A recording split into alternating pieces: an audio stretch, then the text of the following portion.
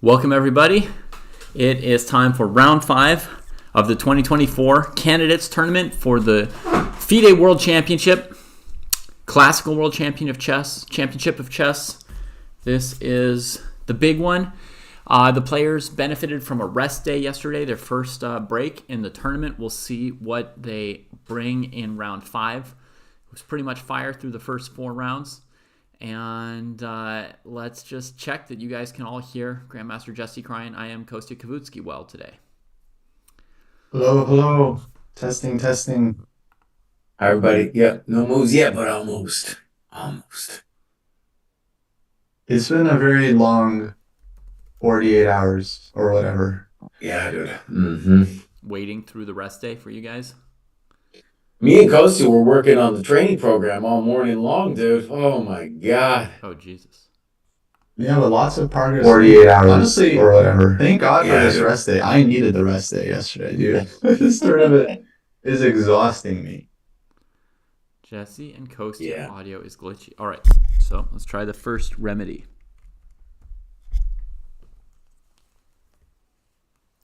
That's remedy 1. Let's see how it goes. Oh, got the earbuds in? Yeah, well, it should be much better now. Mm. All right, we'll see if that does it.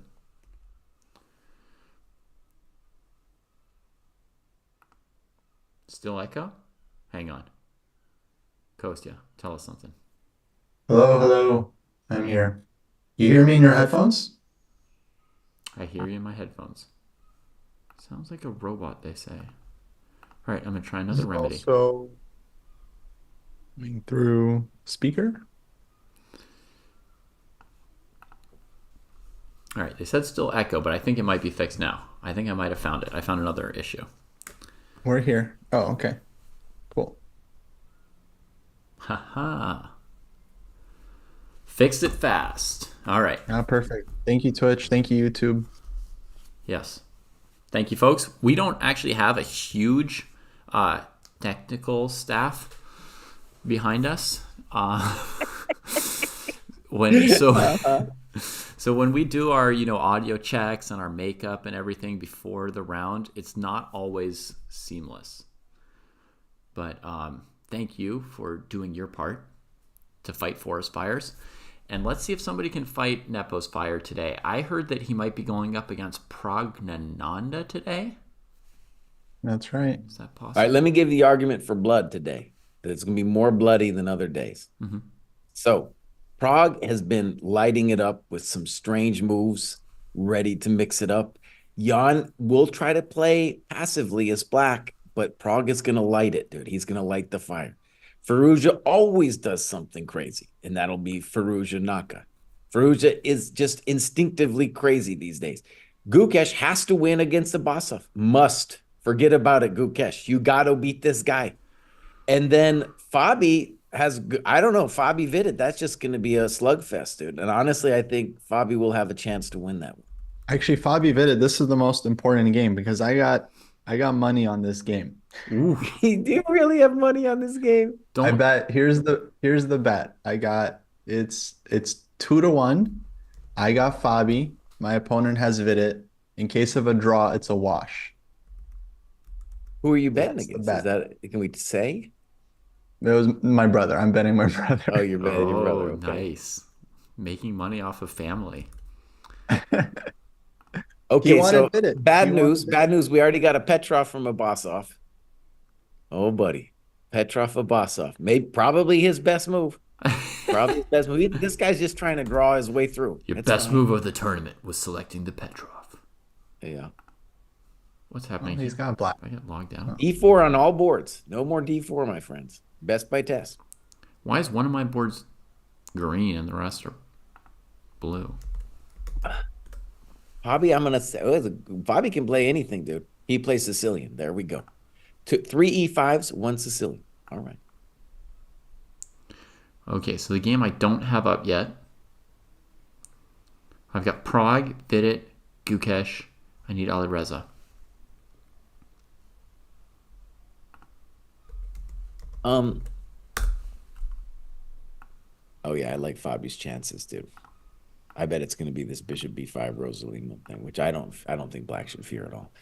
Um, can I just say something about this debate that's on my mind? There's no eval bar debate. Oh, Like, Yeah, let's get dude, into it. Let's go. dude, what I don't already? understand about these people is they're saying we should have the eval bar. Dude, you can turn on the eval. If you're watching our stream, you can just turn on the eval bar, dude. Not so hard. And then also, you guys, oh my God, chess.com changed their layout and the eval bar is right there, dude. Oh, I Yeah. can't watch all 4 games without seeing the eval I know I bar. managed to turn it off before the show, but it also was trying How to do do you that turn to me it at off, first. dude? I don't know. How do I get this to be the same color as the others? All right, there we go. Okay, I turned it off, dude. You just have to change Bravo. the round. Yeah. Wow. Dude, that's how invasive the eval bar is. Yeah. You can't get out. Yeah. Interesting. Salimova, buoyed by her victory, she's playing 3c5 in the Caro. I'm going to grab If that game anyone wants just to in case. turn the eval bar on for the Chess Dojo stream, you can press Alt F4. Don't do it, folks. Don't do it. That's hilarious. Oh my God. Oh, Jan's playing as Petroff too, dude. oh, Jan is folks. Petroff. Unfortunately, I just saw it. Ron just says all the games are dead equal right now. They're all going to finish in draws, and we could just take another rest day. Unfortunately, nothing left to see really.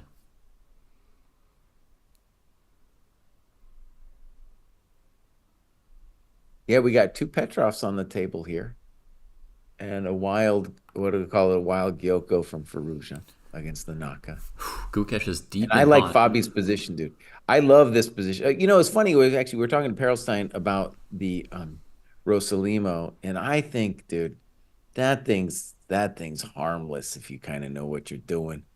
And especially Fabi, dude. The guy's a master. You Hmm. kidding me? You're not gonna mess with Fabi in this Rosalimo thing, dude. Yeah, He's gonna crack you.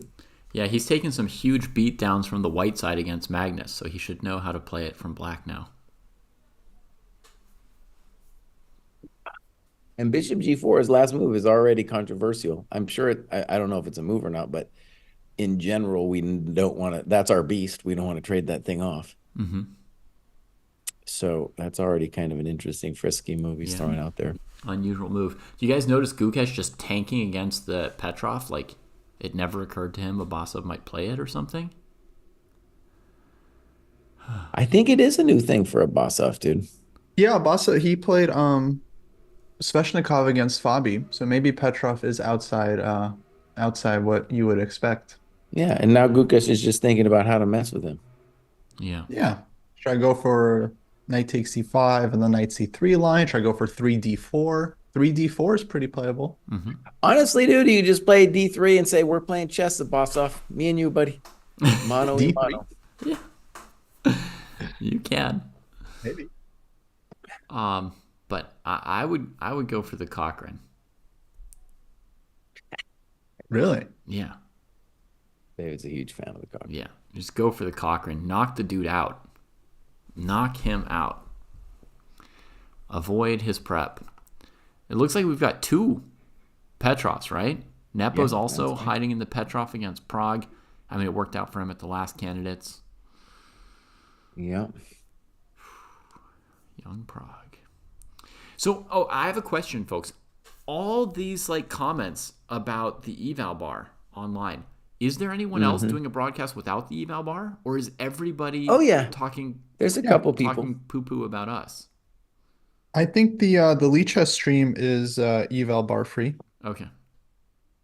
Okay. So there are others. It wasn't just like because I was wondering, why is everyone suddenly talking about it? Okay. So Yeah, actually it is curious. I don't know how, well, it was the Hammer tweet that really kicked everything off, but right. he tweeted that based on existing discourse. And I don't Okay. remember actually how it started because we tweeted out that we were going to be doing commentary without engines. Yeah. And I think there must have been a couple fans that were like, yeah, go Dojo. Uh-huh. Um, but it's not like, we never tweeted out that like we're better than everyone. No. I mean, actually, I did tweet that out today, but that's making fun of the situation, not, Yeah. not actually. So, No, because we didn't go yeah, after anybody, and then I saw these comments. I'm like, are they talking about us? Like, what? right. Okay. Um, But can I just ask and just hear me out here? So you could watch our stream and turn on the eval bar. Mm-hmm. It's the easiest thing to do, if that's what you want.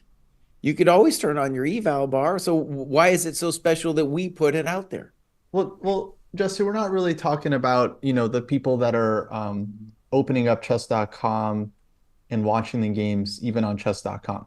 I think the real debate is about the official, like the main broadcast or like the popular chess.com broadcast because people are tuning in to Twitch or YouTube and then they're just watching the live. They don't know where to find the games. They're not interested in seeing the live games. They just want to see the broadcast. And so the question is, should that big broadcast, the main one, come with an eval bar or not? I say yes. David says no, and that's where the debate is all about. All right. So really, this whole time it was Kostya who came for me. Okay. Progdananda playing knight h4 against Nepo. I happen to know this move is theory. I don't know the logic behind it. Seen it He's played trying to before. steal your light square bishop out. Well, I mean, the bishop's going to move. It's literally hanging the bishop to the queen on a5. It's very odd to me that this is a good move. Look how many hanging pieces White has at this point, right? Yeah, I think bishop e6 is the move I saw before. White traded on e6 and the game was a draw.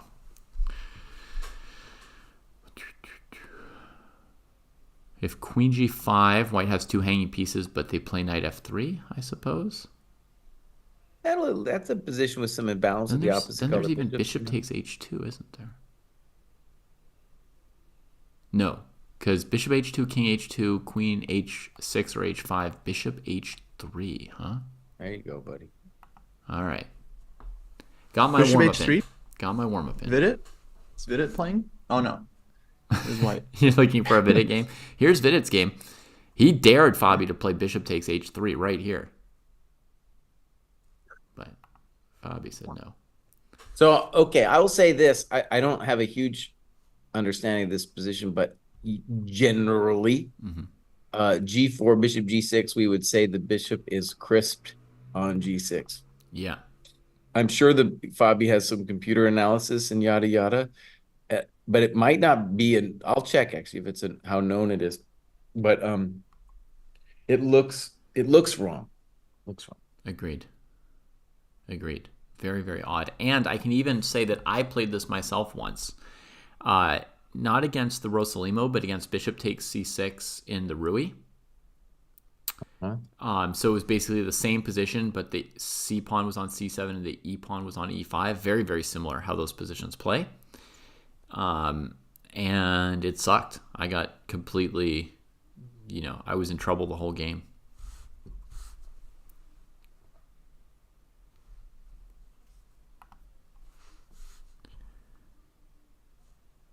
Yeah. So very, very, very, very odd approach from Fabi. I've never seen it before from, a good player in this opening. Well, I got to admit, it's the number one move, dude. Okay, so What it's is? clearly engine. The engine said firmly approved of this bishop g4. Bishop H3 g4 is is the number one move now? Yeah, yeah. And now White can do a million different things after h3, bishop h5. Wow. But I mean, let's just be clear to our audience, and this is where the no eval is important. Is to us what we are stressing about is that when the bishop gets shunted to g6. It doesn't have any nice future. It looks like it's just hitting wall. I'm sure Fabi had some ideas and yada yada, but Maybe c4. Yeah, That's an idea sometimes. Bishop g4 definitely weird. From what I know about these Rosalimo positions, you should only go bishop g4 if White has already developed the knight to c3, because then the knight can't support the second knight with a knight bd2. So how He's could breaking some rules. How could they be on move 5 of a mainline opening and all three of us don't know the most popular move or any theory. Well, this is its own special thing, dude. It's the newest fashion. We're aware Fabi's of some the newest theory. fashion. Yeah, we got some theory, boss. I got some theory for you. The Okay. theory is that bishop g4 is weird. Yeah. Now it could still be fine, but I mean it's he's going against the grain with bishop g4.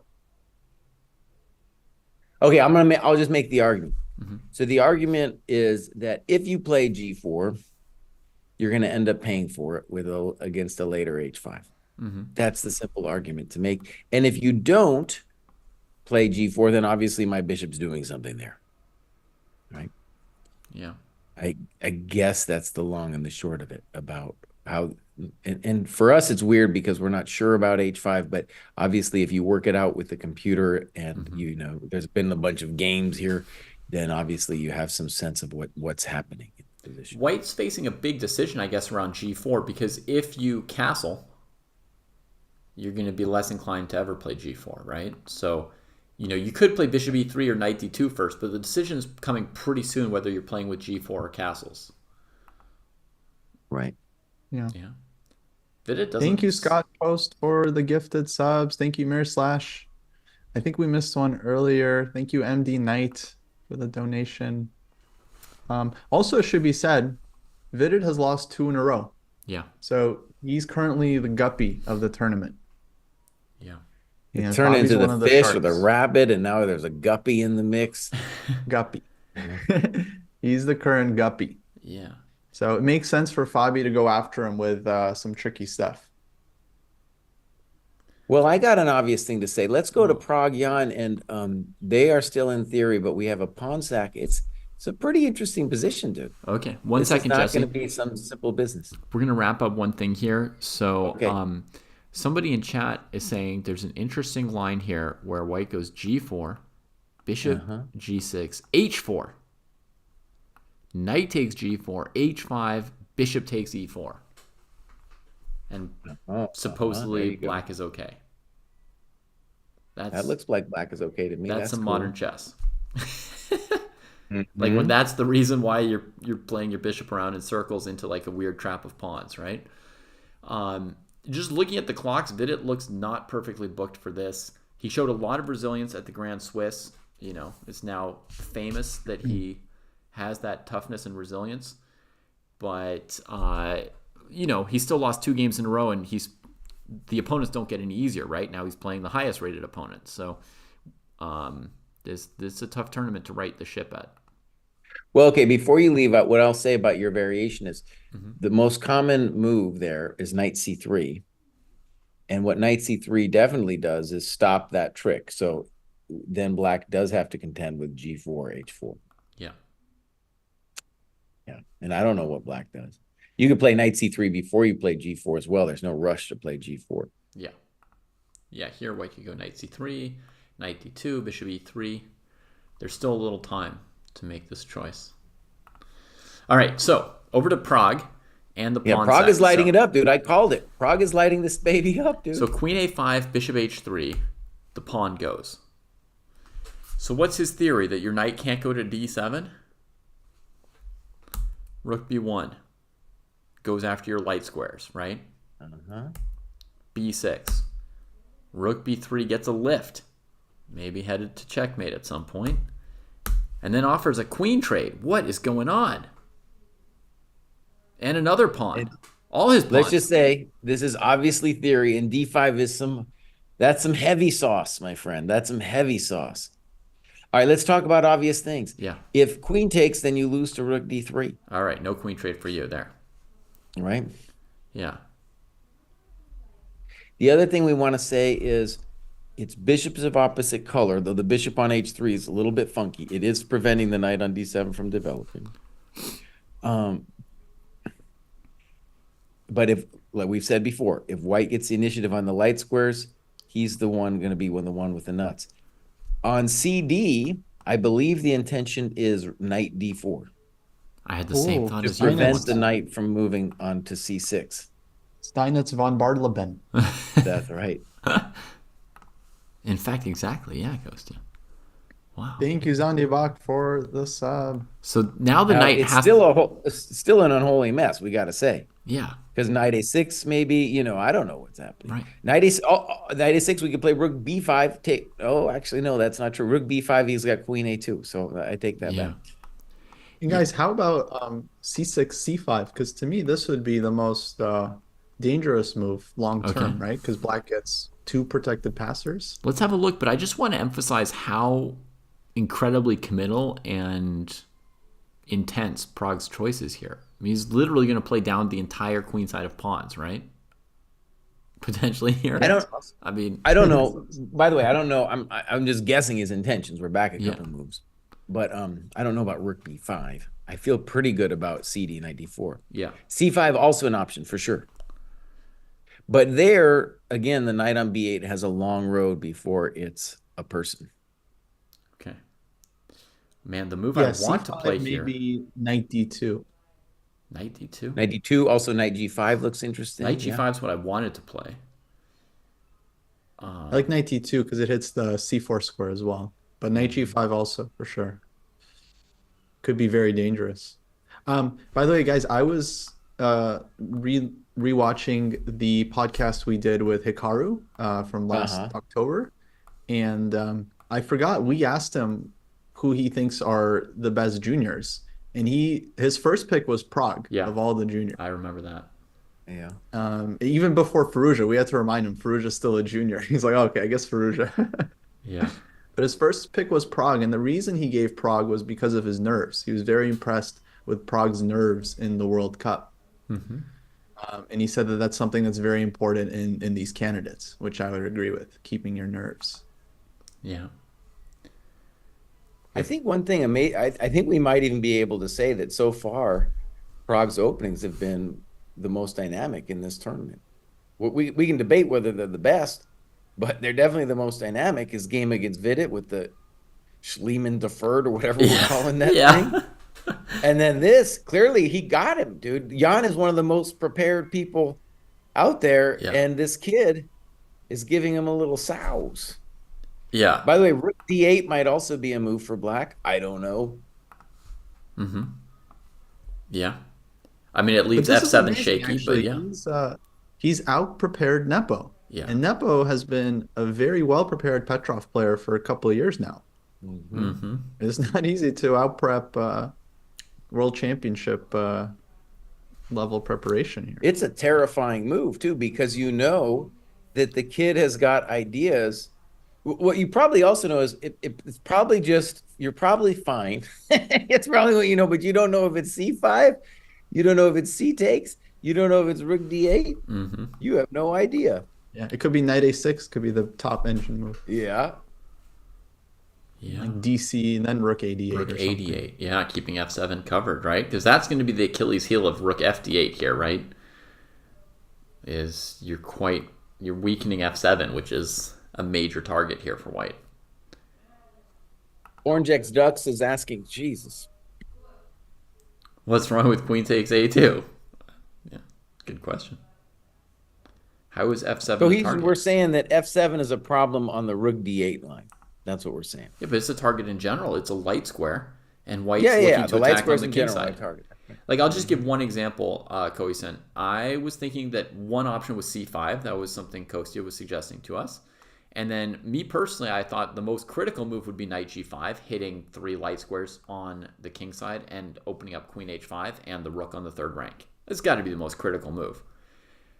And h6, trying to kick the knight before white gets everybody over there.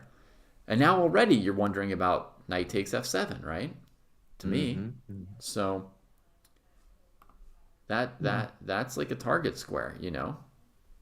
And maybe It's actually, why don't we go down this rabbit hole just for a second to Yeah. show how the initiative on the light squares works out?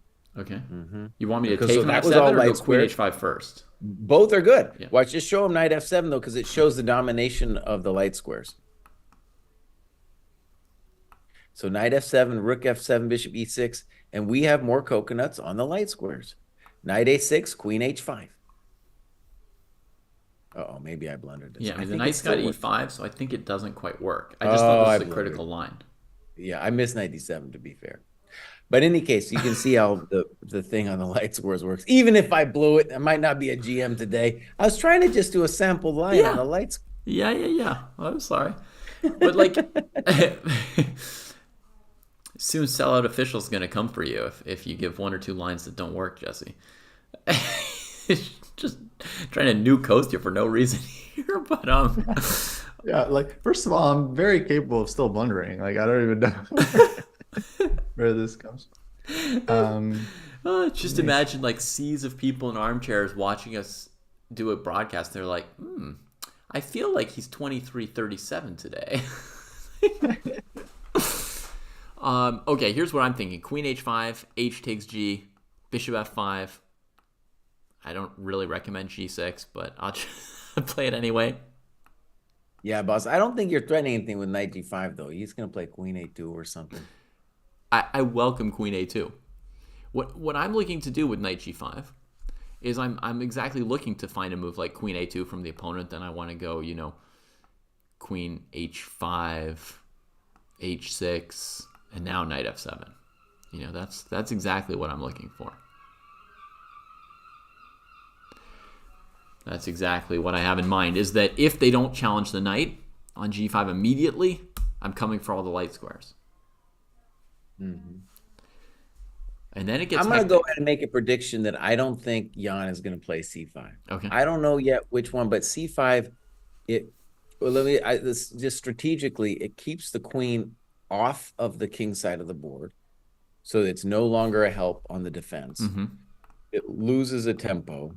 And then the knight still has to figure its life out. I don't know how to show with an arrow that time just evaporated for black, but yeah, lost a tempo. Now, people asking about c takes d5. So I don't think there's anything like obviously wrong with any of black's moves, except for queen d5 is like the only clear blunder.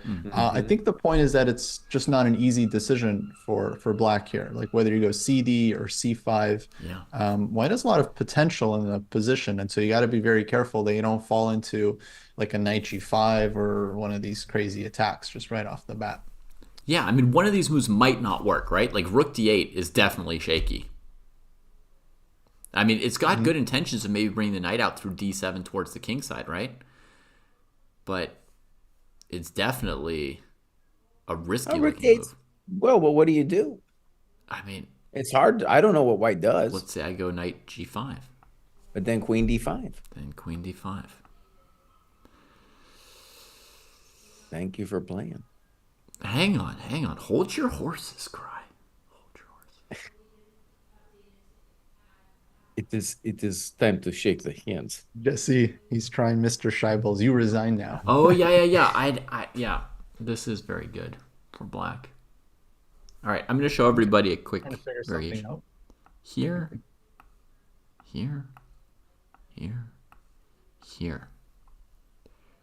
So there's this line possible for black. And so partly because of that line, one of the other ideas I had in addition to knight g5 is to play rook e1 first. And the point of rook e1, I don't know if there's more points to it, but the point of rook e1 is this move, rook d3. And if the queen moves to try and sack on d6 and back rank them, yeah, right? And if they do the whole bishop h2 thing, then they back rank themselves. So it's like, yeah. So rook e1 taking a file and then question back to black, right? I think knight d7 might be a good answer to my questions. One thing I want to say about the position that was a little bit weird is actually it's like a Fisher random position in a way, because the bishop on h3 is not looking at the black king. It's just sitting in a position that's actually very unusual. Yeah, not proper. It's very unusual. So he needs to make that thing a beast. But besides stopping the knight going to d7, it's not immediately evident how the bishop is amazing. Yeah. I would be terrified on pawn takes knight d4. That just looks really evil. That looks evil. Yeah. This is a hard choice, man. Yeah, This, if you're we not might be booked up here for for this, which it looks like Nepo's not, then you expect a pretty big tank from black in this position. Because it's true that c5, cd, rook d8, it doesn't look like there's anything wrong with these three moves, but there's a fair chance that one of them's not so good. That 1 out of 3 could be like a real problem. And you never know when you're about to play the move that's a real problem. One of the things too that I want to yell at Magnus in my compilation of rants at Magnus. Do we have a playlist? Yeah, we got a playlist.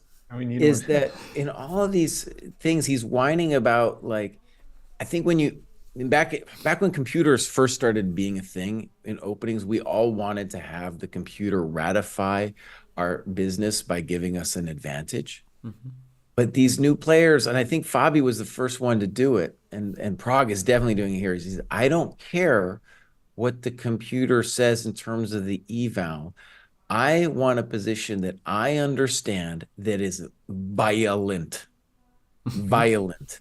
And especially if it's violent, my opponent is just not going to have the ability to find their way out, like what happened in his game with Vidit, right? Oh my God. And a lot of people were saying that that was like all prep or something. No, you look at the press conference, and after a while, it was just this wild game. And Prague was like, well, I got my crazy position, and now here we go. Here we go. And Fabi's done that so many times in his career. Right? Yeah. Ernest Thornhill in chat thinks that the c5 knight g5 variation that we showed looked like this might be an example of a variation that's not good for black. This whole h6, queen h5, that it looked quite close to checkmate, right? I mean, we didn't analyze it exhaustively because black has rook e8 here, looking for an escape. But actually, even that's pretty clear, right? You just usher him along and then take the rook on e8. Yep. That's also mate on c8 in 2 moves. So goodbye. So this variation might be literally the end. But if that's the case, Nepo would have figured that out within 2 to 3 minutes and like taken c5 off his list, I think. I mean, if black can't play h6, wouldn't you be terrified of this as black? Yes. Like what are we planning to do? The force count, right, Jesse? Plus, what is this you say about like cutting the board in half or something? Right, dude. That's the old Kasparov cut the board in half. Yeah. So the force count plus the cut the board in half. I mean, that might be losing, you know. It's possible. So let me just, we should stay here, but I just want to give an update. So Vidit eventually played this bishop f4 move, and it's been played before, but it's not at all that common. And Fabi immediately responded with c4. So he knows what's going on. Yeah. He didn't surprise Fabi, buddy. This was the only thing that I could come up with as why the bishop was out here. Right. It could also be a very good reason why knight c3 is maybe the best move. Right. So right here, Jesse's saying knight c3, you overprotect e4, and now maybe there's no c4. Right. Yeah. Yeah. Okay. Let's just get some quick updates around the world. Firouzja against Naka, very, very early uncastled d4 from Firouzja. That's an unusual looking move already. But Naka's opening is a bit weird from Naka. Yeah, it looks like Naka's played a super passive version where he made 2 to 3 to 4 moves less than white. So he did it by playing knight c6, knight b8, I guess. Which is a weird move, but and then back to e7. And bishop c5 to e7. I was like, it looks like he's down more than 2 moves. Like, I realize he's played knight b8, but look how many moves he's lost this game. Holy moly. That's yeah. This is very ultra white. Very content focused by Naka.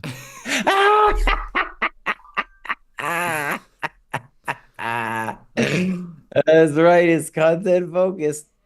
Wait, he could be vulnerable. He could be vulnerable to bishop takes h6 this game, guys.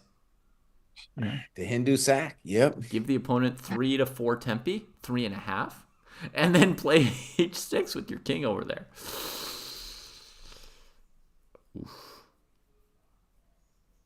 So let's talk. It's really weird actually, but let's first talk about knight b8 for a second. So Mhm. it's obviously controversial, but it's true. The knight is dominated by the pawn on c3 and the pawn on b4. So it's not completely ridiculous to move Yeah. the knight to b8. However, it's still a little unclear how we really intend to put our pieces because let's say after d4 we play the natural knight bd7, then how is our bishop on c8 going to do anything?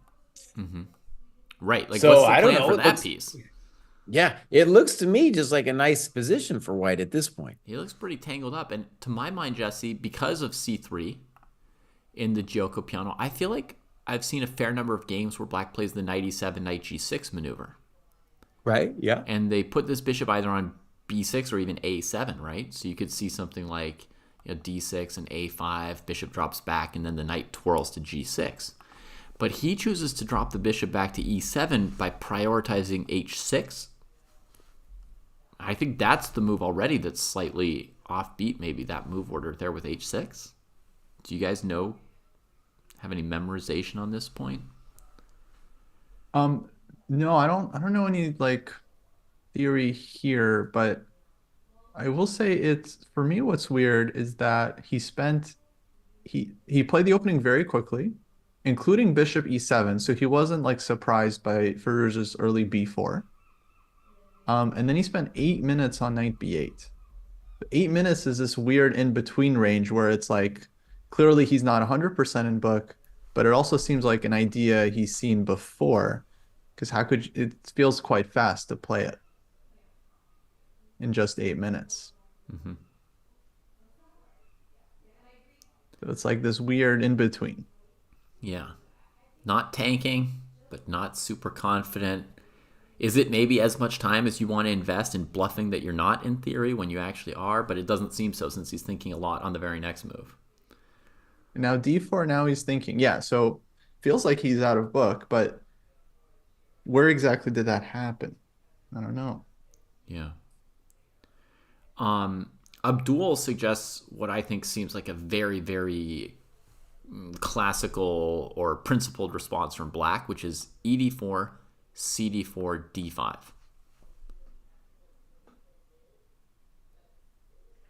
It would feel more principled if Naka had some of his pieces If out, he had some wouldn't time, I know. It's like principled from the sense that white's pushing a lot of pawns and hasn't castled.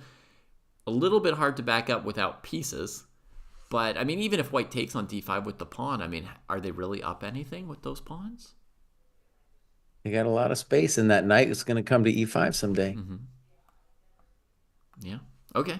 Fair enough. If you don't directly win back the pawn, if you have to blockade it with bishop d6, you take all the pressure off it. Maybe it's not enough. The other thing I was thinking is Firouzja could also take on d4 with the knight, right? But yeah. I've seen that happen occasionally. Slightly weird, but I saw it recently. Where was it? It was in one of the games from the candidates tournament already. But one thing about this ED, David, is if you play the natural knight BD7, Yeah.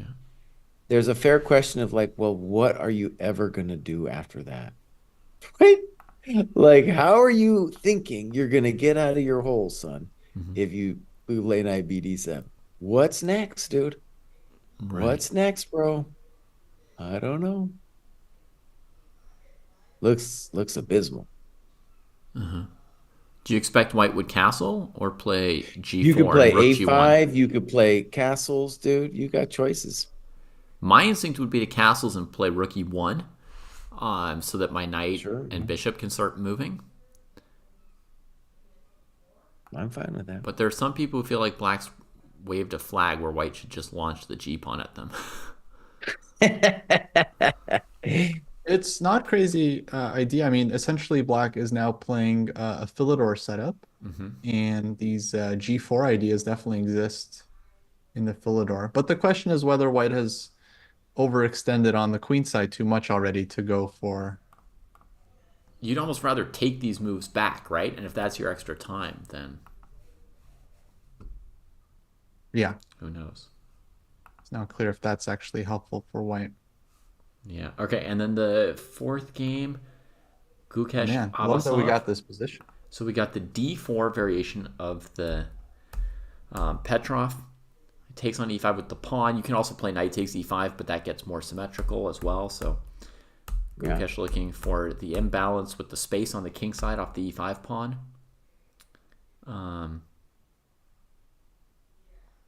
Knight D2, H3, and there we are. Yeah. He's got a playable position. Nice. Some very good positions today. We're gonna get some fighting chess. Yeah, I mean, I told ironically, two Petrovs, but they both look quite playable, right? Here's the other one, D5. Somebody in chat erroneously saying Nepo is taking a nap. A nap is the most relaxing thing in chess. Facing an Indian teenager who has prepped 20 million computer variations against you is basically the most stressful thing there is in the world. By the way, I was thinking about it. Like, we've watched Nepo in so many candidates, and it's not coming to mind. I'm sure there was some game, but it's not coming to mind where he was any game where he was obviously out of prep first in a Right. critical position.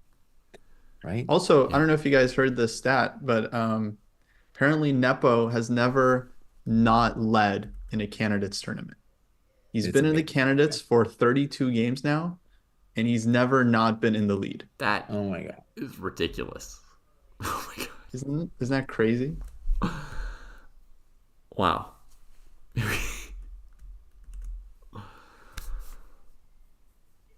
Dude just brings it. I don't know what it is about this tournament and Nepo, but he just like absolutely brings it. Yeah.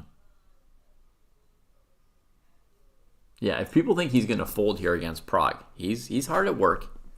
You know, he may not have been out prepped a lot recently, but you know, he's going to do the work he has to here.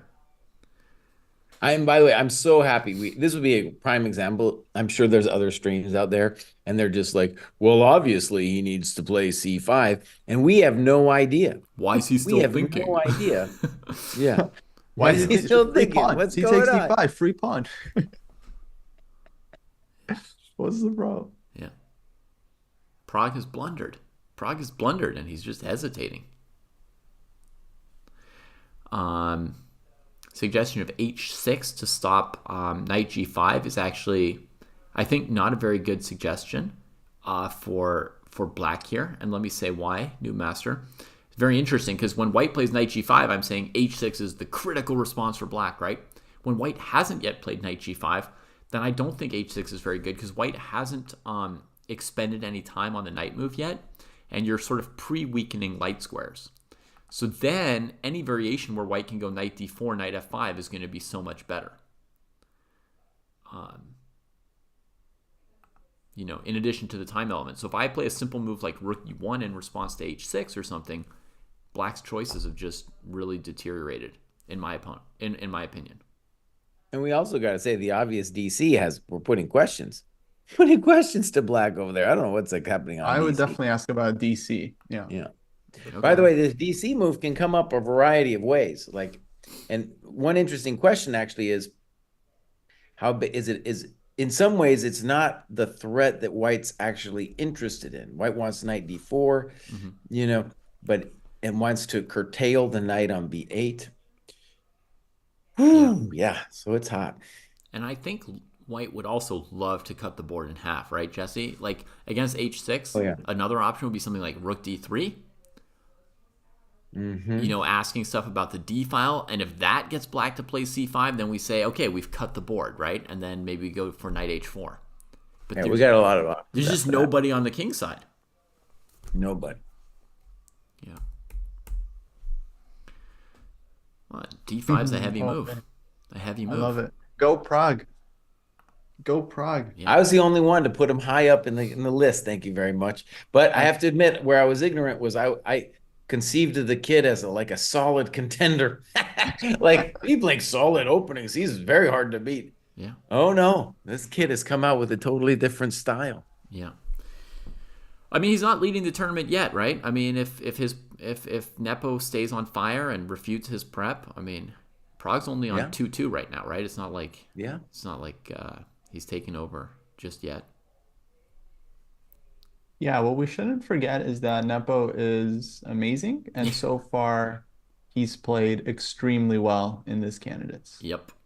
I mean, like I thought his game against Perugia was just brilliant, and I think he played exceptionally well against Vidit. I don't think it was just Vidit like giving away the game or anything. No. I think very few players in the world win that game against Vidit, and Nepo is one of them.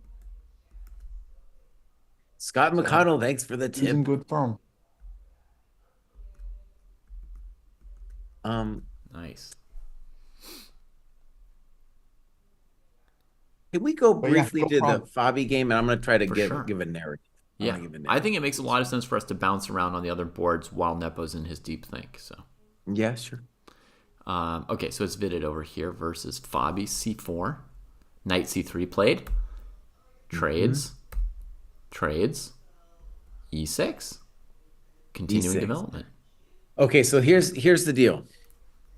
Black has one problem, and it's the bishop on H5. If the bishop can be maligned, if I can use that word, if he can be maligned, then white has something. If white produces no juice against that bishop, then black's position is simply better. The pawn on D3 is a victim, and we already have the Nimzovich incinerator set up on C6 and E6. That's the "you shall not pass" incinerator on the square of D5. So that means that we can dream of putting heavies on the D file. Ghosty, have you ever heard of these pawns described as the incinerator before? No, this. I was gonna say this is the first time I've heard that. Oh, dude, that Nimzovich, man. A lot of people haven't read Nimzovich, and they're like, Nimzovich, that Say it guy's in not a German. good How would book. you say it Oh, in no. German? He talks about the incinerator, my friend. So he's got the incinerator set up, and that pawn on D3, it's like, ooh, it's a problem.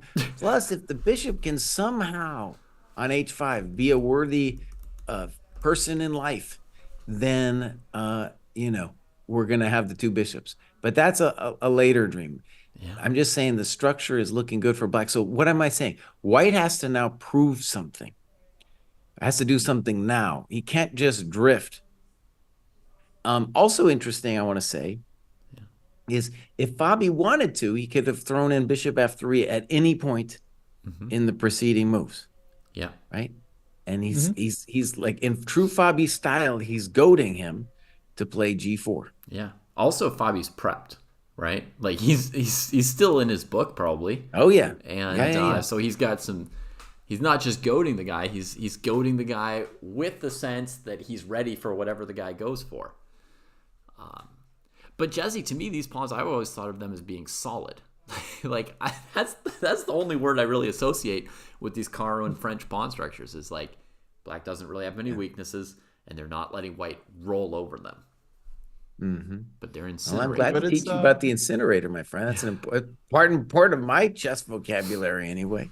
The first we've streamed with you for like years, Jesse. This is the first I've heard of the incinerator. Incinerator's a well-known thing, dude. Yeah. Well-known thing. Okay. Does Nimzovich also talk about coconuts? Well, one thing he said that it took me years to, I don't know why it was so hard for me to say, is he said the threat is greater than the execution in a lot of positions. And I think what he was really talking about is these nuts. What?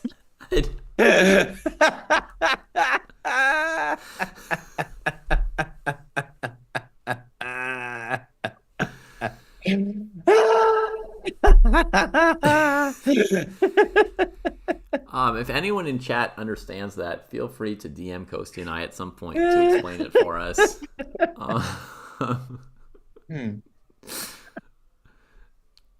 Interesting. Okay. I find it hard to know who to root for when there's so many people you like in one tournament, and sometimes they start getting paired against each other. Vidit is a very likable guy. Just lost 2 games. You kind of want to see him get back on his horses. Fabi comes with this much sauce to a game, and you just have to applaud the effort it takes to come up with these kind of concepts that put pressure on an opponent, especially with black pieces, 8 or 9 moves. I mean, it's he and Prague have put in some work, right? They've put in some work. They didn't just sit around mindlessly slapping a space bar. You can see it's a whole new space age of preparation here. Yeah. I'm having a hard time rooting for Naka with knight b8, dude. I'm just not feeling it with the knight b8. Sure. And You let's know? see what the sequel has been to Knight B8. It's been a deep think. Yeah. Maybe he ran out of pieces to retreat, but there's the knight on F6. Well, it's hard because he'd like to play rook e8, bishop f8, but the f7 pawn hangs, and he'd like to play king h8, knight g8, but then the f7 pawn hangs. So maybe he's just debating knight e8, the e5 pawn hangs. Right. Maybe you could take on d4 and then play knight e8. Right. That might be a way to do it. Yeah, I mean, there's this knight h7, knight g5 maneuver that's strong, but with e5 hanging, I don't know. You know what else Nimzovich said? I'm just looking up quotes. He wrote or said, "Many men, many styles. What is chess style but the intangible expression of the will to win?" There you go. That's right. Okay. I also remember him saying when he has an extra pawn that he's winning because he's up a pawn, and when he's down a pawn, he's winning because he's blockading the pawn. You fool! Right. You fell into my trap of having a pawn that I could blockade. Oh, we got to go to Bossov's game, buddy. Let's see it. F6. Thank you for Lee Algebra turning us on to it. He's like, he played F6. Okay. And it's a hell of a move right there, buddy. Yeah.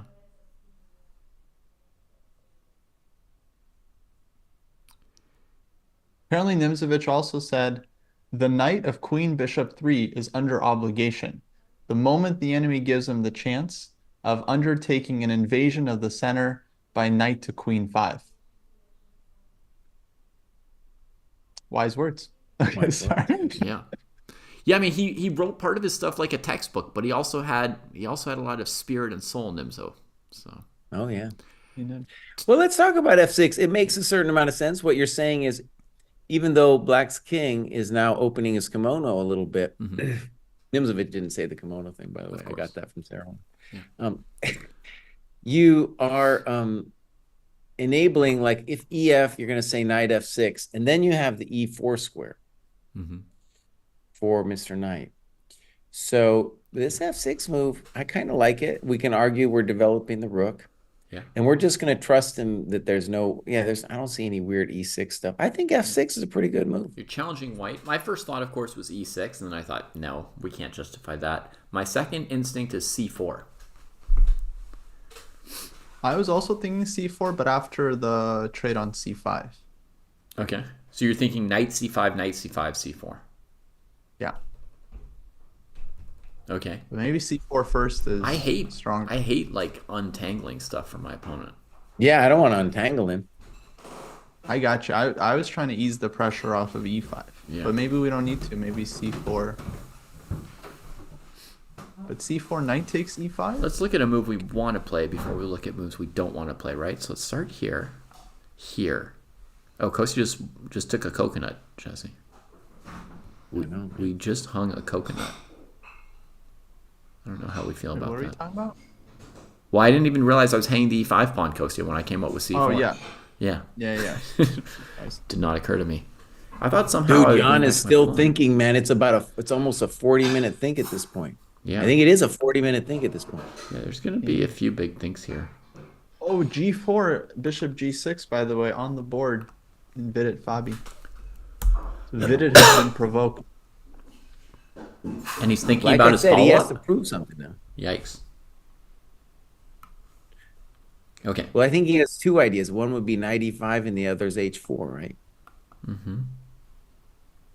On H4, H5, I think Black is probably fine, but I don't know. It's a question mark. Yeah. Instinct is it should be good, but let's go back to where I just hung a pawn and see if I was an idiot or had an accidental reason for it. I don't see any reason for this pawn hang. If you win this analysis, I'm going to say another Nimzovich quote. Okay. Well, I want to win another Nimzovich quote. I better find a way to win it, but I just feel like I blundered. Well, then, not happening.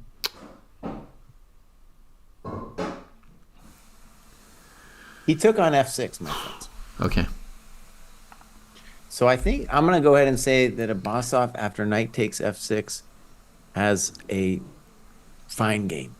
Yeah. Yeah, looks fine. and that it's going to be difficult to deal with knight e4 stuff. Mm-hmm. But let's it's by far long from over. And if white can deal with the pressure, then long term maybe his king can be a little bit better. Mm-hmm. Yeah. But I would start to prefer black in this position. I Oh mean, you yeah. got the center, open I'd love f-file. to. I'd love to be black in this position. Yeah. Yeah. Mm-hmm. I That also means, think black's do we better. think Gukesh has gone wrong somewhere? Because clearly, I mean, he must have. When we say black is better, by the way, it's just something I'd rather be black, but ultimately it feels pretty balanced to me. Right. I considerably prefer black already. Yeah. I know it's hard for David to say too. I have to be. I mean, honesty above all. So we should probably look at the Naka game, and Naka lost his mind and played ED, CD, A5. Now, when I was a kid, they told me that when you're down in time, you don't want to open the position. And it looks like Naka's opening the position. So it feels desperation. Feels like desperation. Yeah. Oh. Also, in chess, when you can play e5 and kick that knight, that's often good. E5 would absolutely. Especially when your opponent hasn't developed any of their pieces. But maybe E5 he wants D5. Right. Maybe. Because otherwise E5 looks terrible for black. Okay, so pawn takes, pawn takes, pawn takes e7. Okay, but about this D5 move, if we just play bishop B3, white is significantly better. Yeah, but I think I won a piece, so I'm just putting it out there. I think counting these series of captures is one of the most useful things for people check, you miserable check to the miserable king. Oh, I'm such an idiot. No eval bar for you, buddy. Yeah, poor me. Jesse put me in my place. What?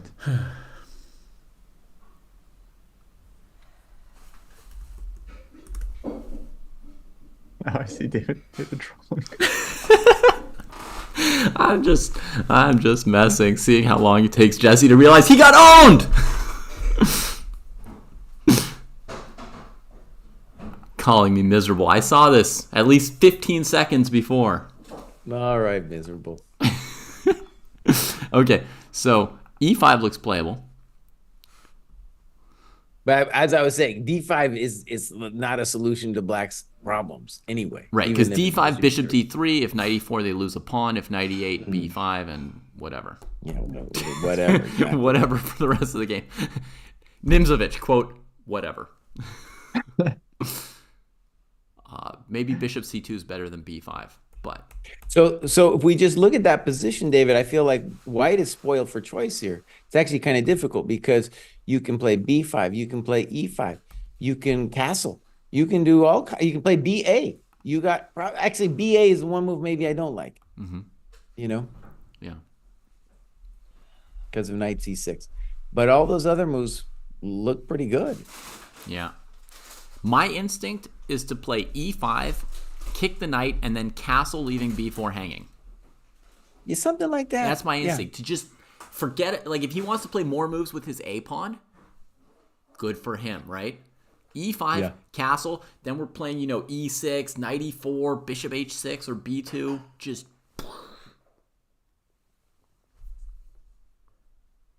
Wow, A5, fun. by the way, is like that's actually wait, time out. Help me understand. Mm-hmm.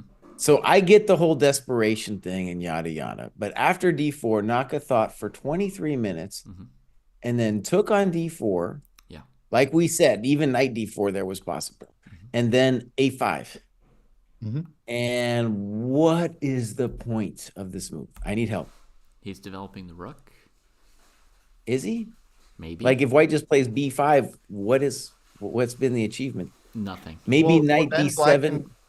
Black gets knight d7, knight b6, because you don't have to worry about the a5. Yeah. Okay, good. So I think at least that's then the explanation for a5. Yeah, If actually, B5, in fact, on b4, b5, I would almost expect black to go d5 there, ed, knight bd7. okay, good. I feel like we're coming to terms with the wildness of this move. So by the way, that position, I still like white. I still like Yeah. white, like b5 and then knight d7, bishop b3, or d5. I get it, but we don't want him to entangle. Hmm.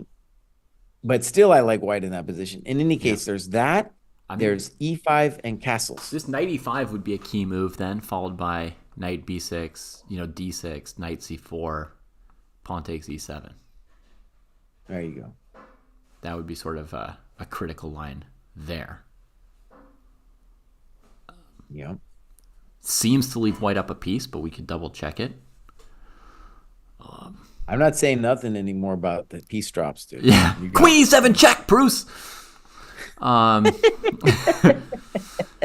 So, and d6, if black takes it, we're taking on f7, which, like, the king's light squares are never going to recover, face it, from bishop takes f7 here.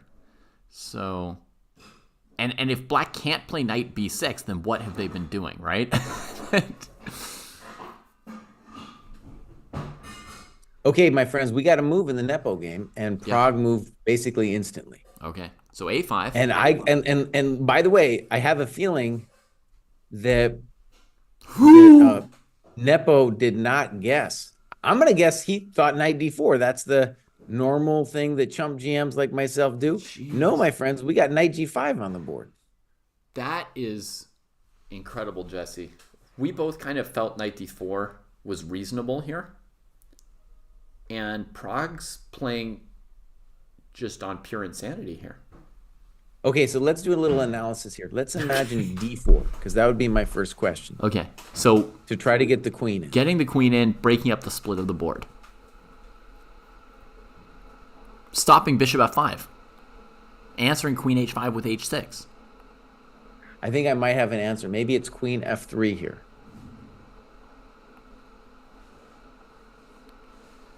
Okay. I feel like we have to save the rook, actually. It's not exchange sack time. I know everybody's instinct is going to be queen g5, queen a8, but not mine. Right, okay. And then, can I play knight f7? Holy moly. I'm not 100%, but I just want to ask the question. Yeah. The intention is to play bishop e6 next. Right. And the move, I just want to announce the move I'm worried about is rook a e8. Okay, it's already been played. So you are right on track.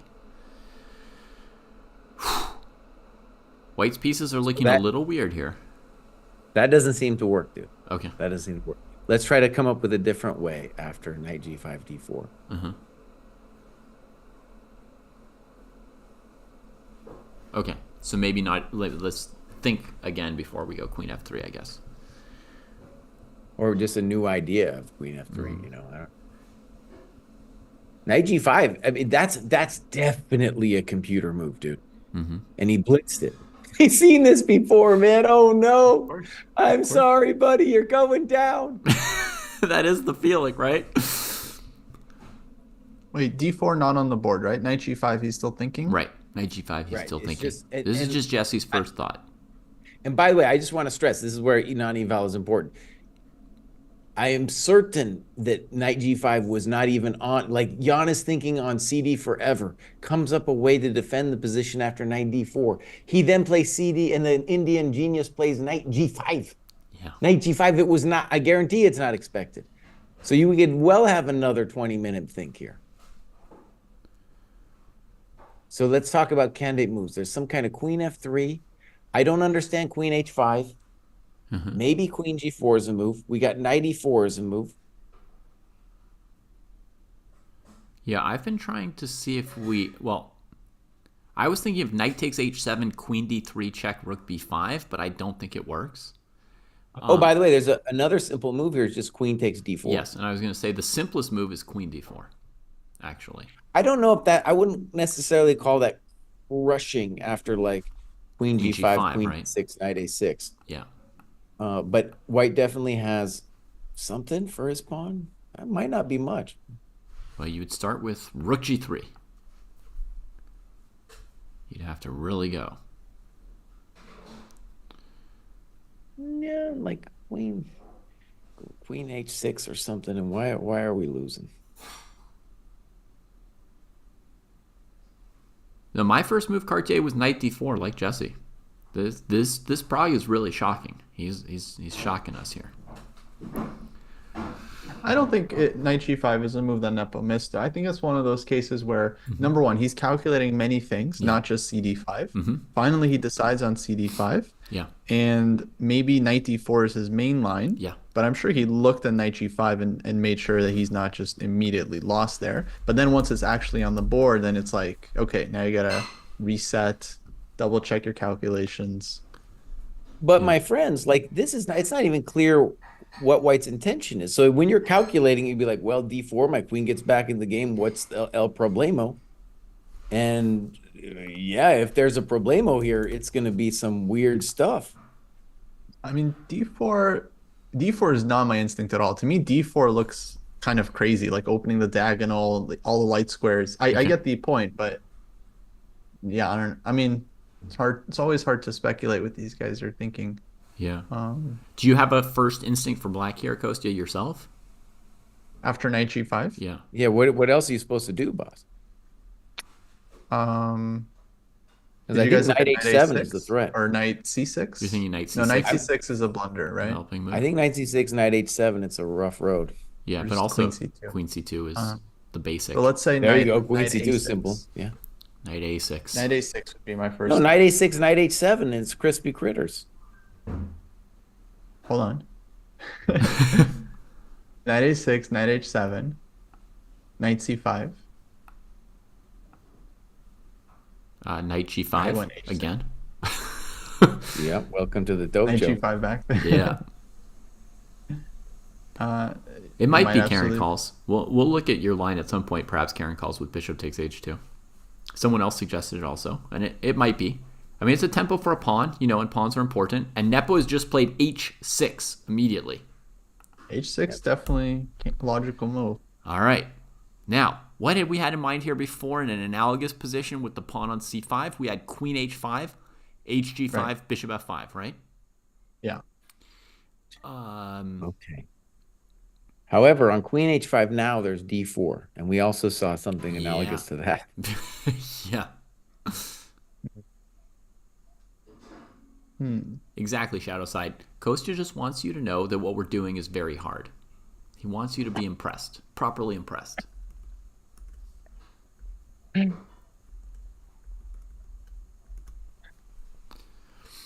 Okay, so queen h5, d4 feels like a mistake. Okay, one candidate move here is rook d3. Yeah. That's a heck of a drug. Right, Jesse? That might be a heck of a drug. So the idea is, first of all, if you play rook d8, then probably we're going to do our knight f7 madness. Oh, yeah. Don't ask me twice.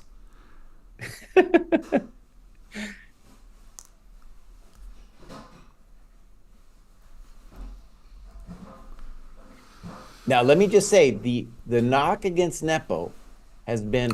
Oh, he just took, dude. He didn't care. He moved already. He's coming in. Oh, no. Go, Rod. It's over. Whip him. Oh, oh, oh. Oh my God! 2 minutes of double checking his engine. He didn't even need like half an hour. What? Welcome to the dojo. Oh boy. Oh man. Oh, I gotta watch the camera. Oh, I gotta see this. Nepo will be making that like grimace face, right? Oh, when it Nepo's hurts. not at the board. He's not at the board right now. He's not on the board. Oh, he only pretended to think for 2 minutes to work off Nepo's clock a little. Yeah, I haven't been watching the cameras that much, but now I gotta. I gotta watch the camera, man. But unfortunately, Nepo's gonna see knight f7 in the break room. He's gonna see it on the monitors. His poker face will be ready when he gets back. He'll to come it. back like, yeah, of course, I planned for this. Yeah. Oh my Oh God. man, let's go. Can you post the link, boss? Because I get all kinds of weird stuff. I Yes. posted like Nepo live chess or something. Right, I'll put. He's it gonna in. make some faces on this one, dude. Oh yeah. Oh, here he comes. Here he comes. I'm gonna rewind it and everything too, man. Knight f7. It's just a Nepo Damn. face watch party. Oh, he's pissed. He just gave him one of these. He's not happy. Well, He's about to move. Oh, he took. He just immediately recaptured, and he Oh, looks he at gave him the look. He gave him the just looked stare. at Prague like, oh, is this not your prep? Because this is still my prep.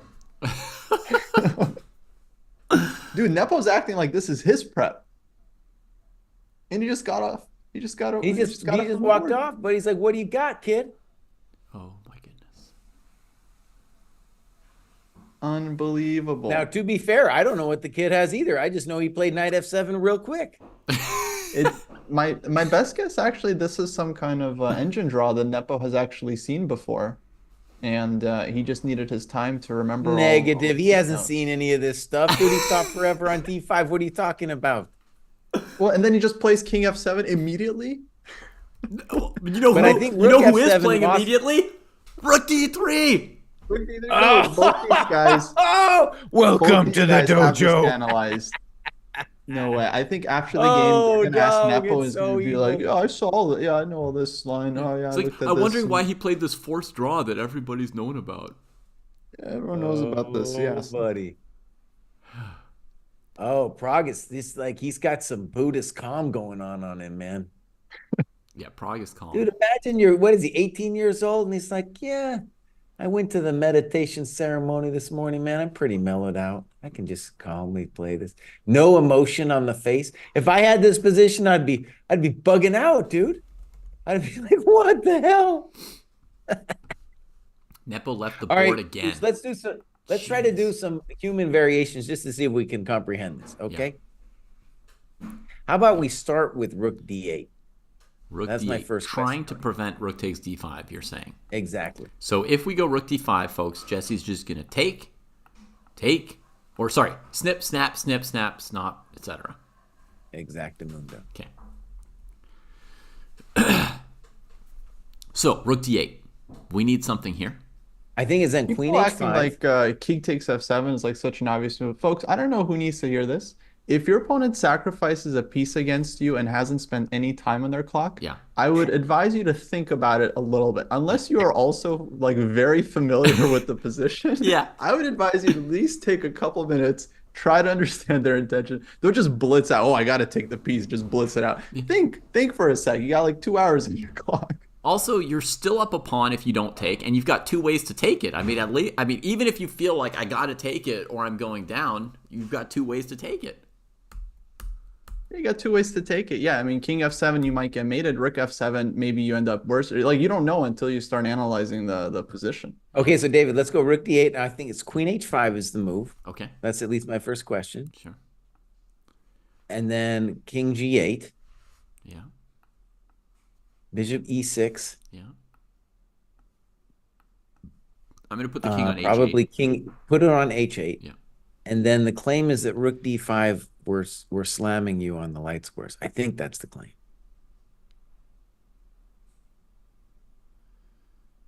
Oh, because you could take on D6 here, Jesse, and then mate the Okay, dude but on he's E8. he's got to play queen a3 Gotta go or to queen A3. b4. Only square there, right? Oh, Josh is here. Josh says you might be very sorry you moved the rook away from F8. Indeed, we have said that was one of the themes of rook D8 was we might be sorry about F7.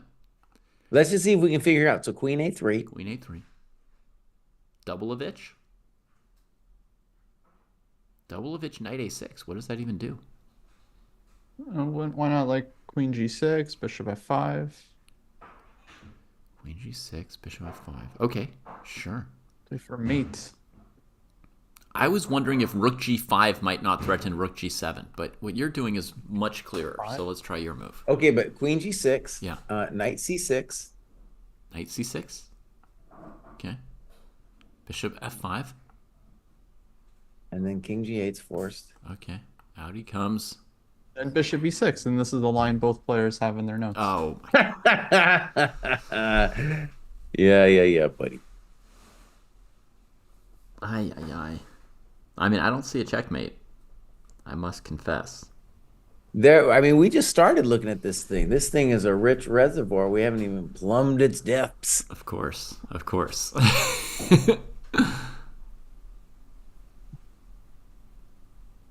One thing it's interesting to me that I've noticed in myself is when it's really hectic like this, it's hard to sit at the board because it's just so electric, and Nepo can't deal with it, dude. He's out there sitting, maybe walking around or sitting on the couch. Here he comes back.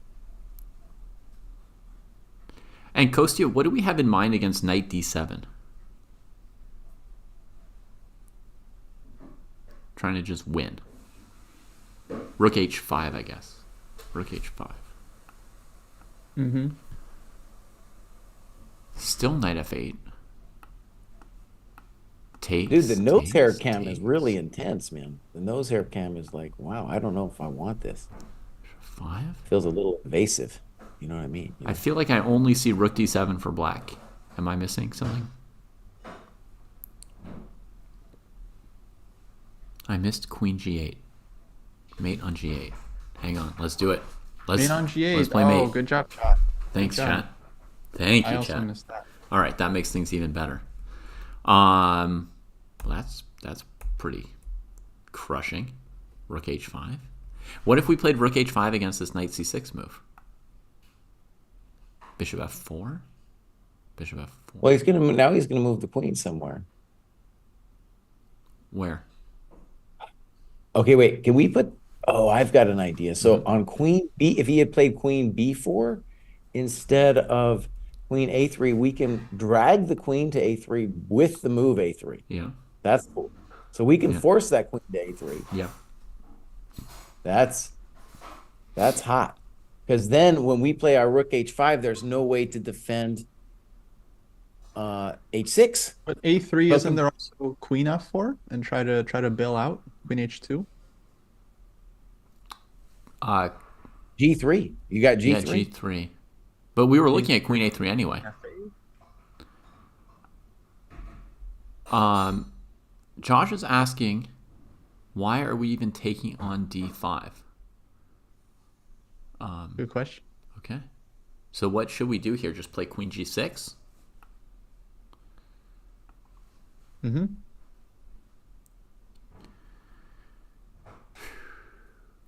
Or queen F7 could be a move. Yeah. Queen g6. Well, okay, but here when we play rook h3, the guy's going to have queen d2 though, right? Yeah.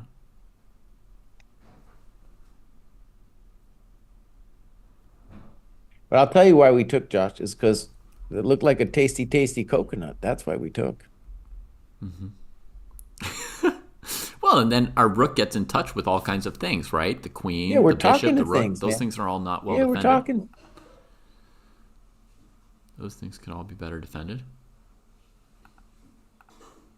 Friedel just wants to play queen g6, rook h3. Let's give him a try. It might work. Okay, let's try it. So we're going to go check here, check here, here. Whoops, sorry. I clicked wrong. Here, here, and queen g6. I mean, I think when we go bishop f5 and queen h7, the king just comes back out. We just chased him in. I'm not sure. Well, let's give Josh a try. Yeah.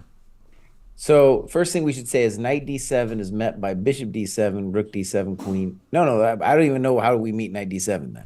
Okay. Knight d7 looks like a hell. Knight d7, then we play rook d5, I guess. Knight f8. Still not 100%. No, knight f8, we have queen f7. Queen f7. Nice.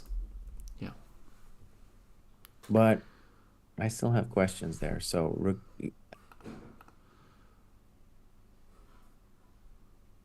b5.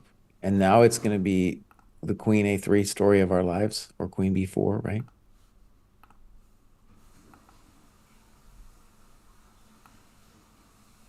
Yeah. Yeah, this one we've got. For now, Lewis, if we ever go rook g3, there's bishop takes g3 for the moment. I think. I just want to say something about Nepo, dude. So after tanking on d5, knight g5, he plays h6 pretty quick in one of the most complicated positions he'll ever face. And then knight f7, king f7, he's like, I got you, boss. And now after rook d3, he's like, oh, maybe it's complicated. No, I mean, even Nepo has to remember things sometimes. No. He's not remembering anything. Give No, I me a think this break. this rook d3 was not in his book. I think this is like maybe There's the no third or book. fourth move of the engine. Everything Get is out of here. zeros. Stop it. So let's talk about it. Besides rook d8, which, is just one idea, Yeah. he's got, well, knight c6 just seems to lose directly to rook d5. Yeah. What else can you do? Probably d4, queen f3, queen a8 is lost. So we don't need to look at that anymore. Right. So the You other should have moves would listened to me be and played d4 earlier. the other moves would be the queen or the bishop, right? I mean, if he wants to not lose the bishop, he's got to move one of them.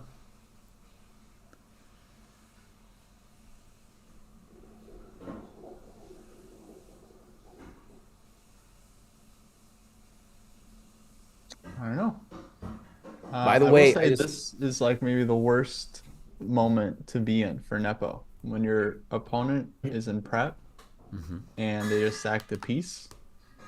Oof. Also, another terrible moment, dude, is Naka is just facing e5, and that's one of those positions that after you win, you're like you lean over and you say, first you say welcome to the dojo, and then you say, maybe we can teach you how to develop your pieces. Right. Maybe you come to the dojo and you learn how to develop your pieces, son. Maybe 'Cause he it doesn't thought look good. d5, ef6, dc4, fe7, queen e7 was winning for black. Oh! This position's misery, dude.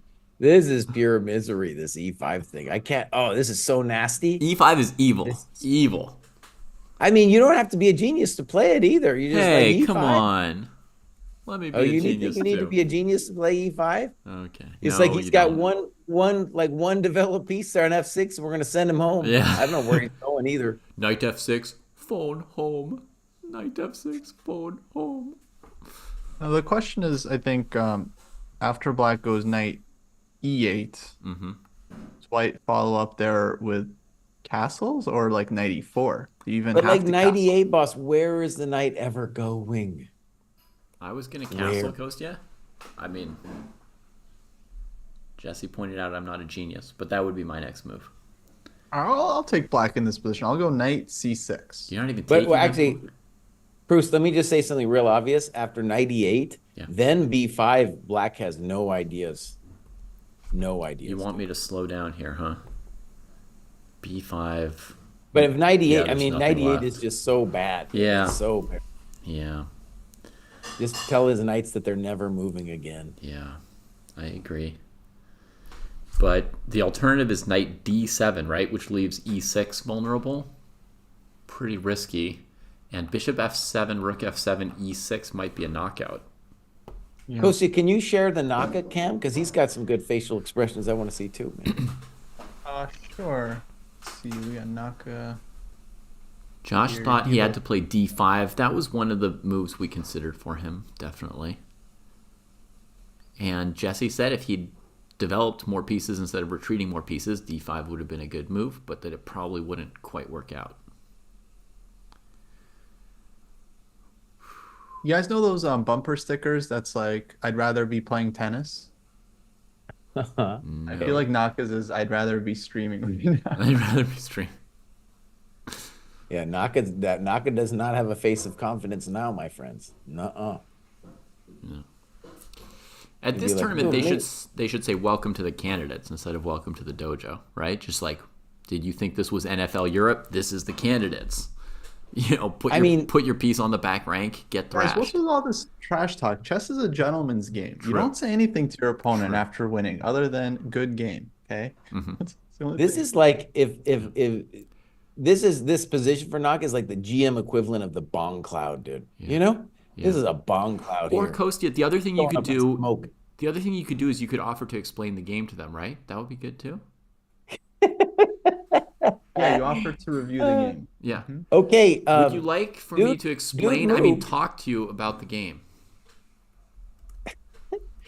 Whoa, all right, you Nepo guys. just hung a piece. Jan is giving the piece back and claiming he's living. This looks really bad, dude. This looks horrendous. He's giving And he didn't. both of them. He's giving a choice, Dave. He's Yeah, giving a a choice. Okay. This looks awful, man. Awful. Well, he decided not to die with his knight on b8. We'll see if Naka looks over and goes, Dude, Prague doesn't even think about this. It just rips off rook d5. He's like, Yeah. I'll take that. Thank you very much. Yeah. Nepo's following the top computer line.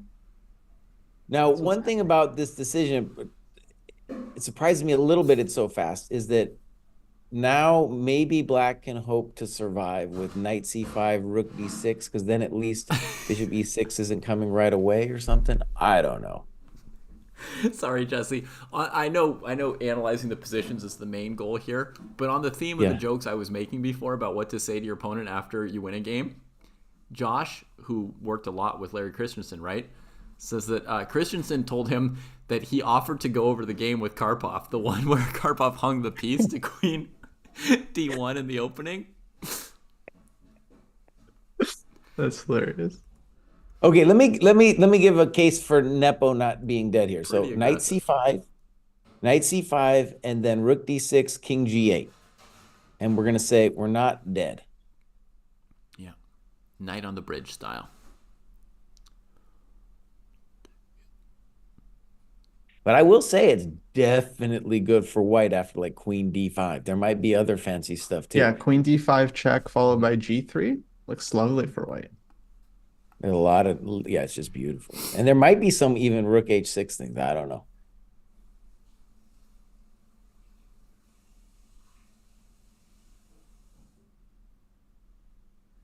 And the kid's so composed, dude.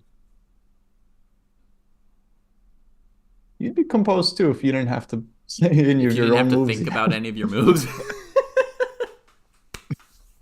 Grenbork asked me, and RD Born asked me, what about bishop h2 first? Maybe, but that's ultimately a tempo that you're paying. And I was right. He played knight c5. And so it costs you more time. And because here white's going to play rook d6 anyway. Yeah. We think. Nepo's like, okay, young Padawan, you got your prep. And now let's see how you play bishop versus knight. Mm-hmm. Now, actually, maybe one thing that Nepo could do is on rook d6, maybe you get away with queen a2. Maybe it's not so dumb.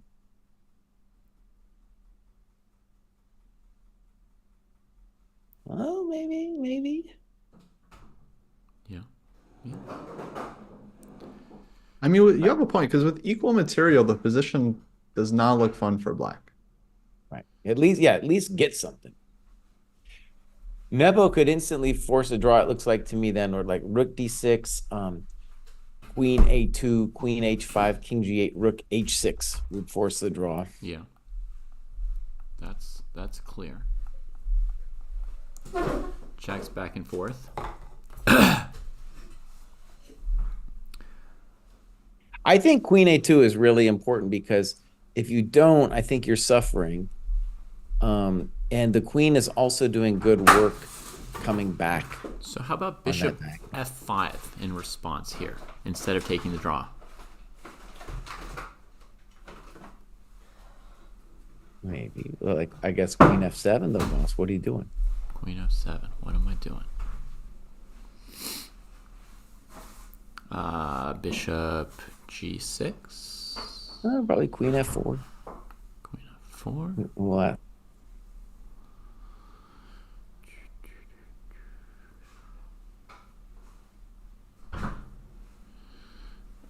Queen d5, king h8, g3, or bishop b1. I don't know.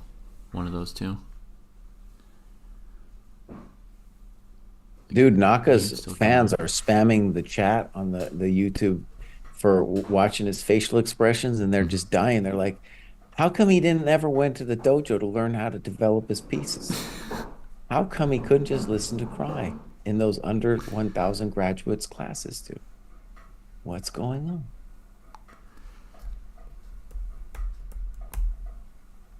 Naka's taken some liberties in the game with Vidit and this one today. Some major liberties.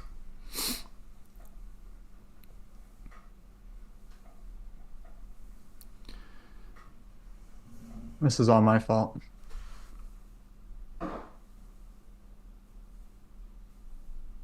Okay. And I'm a little worried, you guys, about rook d6, queen a2, because I don't see anything better than a draw after that.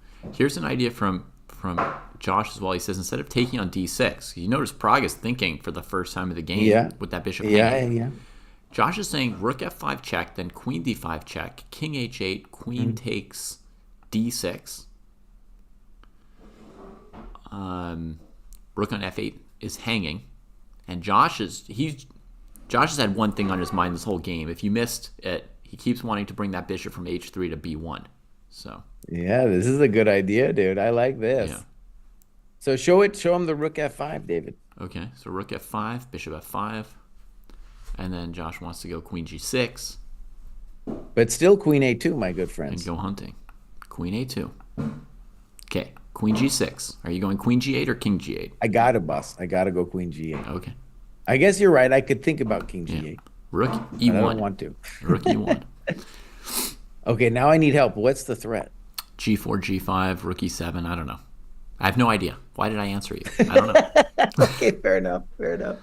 But okay, so this is fun. Yeah. So he's got a choice now with rook d6, which looks like forces a draw, or this rook f5 thing, which it's cool. Yeah. It's cool. Okay, Josh confirms he wants G4, G5. I played rook E1 first just so black couldn't play rook E8. I felt like I was really helping to cut the knight with the rook and bishop together. And I was going to play G4, G5 next. So What's nice about g4, g5 immediately is I don't have time for rook f8, rook f6.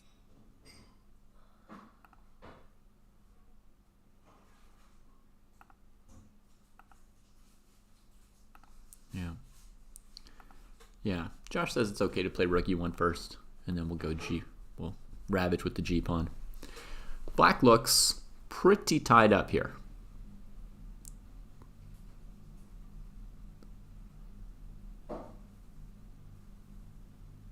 Dude, the Prague is so calm, man. So calm, dude. Dang. I need to aspire. Like, we talk about learning from these people. Man, it'd be intense to be, if I could be that calm. I'd be sweating my coconuts off, dude. You kidding me? This kid's super calm. I'm with Kostya. Like, if you're really, really prepped, that is the most calm situation you can be in, no? But this is no longer prep. This guy's thinking. It's Yeah. prep is over. Kid is thinking. Yeah. Wait, so knight c5 and Prague is thinking. Yeah. Ah. Oh my God. Hikaru That didn't means learn knight that the knight on the c5 rim maybe is not one of the lines. You That guys could be go an look at uh-oh for Nepo. Go look at Naka's knight. Look at where he put it. I was thinking about all the different places. You didn't but think I of h7? Wasn't talking about that place. I thought about h5, but on knight h5, I thought the answer would be knight e4, and then black's knight is stuck again. Oh, it's He just definitely goes stuck b5, already. which also makes a lot of sense. Oh, b5 was played. One thing you see here is Firouzja's not over rushing with confidence, right? Like, he's using his time here. He's using his time, and now he spends a tempo on b5. Position's good. But he spent a tempo. What if there were knight f4 and d5, or d5 and knight f4?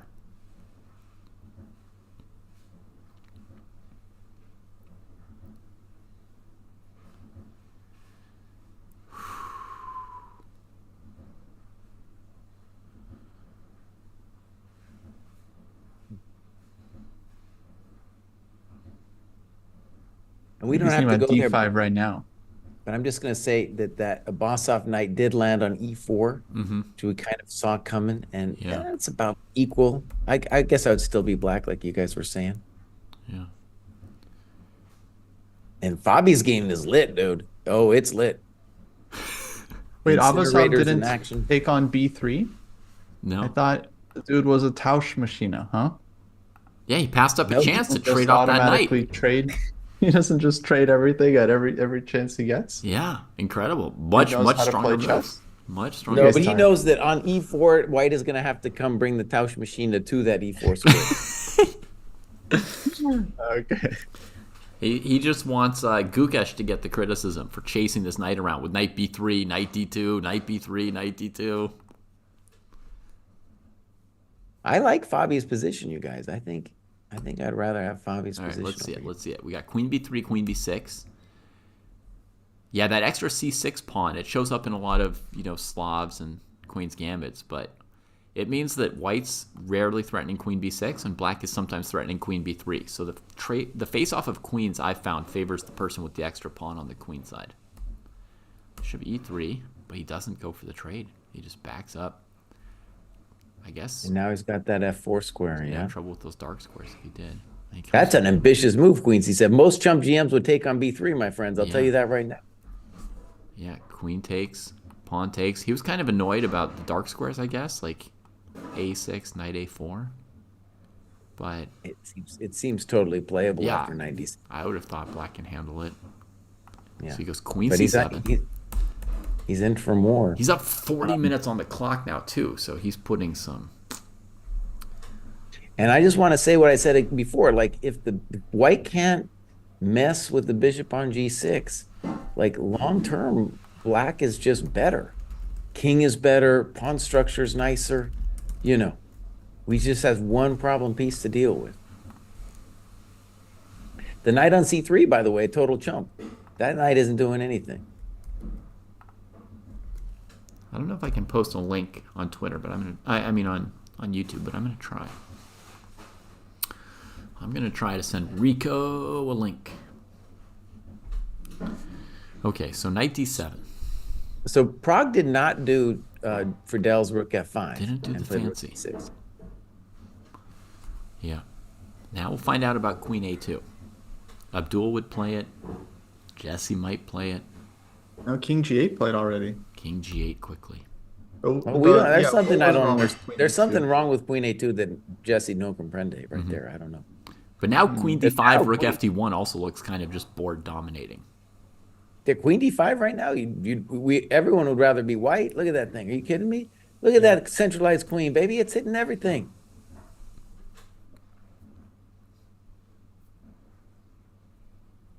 Why didn't you go Queen A2?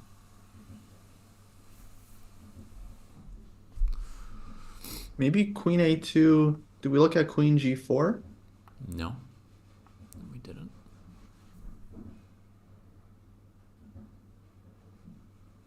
Okay, so we're saying king g8, rook h6. Yeah. Yeah. But what's the threat? I think he wants to go rook g6, Like- possibly. Yeah, Rook G6. Maybe Queen G3. I don't know, get the bishop in. Yeah. It's a little weird to get in front of our bishop, but there might be a way. Oh, wait! There's a... No, okay. No.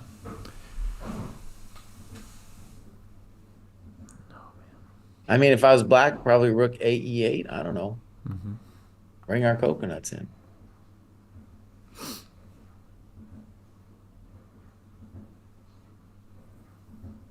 A8. Yeah. Okay, rook g6. Queen b2. Queen b2, queen h5. And then I assume we're playing king a g8, whatever. Look at what Jesse can do to me here. I take this h6 pawn. That was kind of the plan of this whole queen h5 stuff. Puzzle rush, baby. Puzzle rush. Yeah. Jesse believes in that thing. Blickar's been doing it too. Boom! Nice. Ay, ay, ay. So much for the queen h5 maneuver. Somebody asked me about this rook d7 being a threat. It's not yet because of knight d7, queen e6, queen takes e6. But if black had, tried to defend g7 in advance against rook to g6 with queen b2, then you could play rook d7. But then they can also just retreat. So... Wait, Dave. Yeah. Wait, let me just check something. So in that position, so no queen a2. Wait a minute. Oh wait. So not on queen a2 can we play Hang on. rook d7? Hang on. We had this variation Wait. before, and we totally blundered it, Jesse. We played rook takes h6. Oh, no. Yeah, okay, sorry. That was the draw variation. But go back. Can I play queen a2 rook d7? Queen where? Interesting. Rook d7 after queen a2. I think that's the answer. I'm not sure yet. There's still a question mark. I'm not sure about it, but we got to check. So knight takes. Well, what about king g8? Then we can say that we've got a coconut on the, and like rook c7, and I'm never going anywhere. But let's just check knight takes first, David. I'm not sure it works. Okay. Were you going to take the knight? Yeah, I take the knight. And honestly, like either g8 or f, and I don't actually see anything amazing. Right. Me neither. Because rook e1, he's got rook a e8. So I don't get it. But maybe, I don't know. You can't move the rook Very here tricky one because of is, yeah. queen f2. Of queen f2, right? So anyways, I don't know. I decided to check that. It doesn't seem like it's working. Yeah.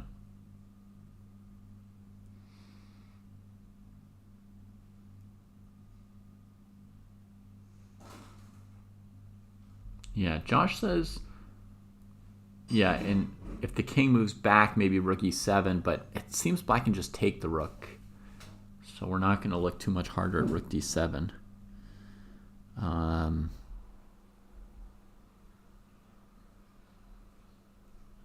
What about bishop f5 right here? Did we look at that? Oh, yeah, we did. We played king g8, queen g4, queen f7, right? That's what we had here. Oh, but we didn't try rook d7 in that position. We had this position, and I played bishop g6 last time when we were analyzing. We even hear queen f6 Queen f6, right? on over. But on queen f6, we could just play rook c7. Maybe he's got rook f7. I don't know. Confusing. Oh, yeah.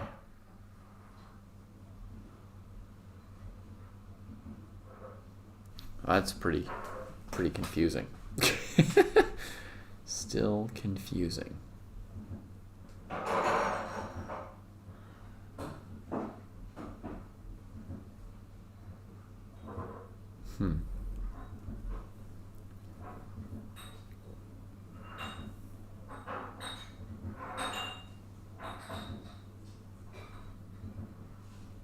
I think Friedel would find this playable if we just retreated the bishop, honestly. Oh, but then we had rook a e8 before rook h6. I think we talked about this. Black is getting all their pieces out.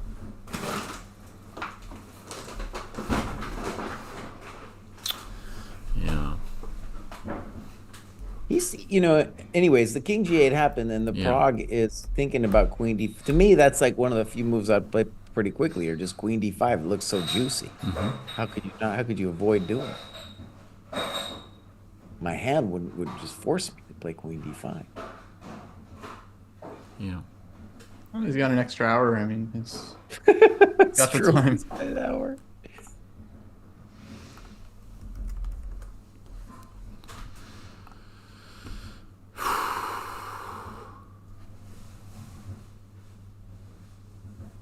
And the basic business that I'll say about that position after queen d5 is, I guess he's looking for something more fancy, but our king is better. And a simple thing that white can always do is just play g3 to give some luft and also give the bishop maneuvering potential. Yeah. Yeah, it looks great. It's fantastic. Yeah. The knight is fine where it is. It doesn't have a lot of options. Right. Hard for it to ever come back to the king side. So, What do you guys think instead of g3 about g4, g5? playable. Maybe. Let's say trying to just win the game on the spot. Okay, guys, hold on. Let me divert your attention for a second. I might be losing my mind here, but Hikaru's knight found a way home. And maybe he's got a playable position. Okay. Let's see. What? How did this happen? Knight f4, g3, d5. And, oh, you once called this knight a god. I once called that thing a god, dude. Do you think this is playable for in black? Farouja's last game in this Well, structure. let me just say, like this position looks a lot better for black than the positions a couple moments ago. Yeah. Hmm. Me, it still feels very problematic. Like, how do you get your queen side out? Well, I think next move he's going to play c5 and ask White what he wants. C5. Okay, Yeah, I think that White's makes just going to sense. ignore c5. I think it's going to come, and White's just going to leave it there. Hmm. But it's going to be like there's still White now has to do a lot of work to break black down. Yeah. So I just wanted to say that do I have to apologize to the Naka fans? I don't know. They're rabid, dude. If you say something against their master, they get kind of upset. But I just want to say I was wrong. I was laughing at him, and now he's not completely toast, as far as I can tell, you know. Yeah, I have the same question as Josh. Like, my first thought would be bishop D3, C5, bishop B1. There you go. Yeah. That's a standard business right there. Is this Josh's Be- solution to every position? Every position. This one makes a lot of sense though. Whenever you see that H6, you play Queen C2 and then G6 happens and then you snag H6 and you say, taste these nuts. To me, the problem is black's queen side's not coming out, right? Like, we can play c4, we can play cd4. Either way, the pieces aren't coming out. That's really Yeah. troubling. Really Queen troubling. C2, knight B3 next. Well, I'm Yeah. glad you guys are doing this because when I saw him get that knight D6, I was like, oh, maybe he'll survive. Maybe. Yeah. But yeah, this looks amazing. I mean, I would want to play f6 like Abbasov and challenge e5 to get space for the pieces, but we just can't against queen d3. So, don't know what to say. I don't really see the black pieces coming out. C6 for black, the issue is it doesn't threaten to really open anything up. White also ignores C6 and will take back on B5 with a pawn. Yeah, c6 doesn't help black at all. I agree. I really think black wants to play c5. Really useful moves for white are castles and rook e1. But I suppose we can also just play bishop b1, queen d3 and not waste time. Yeah. Should be one. Okay. I'm going to go ahead and say Fabi is going to win this game, dude. Position here is probably about equal, but now there's no more problems with the bishop. And we got a huge time advantage.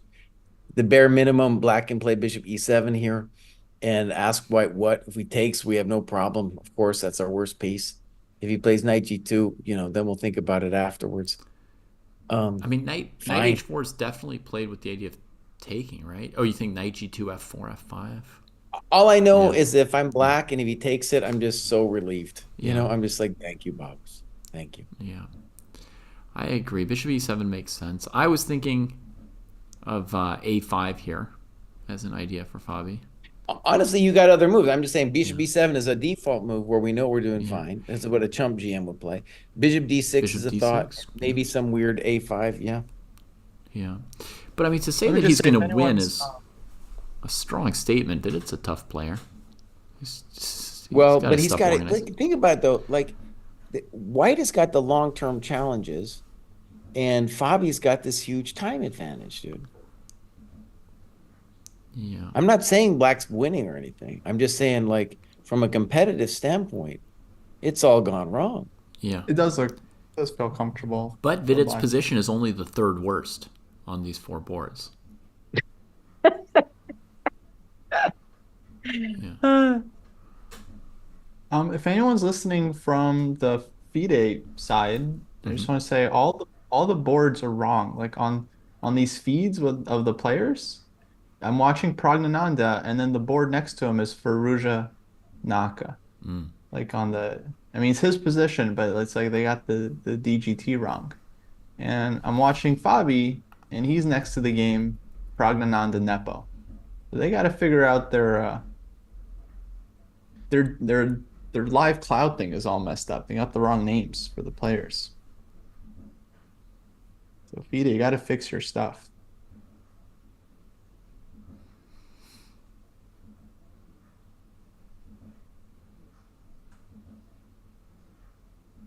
Anyway,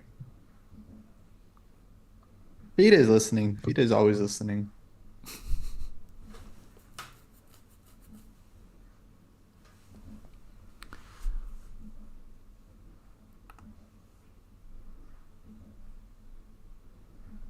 I'm just having a look around some other boards in the women's section. Oh, Jesse's gone. Okay, so we can look at the women for a moment. Yeah, I don't know what order that happened in.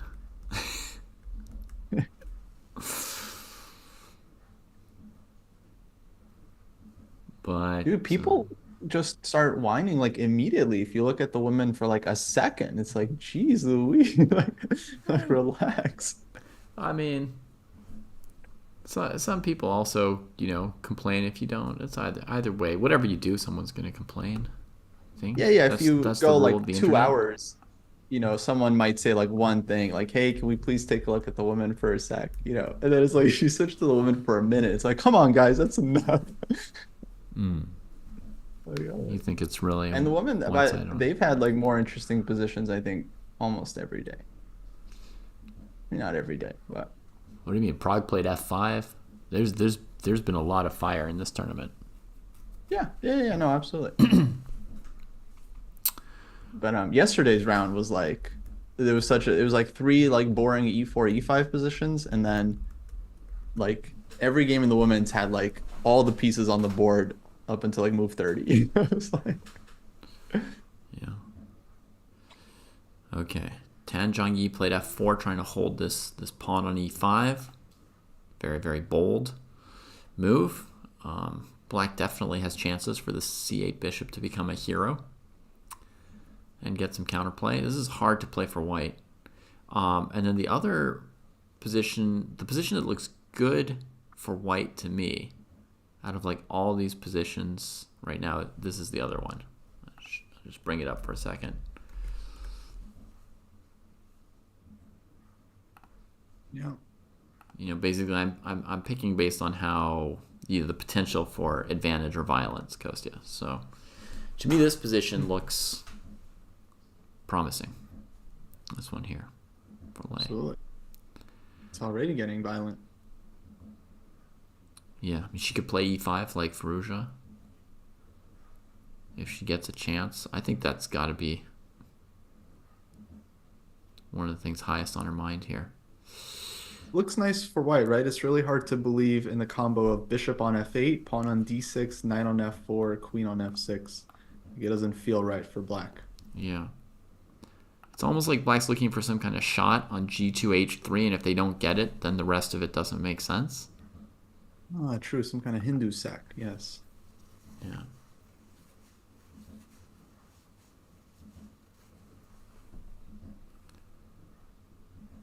No, it looks super fun for Lei here. Anon suggested turning the eval bar off on the official FIDE stream and got nixed. He's joined the battle, Kostya. He's joined the battle. Let's go. Wow. The war. I mean, if you've got Vichy on your team, you do not need the eval bar. Let me just tell you. I mean, a That year ago, you man would have said the same thing about Kramnik.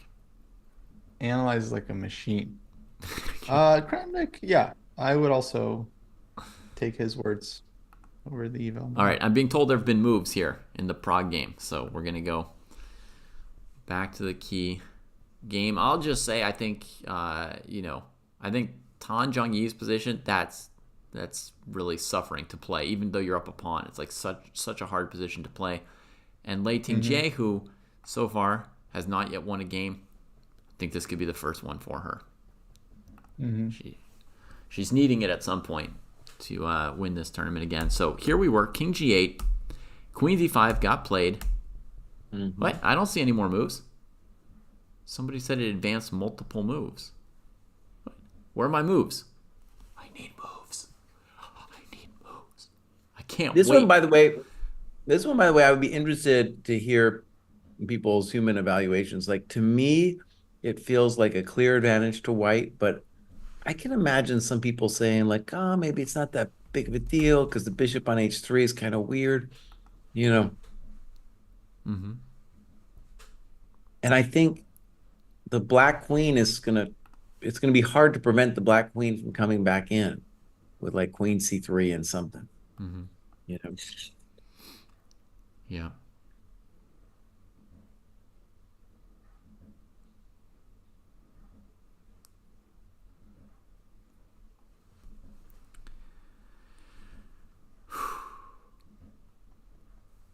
Yeah, the black king is less safe. You're absolutely right, the winner. I mean, the light squares are weak, and there's 2 pawns of pawn cover instead of 3. Normally, just the pawn cover would be sort of the main factor here, and you would say with queens off the board, then it would favor black to have a passed pawn far away from the kings, and you'd say with queens on the board, then it's generally going to favor white because of chances to attack the black king. But then another important factor here is the battle between the bishop and knight. And then finally, there's the centralization of the white heavy pieces. You put all those things together, you'd strongly suspect that that white's got a good game here. Absolutely. Go Prague. Yeah, I put it all together, but I'm still like wondering. Still wondering. You know, rook 8 with plans like rook a e8, queen c3, queen e5, something like that. Okay, white has a move queen e5 here with the threat on h6. But I think black can just play king g8, and I don't have a further whatever. Mm-hmm. You know, that's the end of my thing. So. Oh, wait. Rook g6, rook f7, rook takes g7. Yeah, welcome to the dojo right there. Ay, ay, ay. Ripping off more pawn cover. Technicals. Ripping off more pawn cover. It's more than a pawn, Kostya. You're going to finish with bishop f5.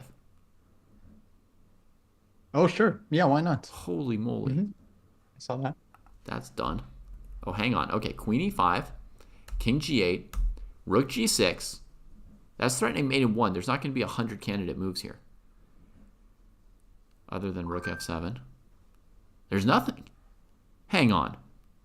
Well, black had king h7 on queen e5. Yeah, but then bishop f5, right? We're happy to reposition that. Give me a tempo? Thank you. Oh. That's Well, going then to be Prague straight up winning. It's going to be done. It's It's just going to be GG. done. I'm sorry, but this is game over. Did we just stumble on a forced win by accident when we didn't even think it was there yet?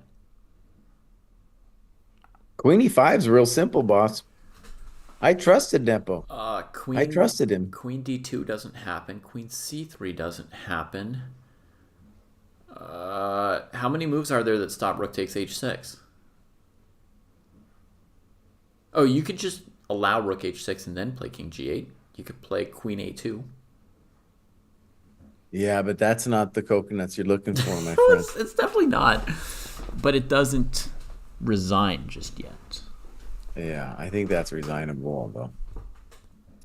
Doesn't black's king just look way too weak to survive? No, it's way too weak. We're not going to even look at it. I want to give an update. Bossov has started his Tausch machine. We don't have to go there, but he has done the Tausch machine. And David doubted whether the Tausch machine was going to be in effect for this game. And yes, it is in effect. Okay, you can't call him a Tausch Machina when he's playing black. That's not fair. And Gukesh did it. That's what we said. Gukesh is going to chase that knight around. Yeah, Gukesh is the one that traded. Yeah, he's struggling. He's struggling to hold this position together. No problems for Abbasov today. Total opening failure for Gukesh. By move 11, black was mildly preferable. What do you? No, don't be such a weenie, David. It's still a game. I agree, it's still a game, but not with an advantage for white. It's about an equal position. Come on, let him play. Okay. Let him play, boss. He's playing queen f6. You just wait and see. He's going to hit him with something. No, I don't know. Still playable. c3. We could consider bishop b4. We got to be worried about the Hindu sack though on h3. Right. I'm looking at bishop takes h3, knight g5, d4. I don't see how Gukesh is going to win yet, Master Orbiter, but obviously that's what I hope happens. Clicking around some more, knight e6, bishop g2, not d3. That really Means if black plays c5, the d-pawn's just a goner, so he just has to sit with c6 and knight d7. It's painful, but not over. Fabi considering carefully, and Prague is thinking here. So I think it's not out of line for us to consider what possible defenses black has to queen e5, Jesse. I'm going to play queen takes a2. Now that's crispy critters, buddy. Even Prague is confused. Like, how am I winning this so easily?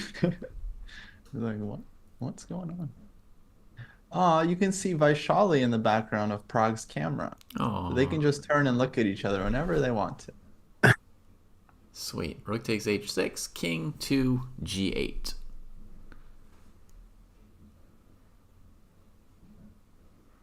Rook c6. I don't know. a8 probably. Yeah, a8 for sure. By the way, this before we look at rook c6, let's just say like the end game or middle game with bishop e6, knight e6, rook e6, that's gone. I mean, I think we have better than that, but I just want to point out that's gone because the long-term heavy middle game with the rooks. What if I just develop my rook to d8? Yeah, g3 or something. Okay. It's pretty basic, Bob. It's pretty basic. Yeah. I'm with Jesse. It's a technical win. Yeah, it looks pretty rough. By the way, I liked what you and Josh were saying, bishop d3, bishop b1 with Firouzja. It made a lot of sense to me. Yeah. And Firouzja kind of played it weenie style, and now I don't know what's going on. He did. He did play it weenie style, I agree.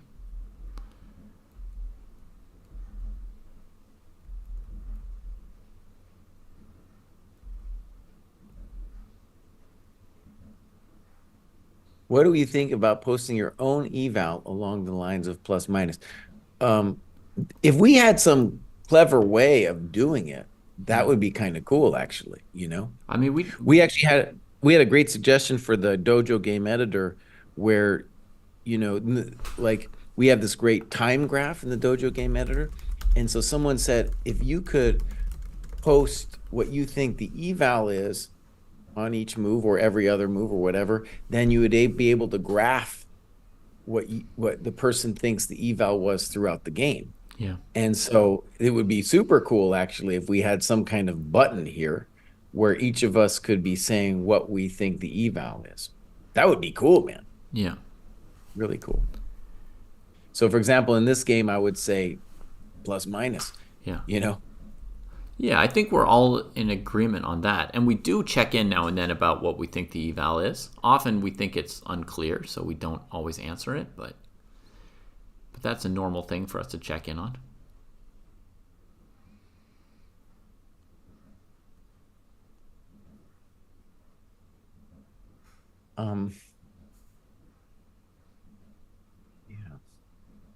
Riyadh says if Jesse can find the top engine winning line, I'll buy him 2 coconuts. Riyadh, turn off the engine, buddy.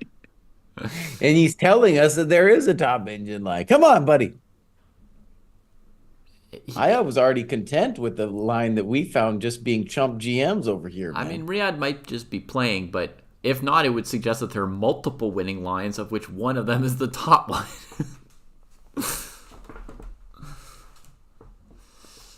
But my positional instinct here is that white can win with, bishop f5, g3, bishop b1, whatever, right? And just gradually. But queen e5 looks violent, right? I mean, queen e5. There's also queen d4, which we haven't considered, which might do similar things.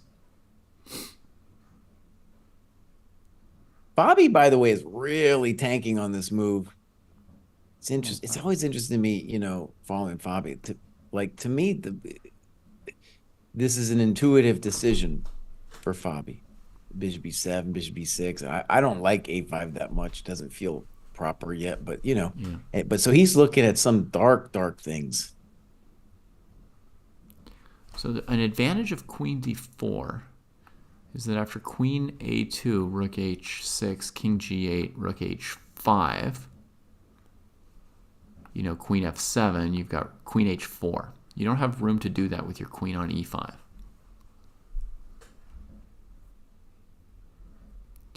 See if there's any other options for black after queen d4. After queen d4, we're threatening rook h6. Oh, there's king h7 because now we don't have bishop f5. That's There you go. fairly important. A big part of our play. So that's not right.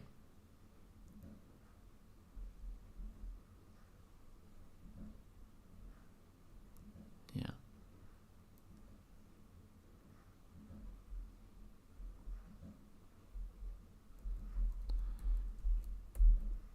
Okay, so live position is king h8. We're looking at queen e5 being pretty much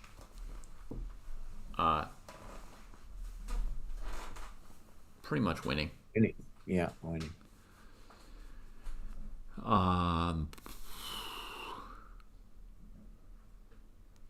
Yeah, the queen d4 move is not as good, Sam, because on the queen d4 move, black has king h7, and we don't have bishop f5 because our queen's not on e5. That's a major difference. So I think it's got to be queen e5. We had a... Oh, he's moved. He's moved something. He played bishop f5, the clean positional move. Just planning to eventually checkmate. But yeah, we had a concrete winning idea against king g8. I could show it real quick. It was king g8. This was Kosti's idea. You go rook g6, threatening mate. There's only one piece to stop it. Then you go check. And then check on d5. Ooh, I almost mouse slipped it too. Very nice. And then you take this one too, right? So yeah, we've just By the won. way, guys, there was, Key pawn. there is an app that allows human evaluations with like an eval bar. I'll put a link in the chat because I think this is Dojoer that made this. Really? Well, we should do that at some point, especially if we ever get to the point where we're just covering one game and we had all three of our evals up there, dude. That would be fun. Well, I don't know about all finally three, moved, dude. but you could at least do one. The thing is, it still looks like a computer eval bar, so I think people would see it and think it's a computer evaluation. Mm-hmm. We could probably modify the look of it. Looks nice. But it is out there. Wayne Beam. Okay, thank you, Wayne Beam. Oh, this is cool. Okay. Rename. I don't know what that means. White is slightly Probably better. to change it to something else, like compensation or black's coconuts are toasted, something like that. Yeah. Yeah, bouncing across, wondering why Prague rejected queen e5, and I'm going to say he didn't see it. What? No, he saw it bust. So, but let's get into this for a second. So bishop f5 is claiming, as far as I can tell, that eventually my queen is going to land on h7. It takes a while for Miss Queen to get over there, though. Mm-hmm.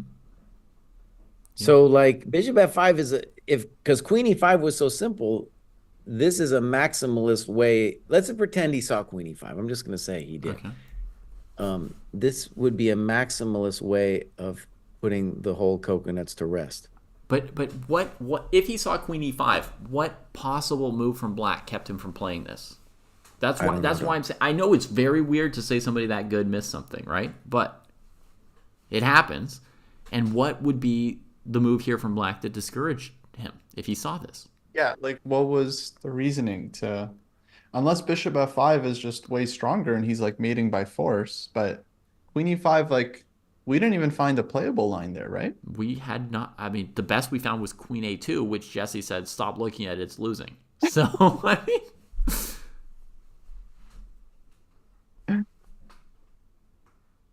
Oh, damn. I don't know, dude. I don't know. But let's just see if let's try to just imagine is bishop f5 simply winning? Probably. I don't see it yet.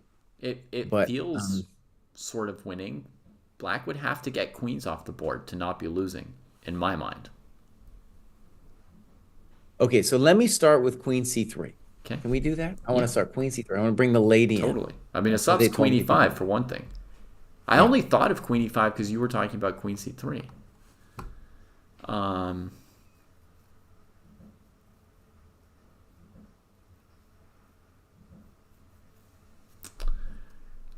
okay.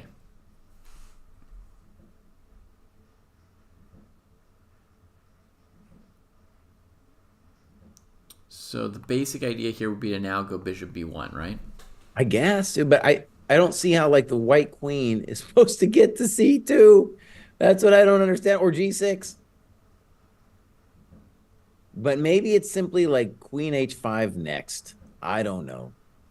I don't get it. I don't get it. I'm just gonna say I don't get it. Yeah, the idea is to slowly head towards g6 if I can. But like rook a e8 here. Oh, rook a e8's funny actually, because then the rook is hanging on e8 when I play queen h5. Because you'd like to play rook f6. But queen h5 is in fact winning in this position, isn't it? Well, let's see. I mean, there could be... Well, rook f2, there's queen e8. Exactly. Queen e1. Rook takes h6, And then baby. rook takes h6. To the dojo. Yeah. Easy. Easy peasy. So that's cool because at least we now see what the full intention. I think that's the intention. We're just going to put it on b1 where it should have been forever ago, or wanted it to be forever ago. And then we're playing for queen h5, which will have two threats, queen g6 and rook h6. Right? Yeah. So black needs to find a move right here. Yeah. Something that's really cool about the position, by the way, is notice that the knight on c5, there's no way for the knight to get back to his man. Never. Yeah. You know, that poor knight, it's like, no, we're not going back home. Yeah, but knights do fancy things, you know, like it goes to like a4, c3. I don't know. It's some, but it's a long way. It's like they don't do fancy things when they don't do fancy things. That's one of the things I know. Yeah, it's a long way to cross. You know, it's a wide river here without any pawn support. One of the amazing things is like queen c3, bishop b1. We need to challenge the rook on d6, but we can't play rook f6 yet because the rook on a8 is hanging. Guys, this may unfortunately be a computer line, but 3 or 4 people in chat just suggested knight b7 here. Which is a move I thought of before and thought, oh, it doesn't work because of queen b7. But after bishop f5, it might. Right? And that could be the end of all white's fun. I mean, unless you like the Fischer endgame. But the endgame's not going to be much for white. This is disappointing. Oh, no. Hey, Prague, I trusted you, buddy. Unbelievable. Prague was the chosen one. Now, I just want to say, I do want to say that on knight b7, queen a5, knight a5, white is significantly still better, okay? But it's not crispy coconuts. Right. Yeah. I mean... Dang, Prague. Oh, Chump GMs found the move in like half a second, boss? Just fiddling around with their fingertips over here? No, none of us saw it. Somebody in chat told us the move. Queen e5? Someone found queen e5? Oh, queen e5. Yeah. Queen e5 we could find. But knight b7 here we hadn't yet noticed. And I'll tell you, dude. I mean, knight b7, it's going to be a move you're looking for. It's not like super complicated. Oh, man. Yeah, I just... Honestly, Jesse, I mean, I don't think he saw queen e5 because I can't imagine what made him reject queen e5.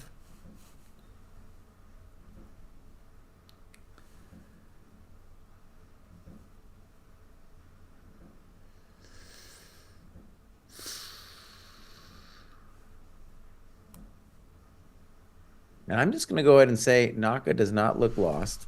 Okay. So he deserved to be lost, and then he's somehow still alive. Fabi finally moved, and I still like his position. The Tausch Machina is doing his thing.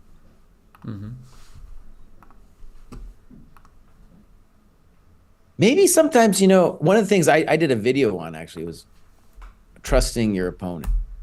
So, for example, I've had a number of cases where my opponent played a move that I didn't think was possible, but after they did it, I was like, oh, I guess I missed that. Mm-hmm. It's this weird thing. Like you're like, oh, I didn't see that. So, on Bishop F5, it's kind of weird that Jan's even thinking about it. Because there it goes. Knight B7 was played.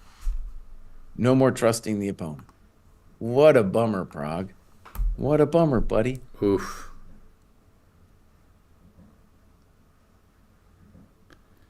Oh, Oh my God. Painful. Painful. mm-hmm. Nepo is like the luckiest guy in the candidates. I mean, do I think Prague missed rook g6 as the follow-up to queen e5? Like, could he have seen queen e5, king g8, and not the rook g6 idea from Kostya? Possible too, yeah. It's maybe even slightly more likely than that he missed queen e5. I think it's very possible to miss rook g6, rook g7. I mean, sometimes you just skip over an idea, and maybe he was looking at queen d4 as well, and all kinds of moves. It's still a bummer. This Yeah, was Prague's game.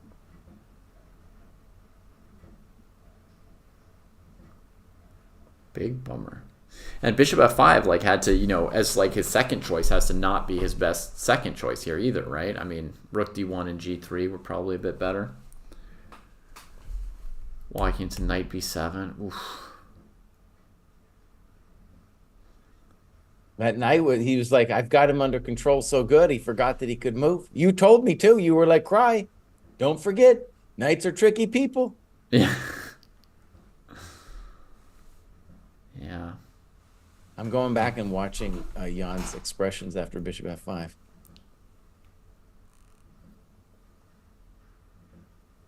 No, he is not impressed. What is this move you play against me? Fair, good riddance. Knight b7. Knights are tricky pieces. Yeah, Jack, what you're missing is that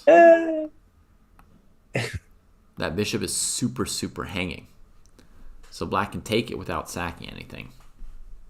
All right, so Prague played queen a5, and I would assess this position as, I guess, clear advantage to white, but it's not over. Yeah. It's gonna, in fact, it's gonna be a long haul. We're gonna be here for a long time. I'm gonna go ahead and tell you that. Mm-hmm.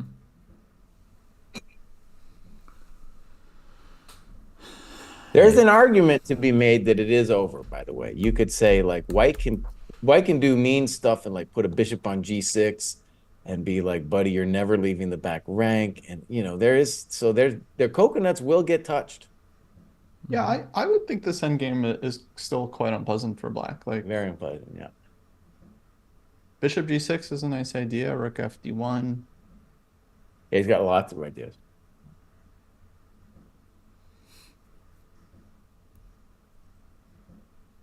Bishop e4 followed by rook fd1. You guys, Yeah. I got to run. I hope to be back later. Okay. We'll see. We'll see. But if I'm not, then I'm hoping I will definitely be back tomorrow for the show. For the show. Cool. We'll keep All our right, you eyes guys, out for I'll be tuning in. All right, bye. I just need.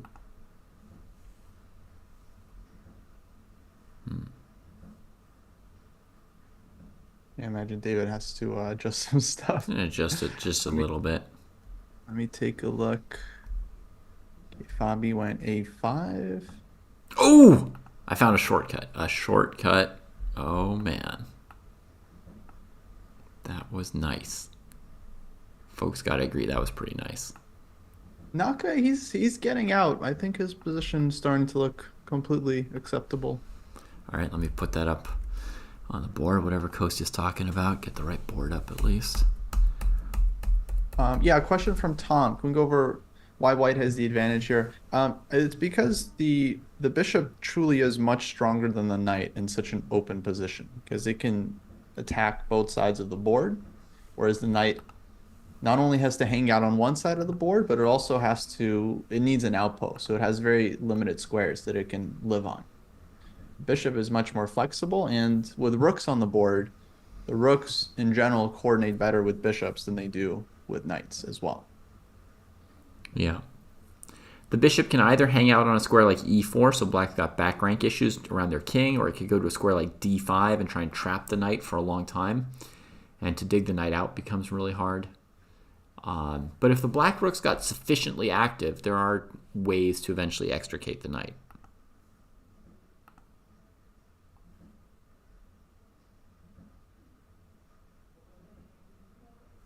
Yeah. This endgame does look like a sparring position. I agree. Totally could be. You know, people always say that. They're like, oh, this could be a sparring position. And I honestly don't understand what endgame you couldn't say that about. Yeah. Like, you could just say that about any endgame position. Well, basically, our sparring positions were designed to mimic this, right? Not like this mimics our sparring positions, right? Like, our sparring positions are supposed to get you ready for this kind of an endgame. I guess a position that's not a sparring position, Kostya, is like a position that's too easily won or lost for whatever level you're at, right? So if we recommended a position at a 2000 level where someone had an extra bishop for nothing, it wouldn't make a good sparring position. Or if the draw is too obvious, like you can't spar the Philidor position past a certain level because you just know it. Right. Well, Jesse still wants us to. It's part of the endgame progression. But past a certain point, I was saying, right? Like certainly around 1200, 1300, 1400, yes. But at some point, it's not that interesting to spar it anymore. So this has that nice, it has like an advantage, but you don't know if it's winning or losing. There's still a lot of play in it.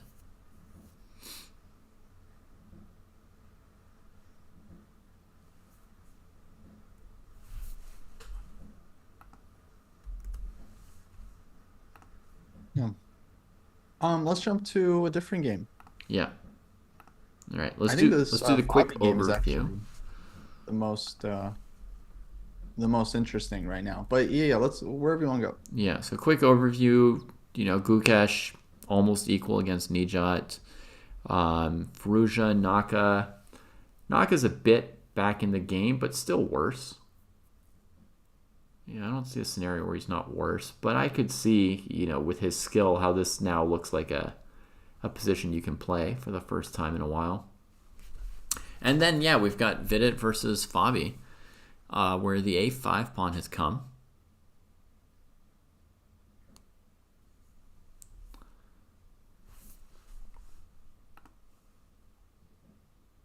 Yeah. This a5, I think, declares war. A5 is like the two of us are going to be in the papers tomorrow. I don't know who's going to win this game, but one of us is not going home happy. Yeah, I mean, a5 suggests that Fabi is not castling queenside. Bishop d6 ruled out the f4 move, and he says his bishop's happy on this square. And a5 is pretty aggressive because you could also castle first. But he's kind of trying to get in maybe a4 and a3 quickly to see how white responds to it, right? So there's some kind of hurry to that. If he didn't do it quickly, one of the things white might do is rook c1, and that could disrupt his coordination. Often these little skirmishes are fought over details like that. Mm-hmm. Please bring Jesse back. Sorry, folks. He got canceled. He's gone. He's gone. Yeah. Can't bring him back. Ooh, it takes in d4.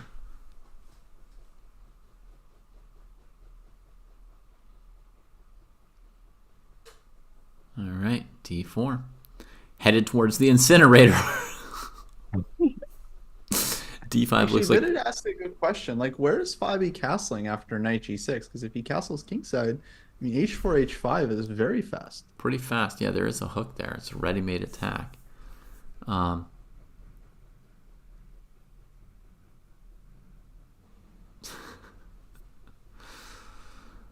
Um,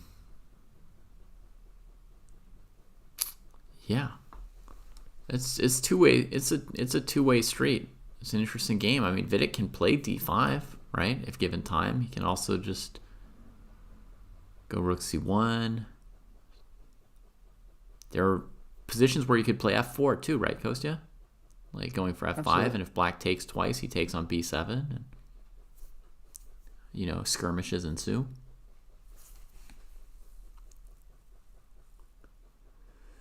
Yeah. So Oh man, what move are they on? They're on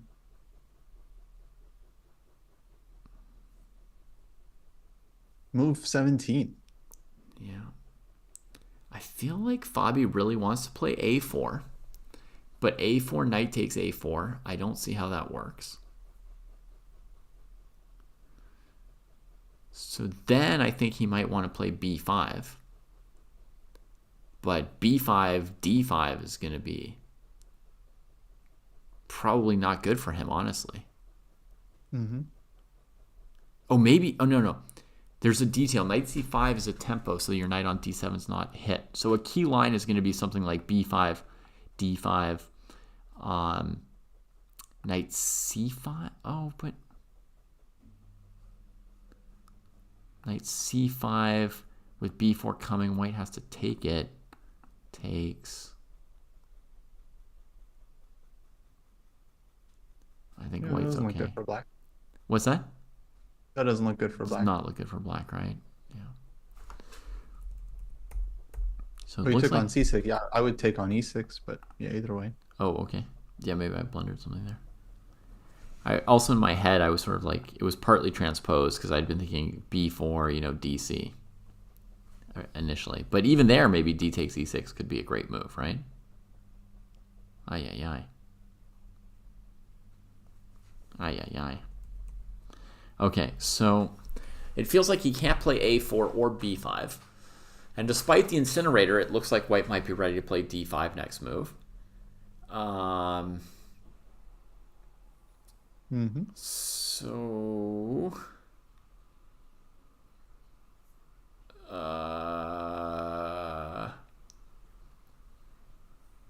not sure for Fabi, right?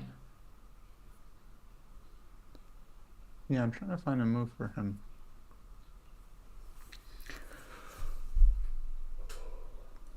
Maybe knight b6? Is that playable? There's d5. Ay, ay, ay. Lots of harsh details from white, right? Yeah. How about b5, d5, e4, dripman? Okay. Definitely possible. But let's say white just drops back queen c2. Seems almost necessary with the queen attacked like this. So let's do it.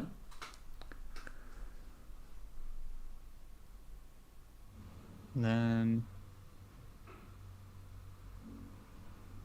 guess b4 from black would be consistent. Okay. Just everything else, I don't quite get how it would work. e6. Looks good for white, yeah?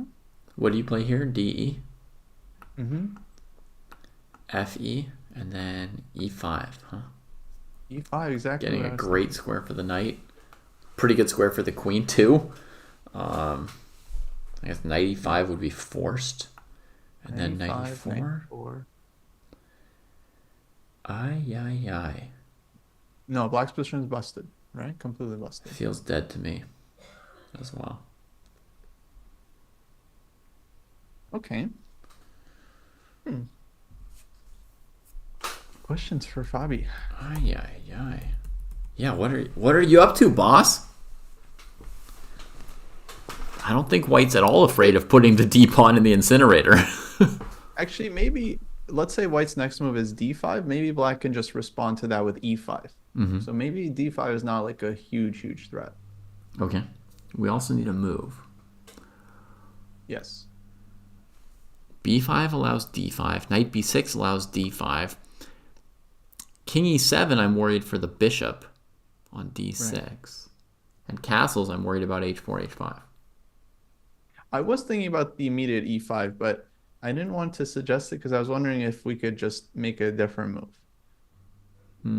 But maybe it's e5 for black. Okay. Semi-Slav style. Yeah. But of course, it's risky because black's king is in the center. So on e5, white takes on e5 and looks for f4 ideas. Mm-hmm.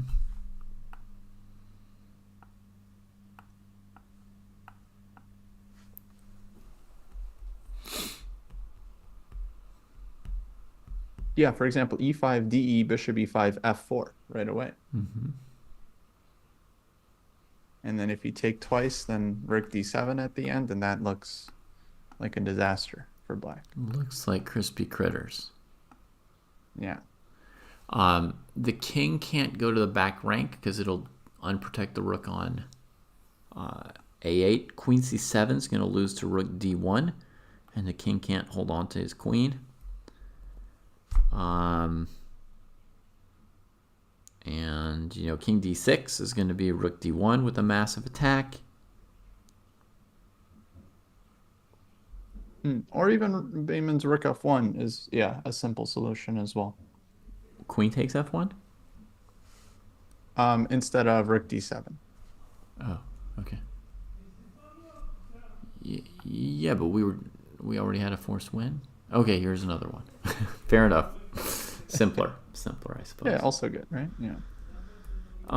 So, you know, bishop takes c3 because we can't give up more tempi. We can't go bishop d6 and let white play e5, e6. This is coming very fast for our king. So takes, queen takes, hitting g7, and then maybe knight f6.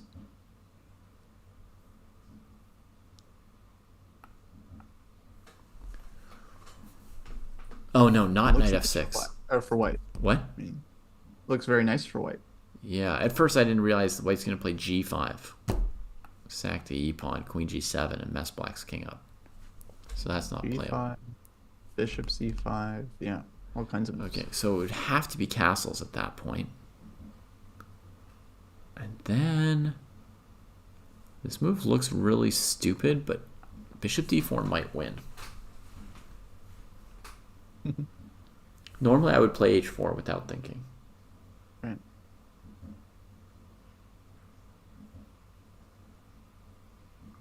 Well, f6. Mm-hmm.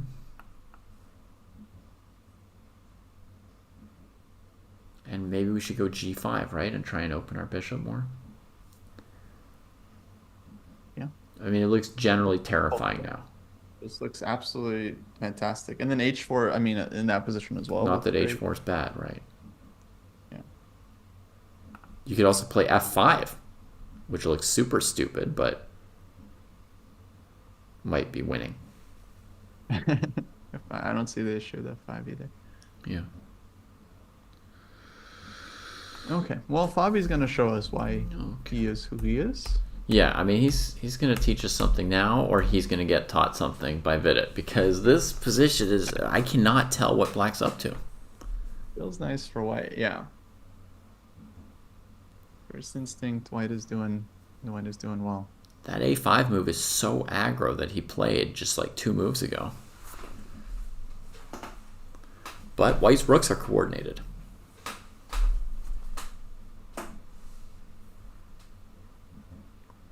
Rook a6, rook b6, rook b4. Take a page out of Vidit's book. Problem is against white's most likely move d5. I think rook b6 is a no-go. Right. And if you play e5, I think white can trade on c6 and they're better.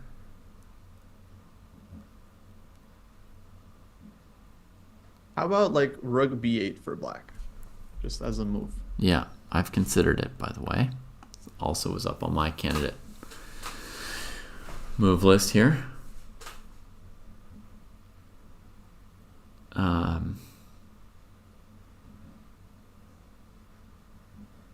So now there's no f4. But let's just keep playing d5, right, Kostya? Mm-hmm. We need to learn more about the incinerator one way or another. Mhm. Good or bad? Lessons So must be d5, learned. I wanted e5. Okay. Okay. So now if I take on c6, you take by pawn. Yeah. Yeah. And I would be very happy if white took on c6. Okay.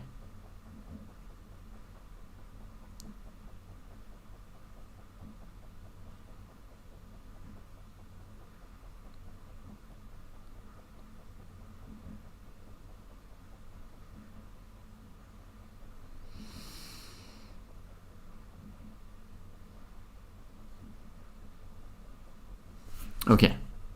Check out this move.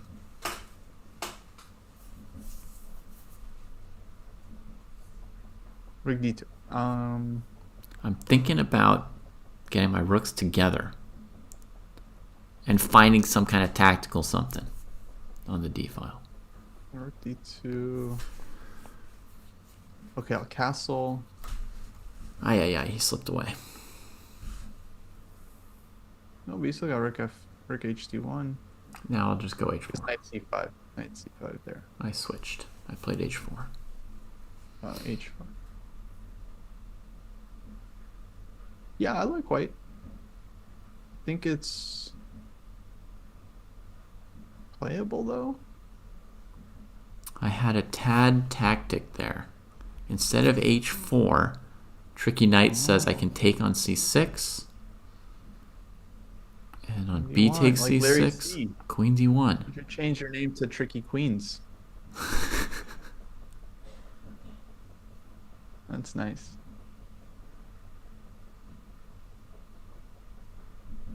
Yeah, I mean, it's a little messy. There's bishop a3 for black. Mm-hmm. But only slightly. Only slightly messy. I'm thinking rook d7, rook b2, king a1, queen b8. Mm-hmm. Idea rook a2. Yeah, I would think white should have something here, like bishop c1 Or rook d2 maybe. rook d2. Okay. I don't really believe this stuff. Okay. So, well, I mean, we didn't find anything for Fabi yet there either, I guess. a4's been played. He gives the pawn. It's a big deal. What's Fabi cooking? I think this is what he originally wanted.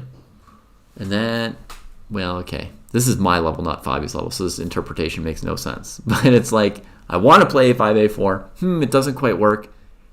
Wait, I can't really do anything else anymore. Okay, I'll give the pawn.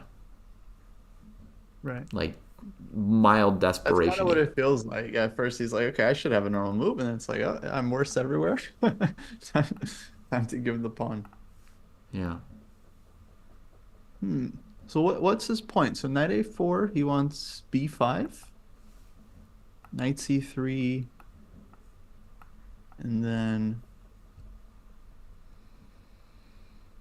what? Knight b6?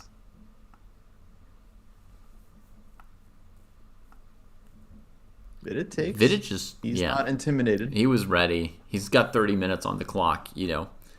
He You has can to be take, intimidated yeah. when you've got a lot of time on your clock and burn it for no reason, but at some point you just got to move.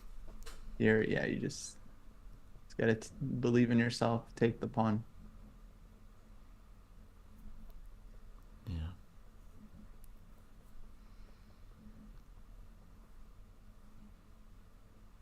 Yeah. We don't know, Mohammed.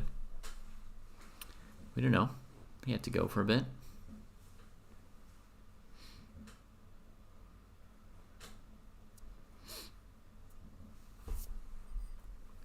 He has to Jesse, go check on his coconuts. yeah, Jesse, like me, has a couple kids.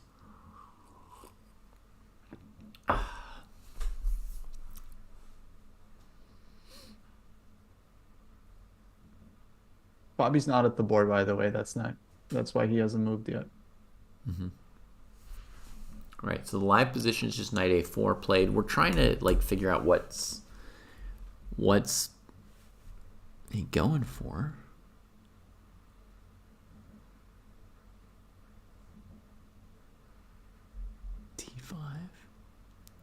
D5 still looks like a good fighting move for white, right, Kostya? D5 definitely coming.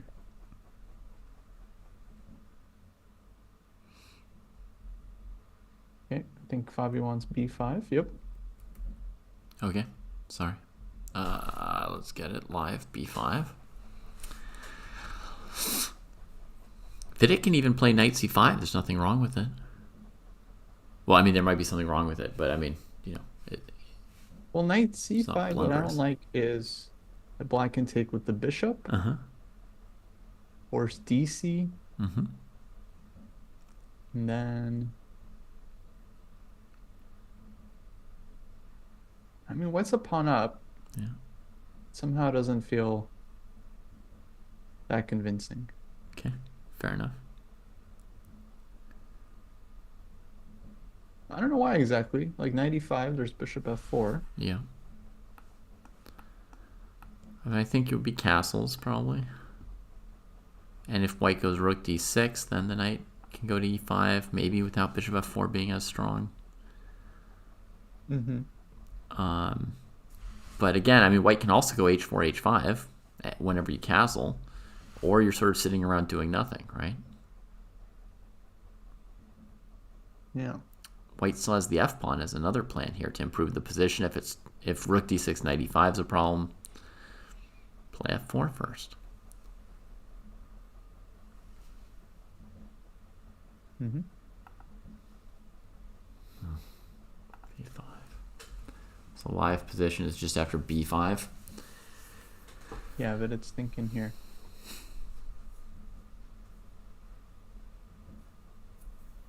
Yeah, I mean, I think knight c3 looks good. I like trying to crack open the light squares with d5 and putting the knight where it's fighting that b pawn.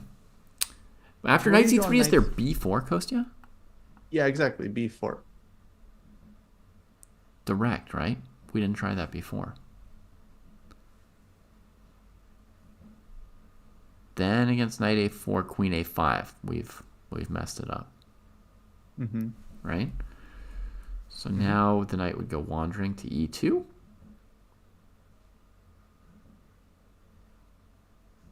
Knight E2.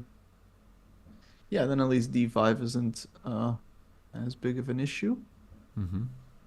Now we castle, and we just risk it. I mean, yes, white has h4, h5, but we already sacked a pawn. We have to go for it. Yeah. I don't really get Fabio's position, to be honest. Like, okay, castle H4, that looks like a normal position where white's better, and then white's also up a pawn. And his knight on E2 can come back to C1 if he needs, which is very solid. Ay, ay, ay. So the a file plan doesn't even look like much. Yeah, his counterplay would have to be connected with like the C5 break. It has to be the c5 break, which is a thing, with c4 squishing or knight c5 and creating weird play. I've White seen can that also put the before. rook on C1 to fight against this pawn as well. So Yeah. it just looks like a normal Slav position where white's a pawn up. Yeah. I basically agree.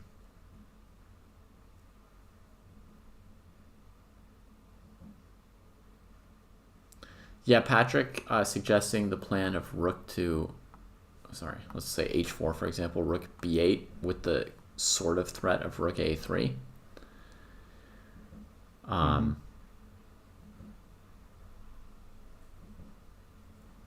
Yeah, I thought of that too. I don't fully believe it, I guess. Yeah, it's hard to believe. Let's say white goes H5, rook A3, BA3, BA3, knight C1.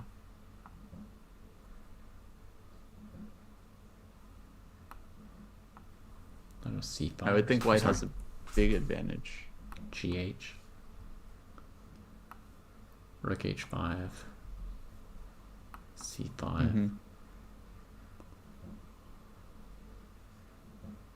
Idea c4. Rook DH1. Idea rook h8.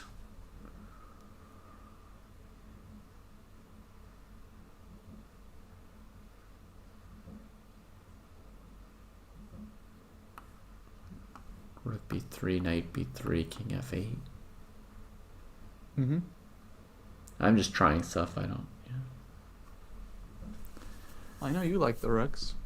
Yeah. Here, I would also really like the rooks. Yeah. You know what's so nice about the rooks? White can just take on c5 and black can resign. Look at that. That rook. It's pretty good where it is. That's crushing.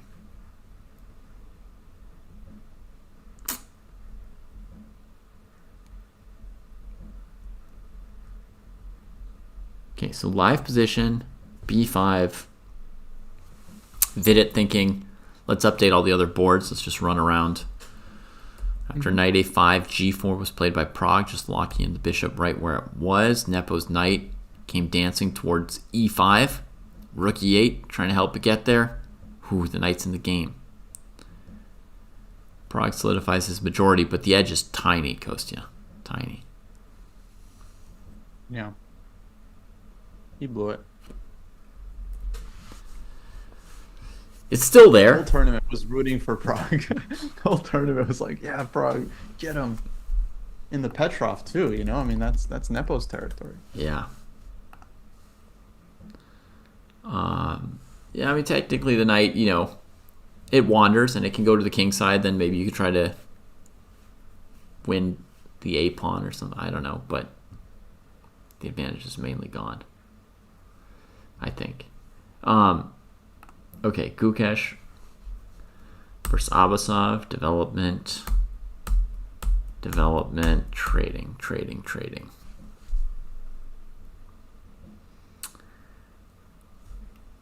Yeah.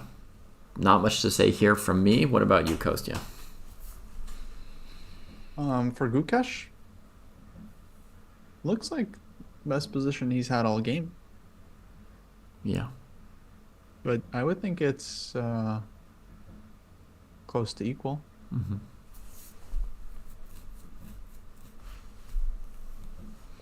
Okay. Actually, hold on. Is there some funny stuff going on here? Rook e6, Mm-hmm.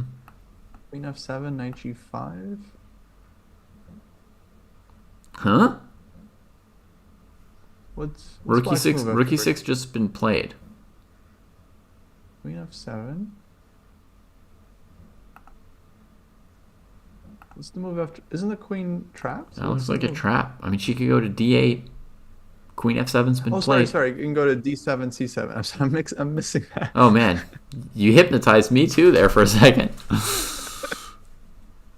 How did you also not see that the queen could just I move don't know. flying? I was hypnotized. I was like, this makes no sense. The queen shouldn't be trapped. Okay.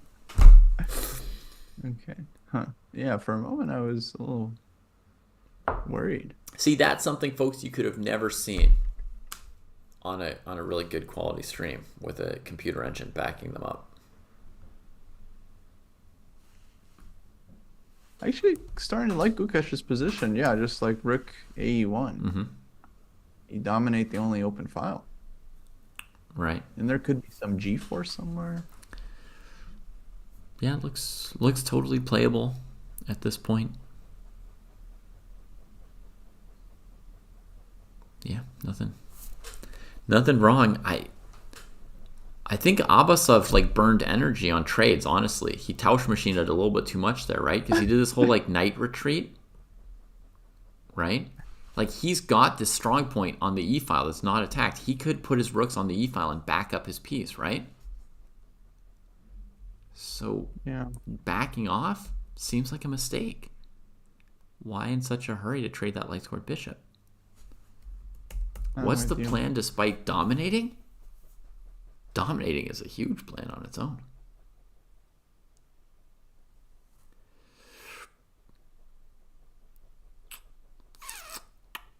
No, if you control the open file, I mean that's going to be problematic. Yeah, he who controls the open file controls the spice.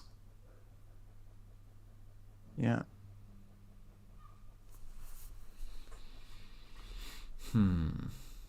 Yeah. Looks pleasant for Gukesh actually, and he still has more time on the clock and everything. Okay, we could maybe get a game out of this. Let me check on a violent game from the other sections, or try and catch up with everything. C5 got played by Hikaru, rook b1 hitting the knight, pawn trade, so bishop g2 is awake now. I mean, white's just always better. White's just always better to me. I still like it. First game, yeah, I'd say at least some advantage for white. Yeah. Okay, I want to see late King J. What happened here? We had the d4 position. Trade, trade, trade. Ooh. Lano took her up on it. She took the Evans Gambit, the delayed Evans Gambit. Uh-huh. A5. Some people in chat are just saying, yeah, triple stacking looks pretty good. We do have the Friedel Bishop here.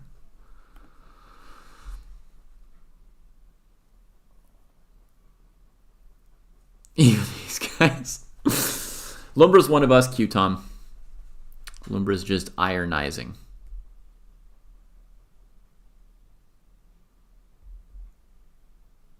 Knight G6.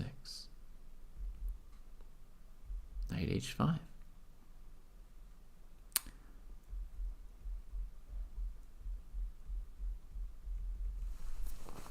Hard to evaluate this game, huh? I like white. Mm-hmm. You got a bunch of pieces on the king side. You got rook a3 coming, Kasparov-Karpov style. Kasparov-Karpov style. To me, it looks like big attack coming for white. F4.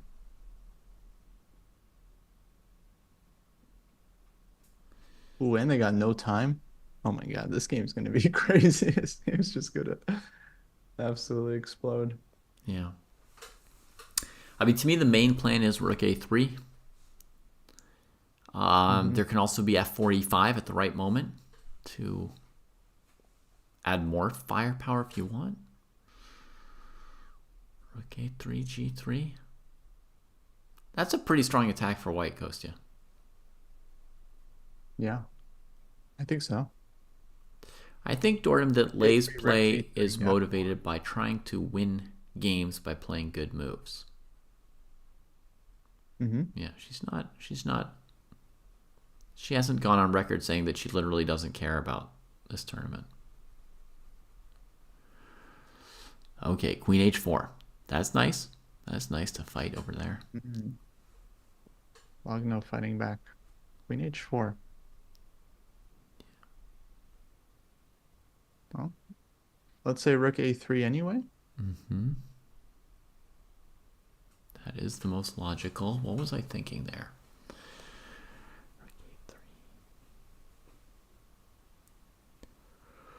Oh, is there bishop g4? There's not after rook a3.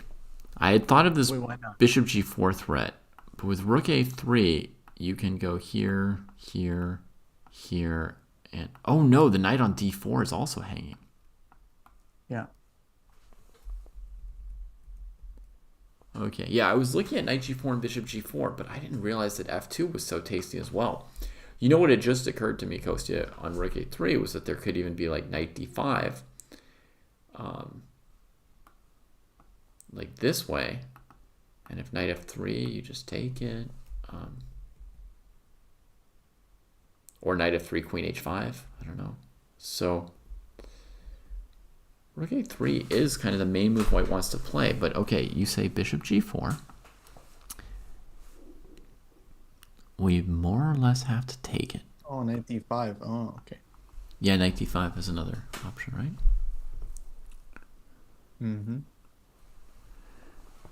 Knight g4. Okay, so Okay, it's queen h4 changes things.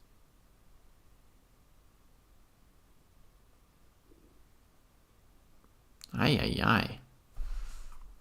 Okay, knight g3.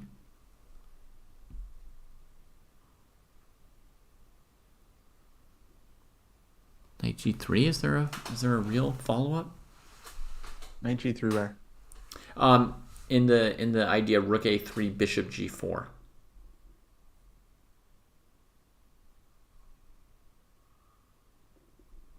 Oh, maybe knight g3. But what was wrong with your rook a3, knight takes d5?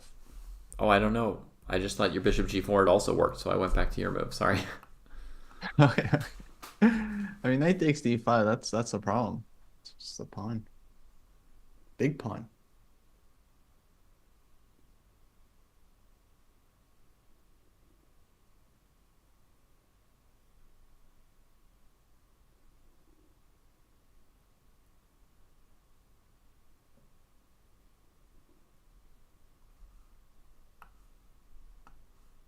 Maybe bishop takes h6 in response? Every time I think of a move, Kostya, I tend to look at chat and then someone's already suggested it.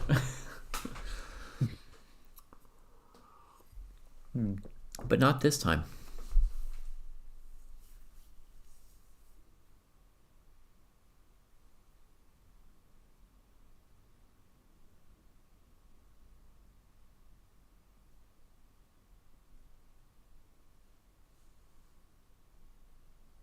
I don't know. Maybe one needs to play like bishop c1 or something on queen h4. Okay. But you don't believe bishop takes h6 is okay? I have no idea. Okay. Yeah. Maybe. It's in that no idea territory. Makes sense. It's like a heavy position for them to be playing with 10 to 20 minutes on the clock. This game's gonna explode soon. I wonder how Tan is doing. She seems to be pretty okay. Yeah. Got a queen trade in her sights and still has the extra pawn. I think that position's trending for white Yeah. based on where it was at. But she just had to find some moves that were so hard, Kostya. Like, I don't know. I find it miserable to try and figure out all this, rook c4, rook c1, rook c3. Hard moves to find for me. But she didn't.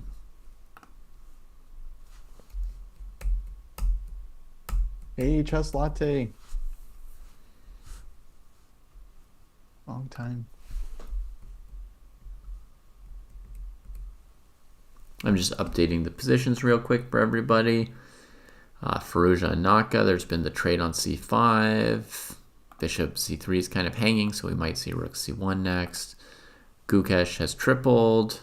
Nijat's been a move on h6 to stop knight g5. It's not even a good sign, though. You don't want to move these two pawns in front of your king unless you're really obliged to, so that's still good news for Gukesh, I think. And let's see about Fabi's game. Knight c5 was the move from FIDE.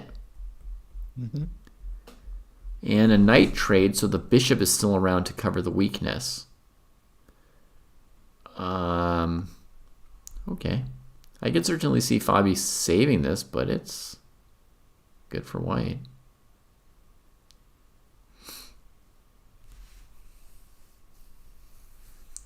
I guess the extra pawn doesn't look amazing. No, not at all. I feel like black has tons of positional compensation. You got the rook on the A file, the rook on the H file.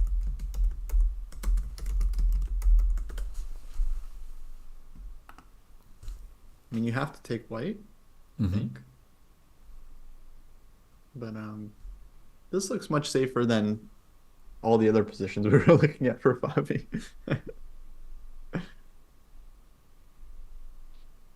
But yeah, a pawn is a coconut. Nathan's right.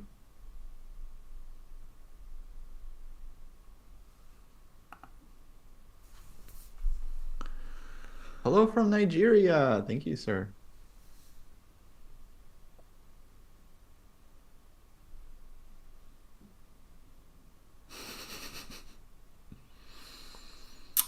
Well, how to play this is not obvious for Vidit, but he's just played a move. Let's see what it was. H4. Oh, that's ideal. That's ideal. I hadn't yet calculated if he could or not.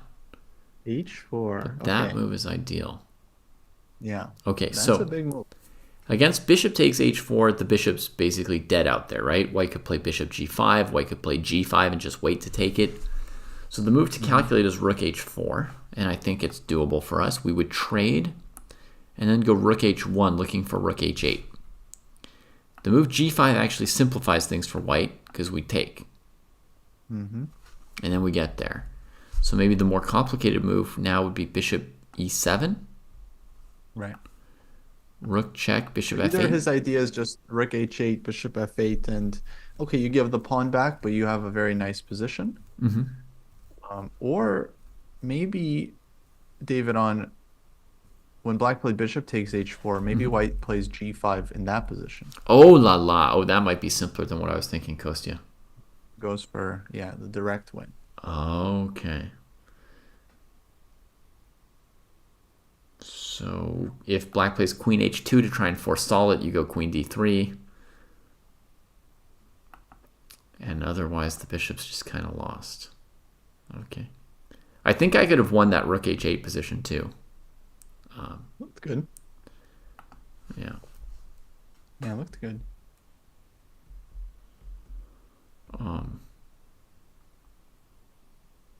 H4 is a big move because Fabi just played bishop e7 saying you can't play h4. Yeah.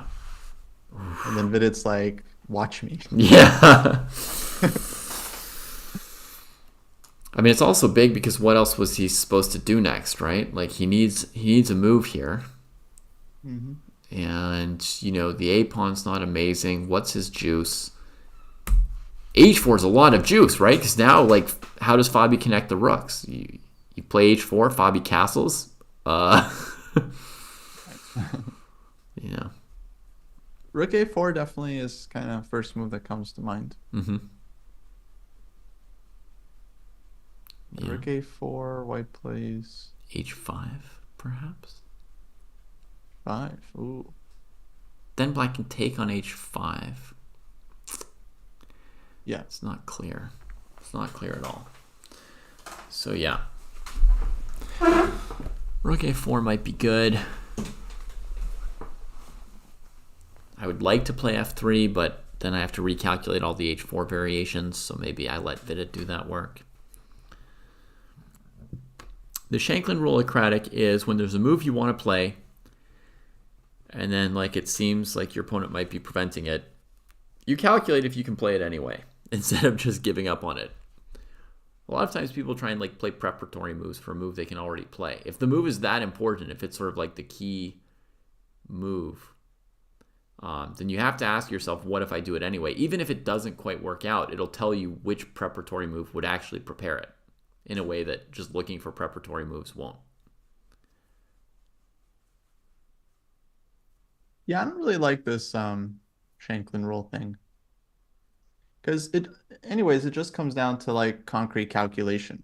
Mm-hmm. Because there are lots of ideas that don't work. And then if you ask, well, what happens if I just do it anyway? They still don't work. Mm-hmm. So it's like, it's not just this magic rule where you can make any idea work, just by considering it really hard. No, it doesn't mean that you can do it. It means that if the move is that important, calculating it is going to be a good use of your time for figuring out the game. Versus a lot of people would be like, oh, black covered h4, let me look for other moves. You see what I mean? If we use the concrete position in front of us. Yeah, but by that logic, it's like, oh, black is also stopping rook d6, and black is also stopping all kinds of stuff. Yeah. No, but this is the one you wanted to play. We don't want to play queen a4, right? We want to play h4. I want to play rook d6 and put my rook on the d file, like double up. Mm-hmm. I also want to play queen c3, but then bishop f6 is a problem. Mm-hmm. So I just feel like you have to do this anyway when you're playing chess. Like, yeah, generally. I don't know. It's just a very basic part of the game. You got to calculate stuff. Fair enough. I mean, it's not something that I didn't do before I heard about it from somebody else, right? But I think there are people who give up on moves too quickly if their opponent plays a move that looks like it prevents it, right? So it's a reminder not to discard the move too fast. I would say that's fair. I would say it's a good reminder, the Shanklin reminder. Mm-hmm. Yeah. Yeah, I never understood why the word rule was applied to it either, so. Okay, rook a4 from Fabi. All right, let's use the rule. What move does white want to play here?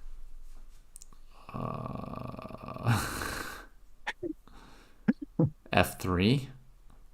F3. Oh yeah, F3. F3, I was thinking queen g3. maybe slightly annoying. Yeah, I was worried about that. Okay, but let's Quite not worried. stop. So F3, Queen G3, Rook DF1. I was going to play bishop g5 after queen g3. Bishop G5.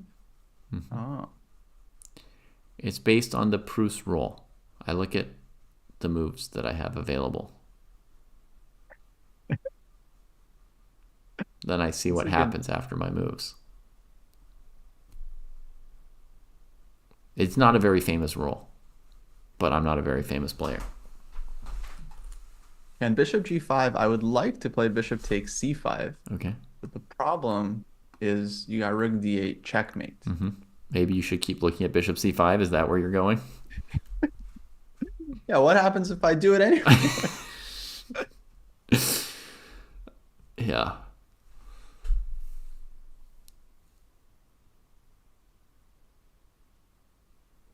I think if black just trades on g5 and h1, it looks kind of promising for me, right? For white, Yeah. I would think so. I feel like Because, white's pieces coordinate better. yeah, I've sort of dealt with that rook on a4 in a way, and the black king feels a little exposed. I want to play queen d3 next, and there's probably no move that's going to stop me.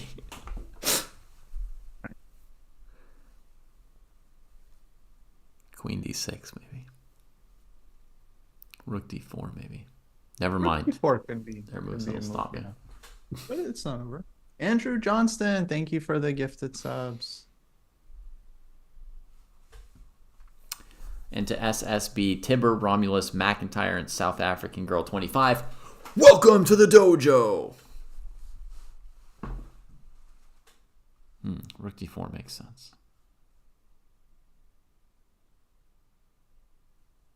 Then I play queen a3, right? I'm in a terrible two-step my way.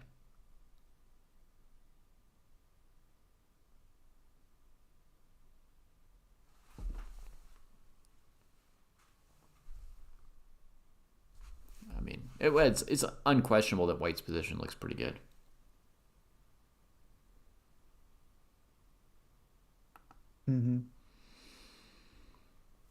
No, that's also a line acratic for sure. Queen g3, queen d3 is certainly a move that can be considered there. The white queen getting into d7 is going to wreak all kinds of havoc, so we can consider queen d3, queen f3, queen d7 leads to back rank mate. Yeah, pretty good. Yeah, queen d7 is a good threat. That's a nice move. FIDE is low on time, but we shouldn't underestimate him. He's a strong player. He's been underestimated earlier on this broadcast by Jesse. Yeah, constantly. Go Definitely Nepo. looks nice for white. Go Nepo says that bishop g5 position was good. What's he done? He's played bishop d4. Bishop d4. Yeah. If queen d3 is a good move, do we even need f3 or anything else? Should we just be playing queen d3 here? Maybe we should just be playing queen d3 here. Yeah, queen d3. It's so good that it seems to carry the bishop f4 threat. That's how good it is. Bishop d4. And on e5, David, do you think he wants bishop c3 or back to e3?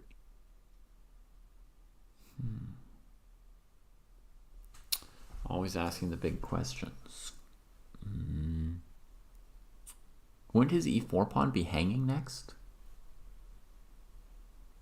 Oh, yes. So this is a very, very major issue. e5. What's he playing at? I don't know. E5? I remember that, like, Taking is nothing, right? I remember vaguely that I'd sort of rejected bishop d4, but I didn't remember why, and that I'd thought of rook d4, bishop d4 as like a possible line, but then you asked what I really wanted, which was just f3, so that's what we were looking at. Bishop d4, e5, Kostya asks. Oh, e5, queen g3? Queen Is that g3, something? famous move?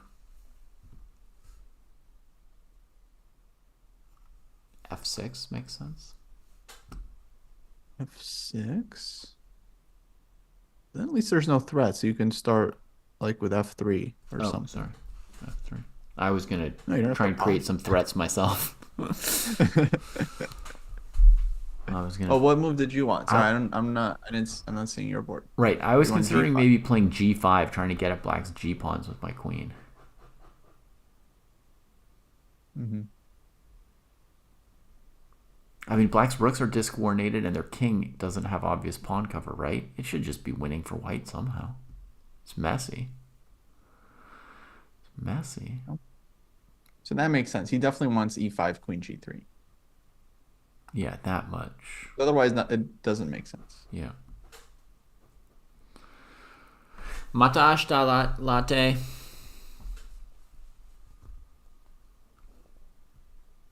Mm-hmm. Yeah, is bishop h4 playable here? It is playable. We probably have to go down some major variations here. We take like this. If I'm black, my rook is not as good as white's. I try and take it off the board, which seems to avoid getting mated. White regains their extra pawn.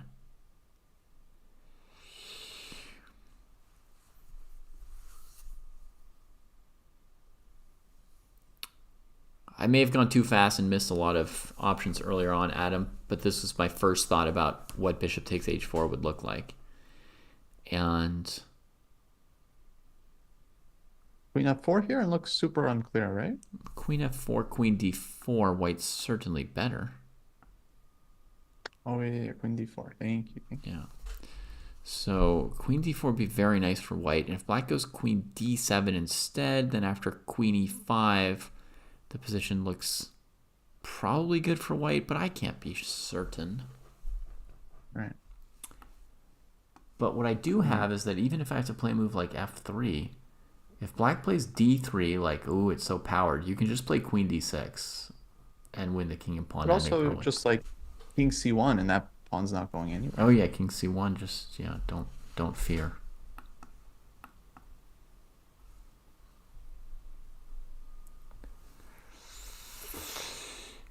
It's interesting. This takes on h4 is interesting. It probably leaves white at least up a clear pawn still. There's nothing here that's really threatening Fidet's advantage yet. Yeah, Adam, I think same idea. Like Queen takes G7, D3. I think like maybe Queen D4 first for white or something, but I think that pawn here can be. Yeah, I'm really into the idea of sort of plopping my queen in the middle here to consolidate, but it's quite possible that, you know, king c1. No, king c1, queen f4 looks like a mistake, right? King c1, queen f4 looks very bad.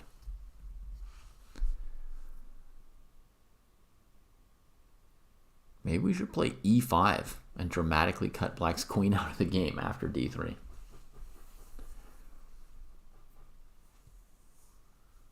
Mm-hmm. And I'm thinking of just putting my queen on d6.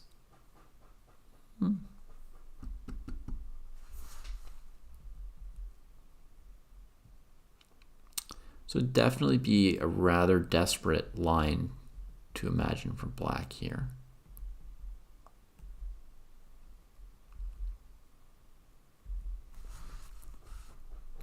Bishop d4 from Vidit, not an obvious move.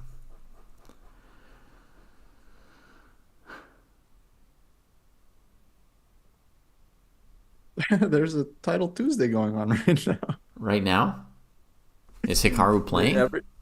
Every Tuesday. I think Hikaru is not playing. Rook c1, queen a7.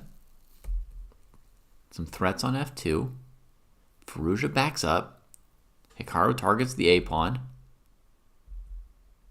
Rook on a6 gets targeted. Do you see this move, Kostya? This bishop f1? Sort of trapping that rook. Ay, ay, ay. Now, bishop c8. Hikaru's not willing to lose the initiative that way here. And I can understand why, because if he backs up, it's quite tangled, right? And white plays knight b3 and puts a knight on d4. Mhm. It's pretty tangled. So he chose to play knight c4, which might be a pawn sack. But Farouja's thinking about it. Well, f2 is hanging, so Ah. So it's quite complicated.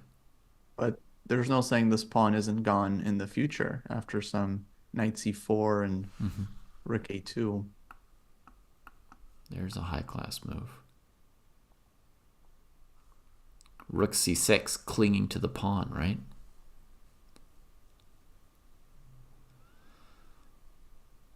Yeah.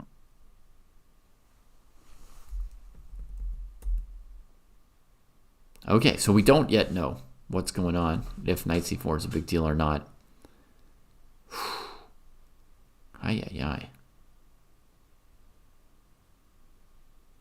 My instinct is to take on c4 and sack f2, but that's controversial.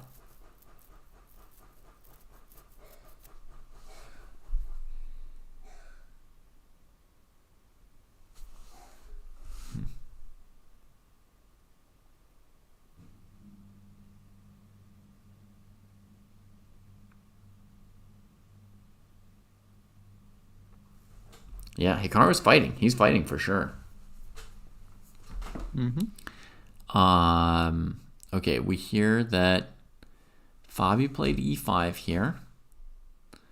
We'll get back to that in a second. FIDE should play queen g3 pretty quickly with 20 minutes on his clock, 19 minutes and no increment to play 18 moves. So, but Prague and Nepos had some updates as well. The knight came to e5. Bishop got kicked. At dark square got grabbed. Bishop back to f5.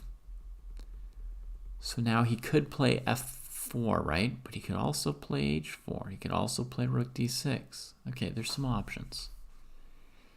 Prague's still a bit better. Definitely, I still like white there. But you need confidence to win this position against a top player. It's not easy. Really, you need to believe yourself that you can win. I believe. We'll see what Prague is at. You believe. I believe. The question is, does Prague believe? Anytime I have a good position, I believe I can win. I think that's a good mindset. Yeah. I think you have to have that mindset if you actually want to win games.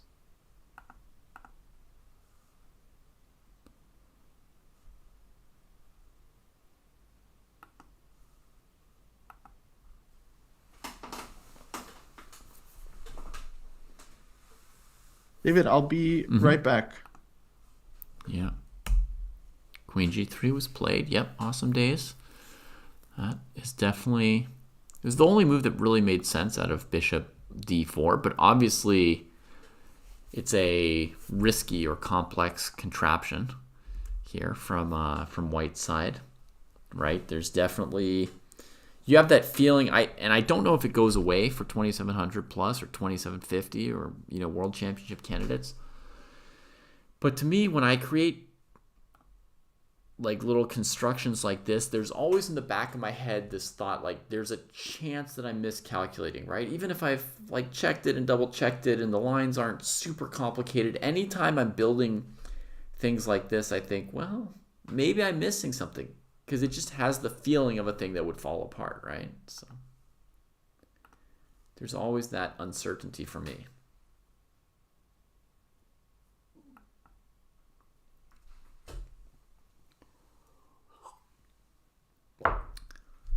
If I left right now to go refill my water, we could rename our stream "No Engines, No Humans." People would be really puzzled, like, so what do they have on their stream?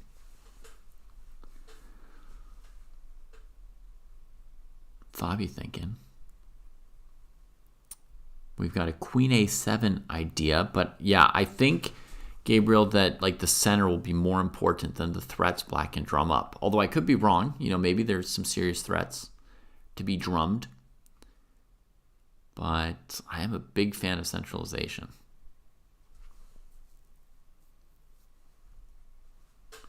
Just pure stream. Nothing but stream. A swoosh that can't be heard around the world.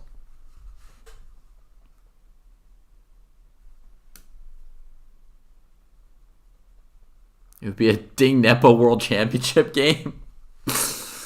Oh, that's what it would be.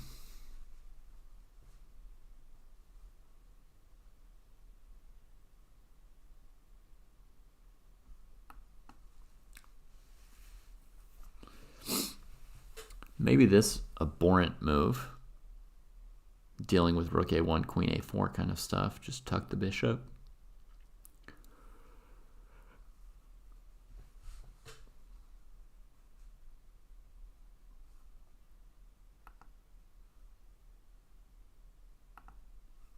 Yeah, I'm not a fan of that. Certainly not. Powerful centralization. I feel like our f6 move from b4 is a pretty likely move. Is bishop f6 g5 a move? Probably not, right?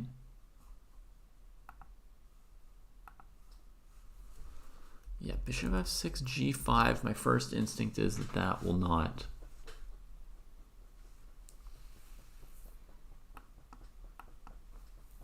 Not really anything.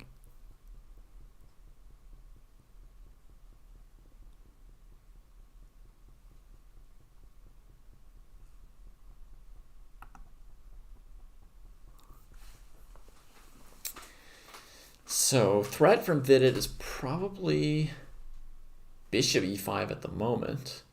If the queen moves away, queen e5. Bishop f6 g5, and then I guess the most controversial is f6 g5.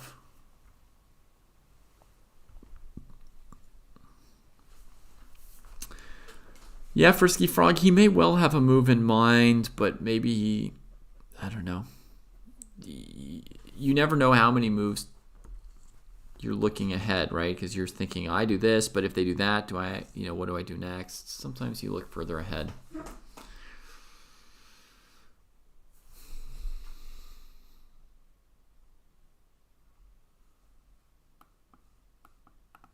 Yeah, I think that f6 g5 is a big question, but it's true that if I were going to play f6, I wouldn't be so sure what white was going to play in response, so I might play f6 faster to just give white a chance to tell me what they're going to play instead of wasting all my energy in advance. Adam wondering about sort of a desperate approach of an exchange sack. Yes, I agree with you. It's too desperate to work, Adam. What could possibly make it work is if you could outpost the bishop on d4. But we know that you can't yet do that, right? So you'd have to set that up somehow. But having already sacked the a pawn, this is an exchange for no pawns. And our king is still an issue that doesn't really have a place to go. On castles, we still have to worry about h5. So, and an active plan for white from here would be rook d1, rook d7.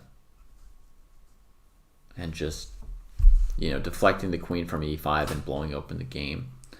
I don't...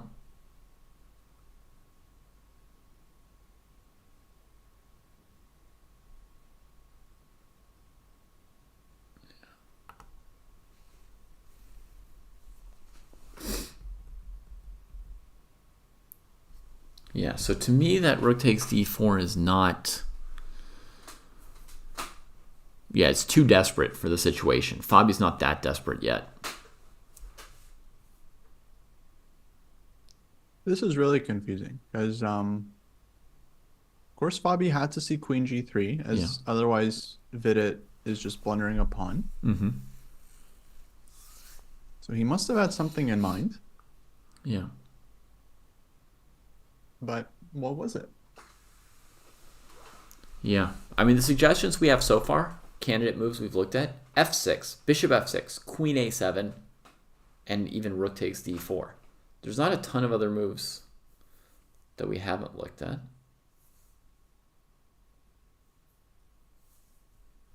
But for those saying that Vidit has it in the bag, I wouldn't say that either. I mean, it's a super complicated position, and they have to play at a rate of 1 minute per move.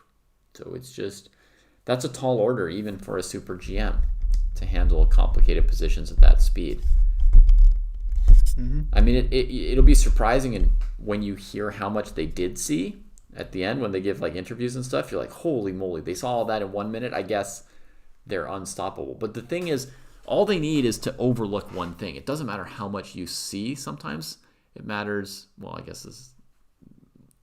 Yeah, what you said is 100% true. It's shocking actually sometimes. Like you'll watch a game and then you'll see Fabi had like a 15-minute think at some moment and you'll look at it and like, oh yeah, there's like some interesting options. And then when he actually goes through like all the lines he calculated in those 15 minutes, sometimes he doesn't even say everything he looked at. I mean, it's No, just like he doesn't have time to it's say it just all. like a block of like, my grade predecessor analysis text. Yeah, So like just insane. yeah.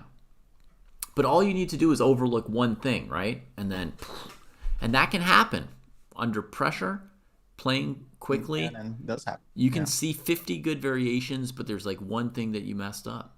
Um, so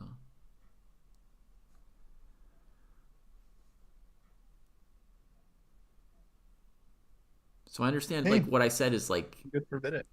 if somebody wants to get like super semantic about it, it's wrong because in theory, if you saw everything, then there would be nothing that you missed. So it does matter how much you see, but I mean, like, seeing, but my point, if you don't take it to that absurd level, is since you can't ever really see everything, right? That you can see a bunch of stuff and still miss one thing, and it can spoil everything. So I would never say a position this complicated is in the bag over a one pawn advantage.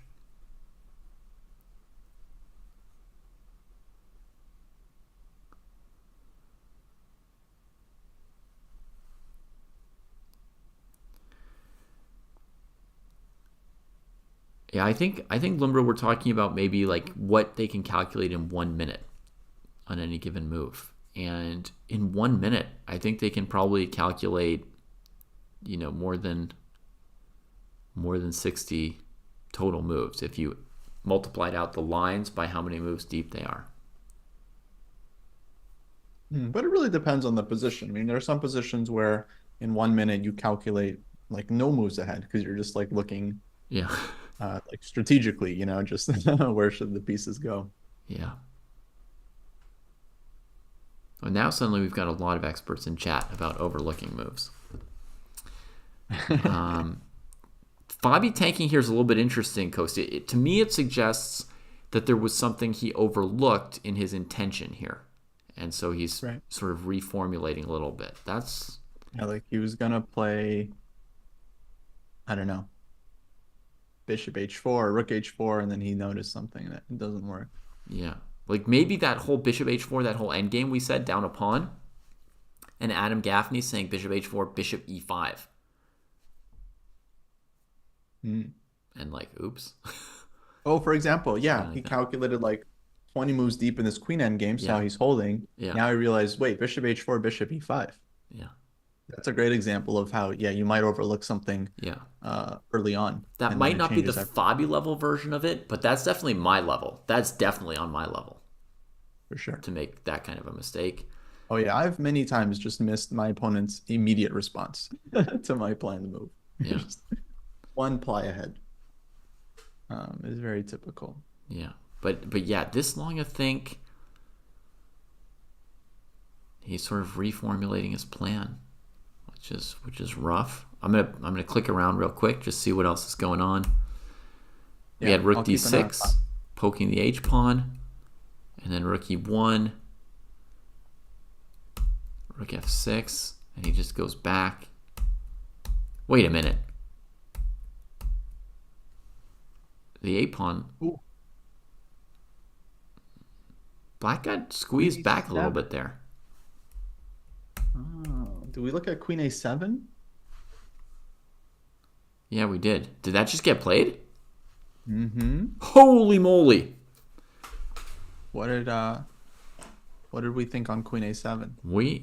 I don't know whether chat was convinced by what I said or not, but my variation went queen takes e5, and I believe in white centralization. So that was the other. No, I had one other move I supplied, which was that if rook takes a2 is the plan, that I would go maybe b3 to stop queen a4, rook a1. Oh, wow. And yeah, basically against queen a3, I'm planning bishop b2. And now you have to beat a retreat because otherwise queen b8 ends you, I think. Okay. So after Interesting. b3, I felt very good about white. But I didn't look at rook a3. Okay, but Vida definitely going queen takes e5 here because bishop is hanging. Queen e5 definitely looks like the move. Oh, yeah, yeah. The first move's not hard to pick, right? Yeah. Yeah, I was just trying to understand if there's any other options for white, but no, queen e5 looks queen a5, rook Yeah. I a2. mean, I don't think bishop e5 would lose for white. I think bishop e5 is probably a good position for white, but like you can't pass up the queen in the middle. All right, chat is suggesting that after queen e5, the bishop's defended and they can escape with the king. But I was ready for that.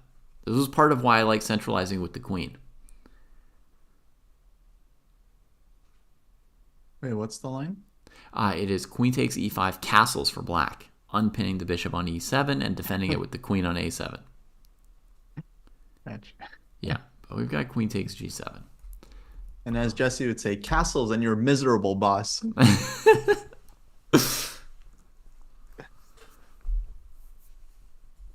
Yeah. Yeah, checkmate to the miserable king. I don't think he missed that. Okay, queen e5 on Queen the e5, board. rook a2 played.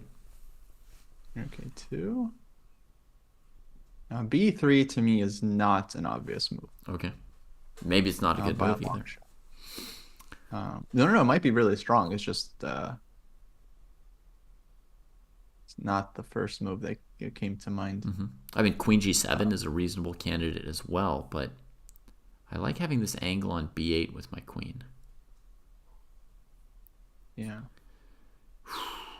This one's about to be really, really hot. I'm But just. the more I see b3, I mean, it looks like such a strong move. Oh yeah. Okay. Cool.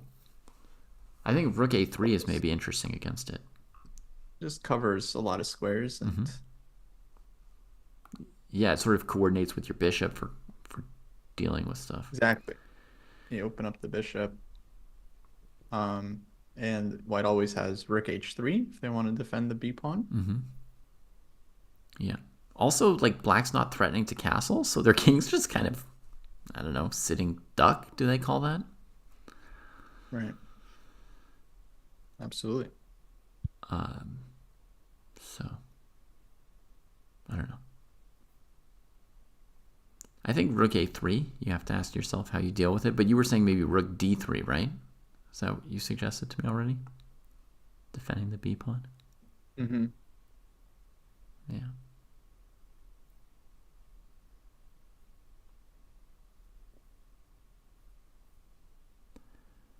Rook a1.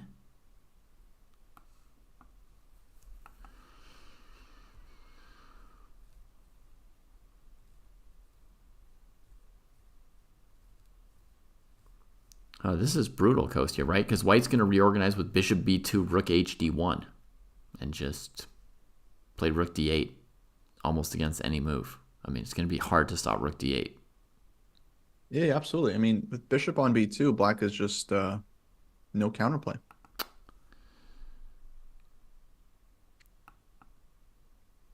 Live position. Okay, are there other candidates other than b3? There must be other possible moves.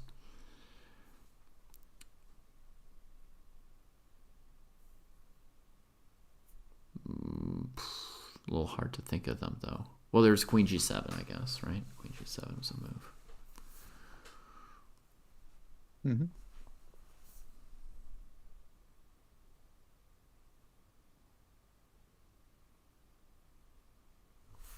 Okay, for argument's sake, let's look at queen g7 real quick. If black goes on a Yeah. checking spree, then we have b3. That's the end of the checking spree, right? What do you mean? If we go for queen g7 instead of b3, Oh, b3, but then rook a2 check? Bishop b2. Queen e4. Right, queen e4. Messing white up. To some extent. For some value of messed up. I mean, now black's centralized. It looks pretty messy. Alternatively, king to b1 now. Queen b3 check, bishop b2. Rook f8. He's made a move. He's played queen takes g7, Kostya. He did. And Fabi instantly Wow. played rook f8 instead of the check. Oh, okay. So they both saw something. Or they both missed. No, I don't. They certainly both saw something. Wow. Yeah. I was thinking like there's no way. Like FIDE goes b3 here every time. Yeah. And he took. He's played something else. He had an idea this moment might come. He brought the queen back to e5. Oh, covering e4, right? So now rook a1, king c2, queen a4, b3 probably doesn't do too much. Probably doesn't do too much.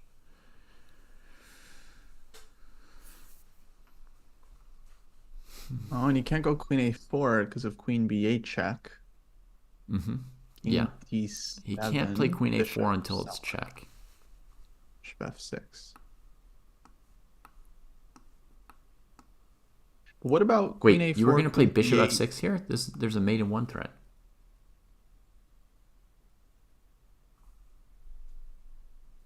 Queen e5, queen No, a4, queen b8. yeah, I was saying on Bishop king d7, Oh, but king bishop d7. d8 I think is the key move. Okay. So then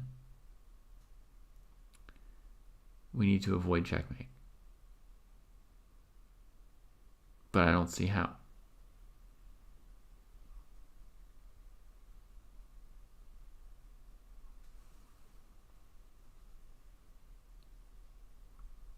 This doesn't work for. Wait, but then what's the move if not queen b8 check? Good question. So queen a4 threatening mate in 1. b3? Take bishop b2? Oh, Kostya, if only he had a pawn on g5. Wait. No, I don't get it. If he had a pawn on g5, queen e7 would be mate. Oh, yes. Like if I don't play mate in 1 for black. Yeah, that's nice. Who?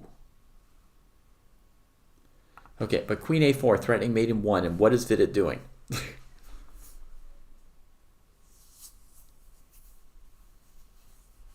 As Arun says, surely black's getting destroyed here unless white's checkmated in 1 move.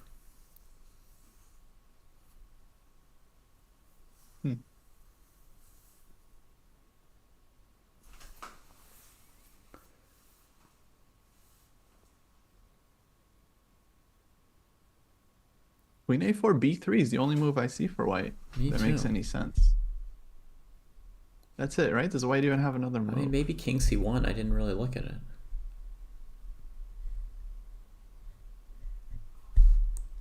I guess I was just like a deer frozen in the headlights, just not even looking at my legal moves. But they're probably all winning. Like b3, queen b3 check, bishop b2. That's not so simple for white, is it? Well, black has to play rook a8, right? Mm-hmm. For example. Kostya's not worried. Rook a8. Not saying I'm not worried, but just. And then, yeah, there's queen a2, queen c4 with some play, right? Yeah, he made a move. Queen a4 played.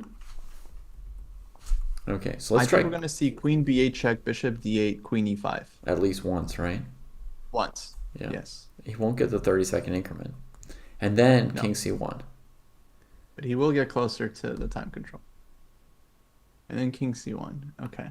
Rook check, king here, check. I was thinking bishop c3, but maybe we should just run. You know, I mean, why give up the c5 pawn? Let's just run. Mm-hmm. Yeah, just run to safety. Well, the problem for black is this rook on f8 is just stuck forever. Yeah, you predicted queen b8 correctly. The rook on Let's f8 is go. kind of mightily trapped, right? Because white controls h8. I mean, it's not coming out super fast.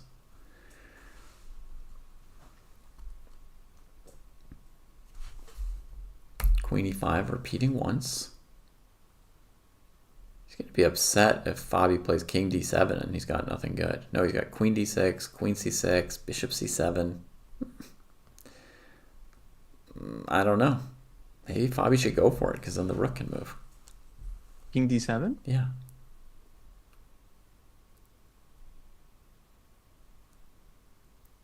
But queen d6, queen c6, that's not game over? Bishop c7. And then, then you got your king c1 or Yeah. for you. But I'm saying then black at least has rook d8, right? Like black's pieces Okay. get to move then. I think Bobby's thinking about it. Yeah, wait. Yeah, I mean, he'd be happy to take a draw. He's played bishop e7 now, so he thought about it for a minute. It was not obvious, right? Because king c8, check here. King c1, rook d8. I don't know. I'm not confident. Yeah, no, I'd be soiling myself as white here.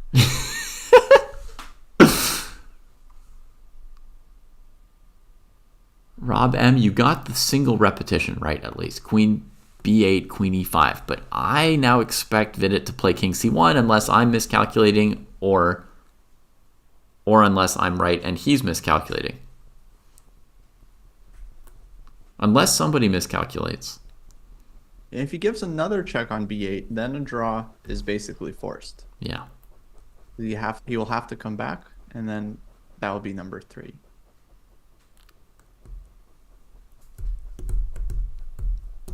But we feel like white should be winning here, so that's why we don't expect him to repeat.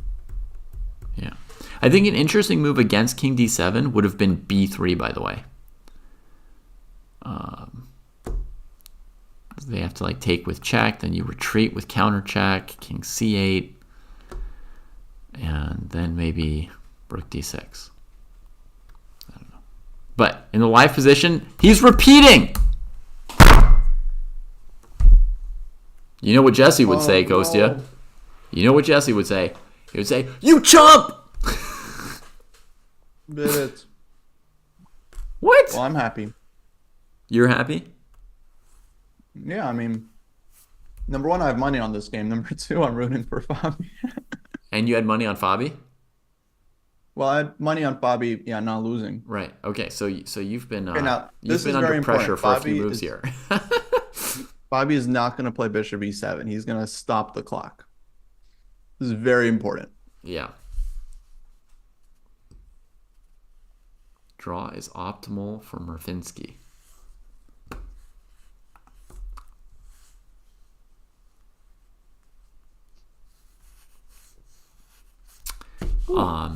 Yeah.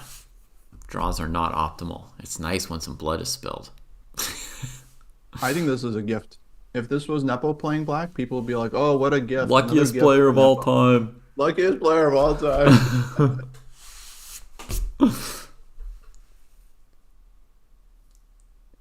Ghosted, this was completely winning for Vidit. I'm sorry. What is he I'm with you, I doing? agree. What is he doing, Kostya? Can I ask? Well, Can I? David, he lost 2 games in a row. You got to give him a break. It's hard. The trauma. No. Vidit's not a traumatized dude normally. He's got a good position. He's like, he can just calculate. No?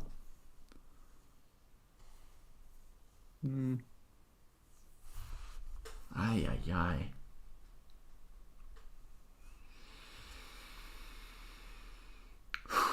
Bishop e7. I like how Bobby's like thinking about it, like, "Oh, should I go king d7?"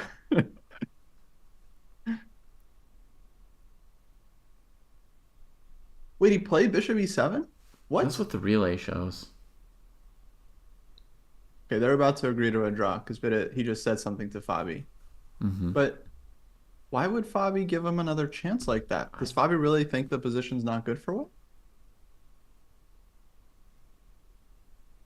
I don't know. I mean, like, after king c1, queen c4, Bishop c3, queen c5, queen b8 is done.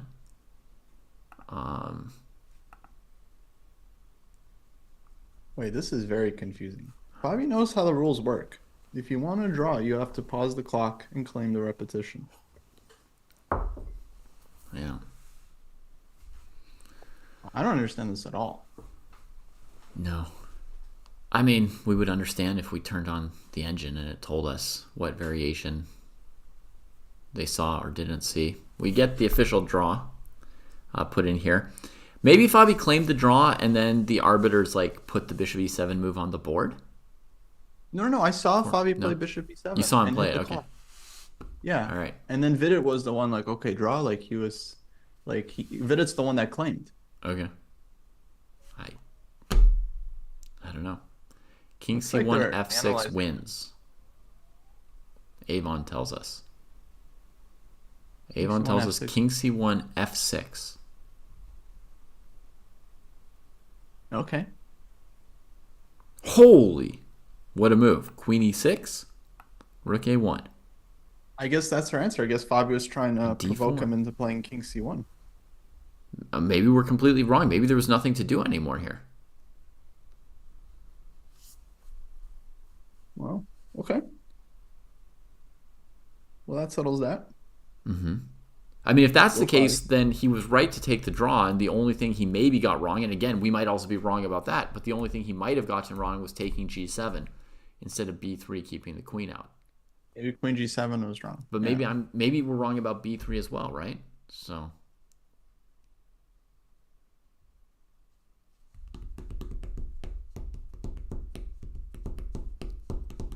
Okay. I'm gonna say it's a bit of a lucky break for Fabi. yeah. The correct move for white, we don't necessarily know thick skin. We can guess. I mean, at this position where he played queen g7, we had considered b3. We didn't see anything viable for black there. People in chat are saying that it was only queen back to e5 that blew it, so maybe in this position he should have played b3 as well. I don't know. B3 is the most obvious move to cover stuff around the king, but there may be more to it. Yeah, b3 you're always worried about like rook e2 and queen a3 and all kinds of stuff. Yeah, rook e2 and queen a3. David, can we go to the Prague game? Because they For got sure. this rook endgame. For sure. And actually, I'm very curious how you evaluate this one. Looks like a draw. You think immediate draw, huh? I don't know about immediate, but white doesn't have a candidate passer right now. White's better because black's king is stuck on the back rank, right? This is just a draw. How do you guys know this? So, like, what are you guys talking about? You guys just know this, oh, it's just a draw. Who, me I or would people lose in this chat? with my king cut off, you know? No, I'm talking to chat. I'm talking to chat.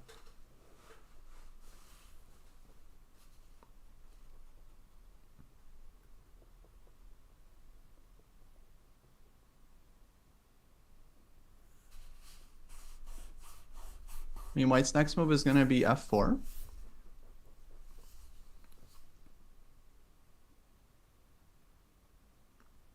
Okay, black can take that. Yeah. Okay, what's black's move after h4 here?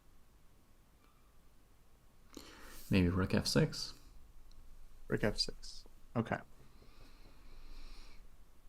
Let's say h5. Mm-hmm.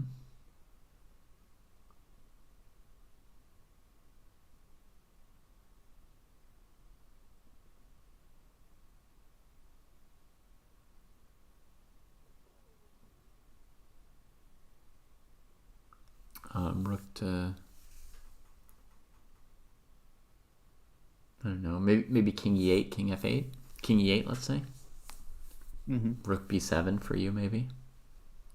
King back to f8.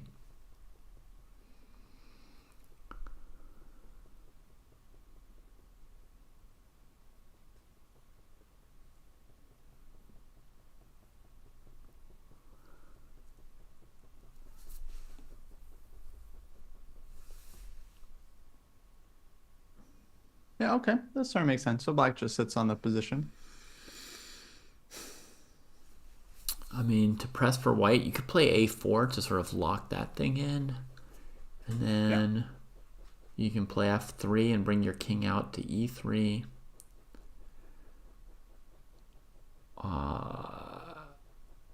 Advance your king to e5. Black takes f3. You take on b6. You'd still be squeezing there, right? That's a way to keep the game going. Sorry, that's not very chat friendly for me to say a 15 move plan without showing any moves.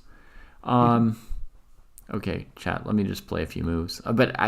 Chat was sounding like they knew better than us. But something like this. If I sit like this as black, we could try a4. Black sitting. Here, here, here. This is a plan to maybe keep the game going. Black can play rook f4 or wait. Either way, the idea from white is to play like this. And black should go after this pawn and maybe should still draw, right? But this is me trying to come up with something for white. Yeah, that looks drawn.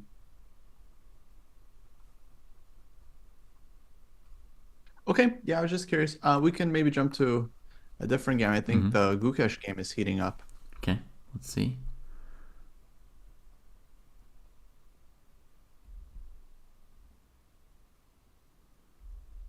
c4.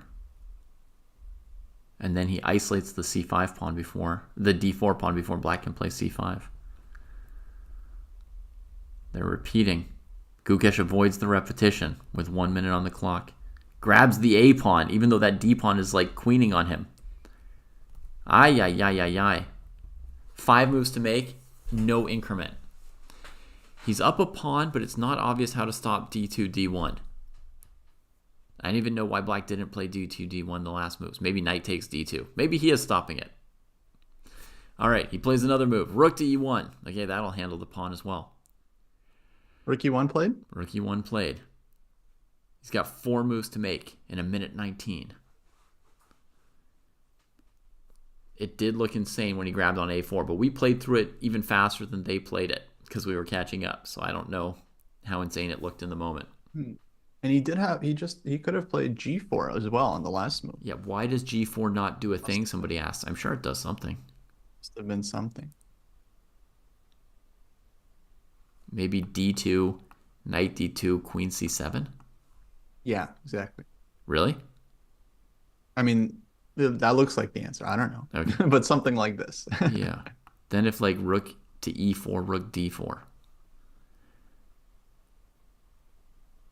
And white collapses. I don't know. Rook e1, rook e8 played. Nijat putting it all on the line for the d3 pawn. Gukesh needing to move a piece really soon. It's going to be rook fe4 or rook to d1. But rook d1, rook e2. And you're a little scared. I think it's not knight e5, rook e5, rook e5, d2. Yeah, rook fe4. That's what I would have done.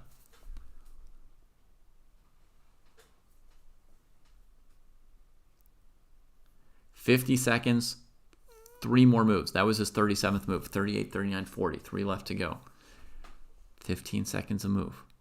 Is he ready for d2, knight d2? That looks like it holds up. Rook e4, queen e4. d2, rook d1. Does not obviously lose. I mean, if he rounds up that d3 pawn as well, he's going to win the game, right? So Abasov's got 9 minutes, and he's probably pretty nervous. If he spends time thinking, it helps Gukesh calculate. If he just blitzes out random moves, he could definitely lose. He doesn't just have automatic. 30 seconds here he spends is another like 50 moves Gukesh can calculate. So he has to weigh how many lines. This is where, when you're the underdog, you get a little terrified, right? Because the other person's so good. My advice for the chat would be not to play against your opponent's clock. Just try to make the best move you can find. Best you can do is look for a good move. If it were white's move, Gukesh could trade everything on e8 and go queen c4, d3 and just mop up comfortably. Almost any black move will prevent that, but Maybe rook takes e4. So what happens if white takes with the rook? Goes full Fallujah.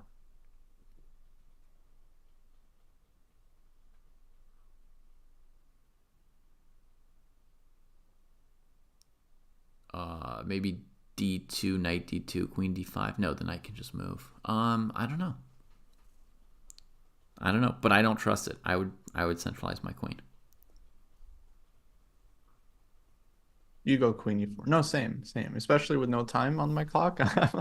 I'm keeping my rook on e1. Yeah, we're covering the queening square, right? Like once the rook's on e4, like black's controlling d4. That's kind of the weird thing black's doing to us. So Last pawns must be kept under lock and key.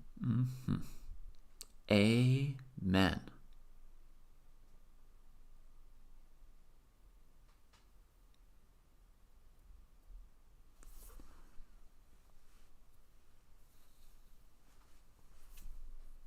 Or as Nimzovich probably said, don't be giving away your coconuts. Yeah. Is Fallujah still doing stuff? I don't know. I haven't kept up with that game as we got lower on time. But Naka was able to keep that knight outpost on c4. So, Fallujah managed to still do something, though. I think Fallujah's still pressing. Still pressing / hanging a piece to g5. We don't have time to figure out why. Queen f6. Pawn takes knight, Counter queen b6. Okay. I guess so. Okay. So. How do you say coconut machine in German? Does anyone know? Kokosnussmaschine. Kokosnuss Maschine. Yeah. Okay, that might come in handy. Rook c6 played. HE, rook b7. It's as drawn as can be. Nijat's been thinking for several minutes here, coming up with something a couple moves deep that will test Gukesh. Or maybe there's nothing. I don't see anything for him, honestly. I don't really see what Nijat's supposed to do here. Oh, he took with the rook. Gukesh. Good lord. No fear. Gukesh definitely lacks fear. Like an Uruk-hai. Some could say a basic sense of self-preservation. He's so confident. I saw a huge grizzly bear at the zoo and I thought, oh, it's so cute. I want to go give it a hug. I was like, okay, my instincts have disappeared. No sense of self-preservation.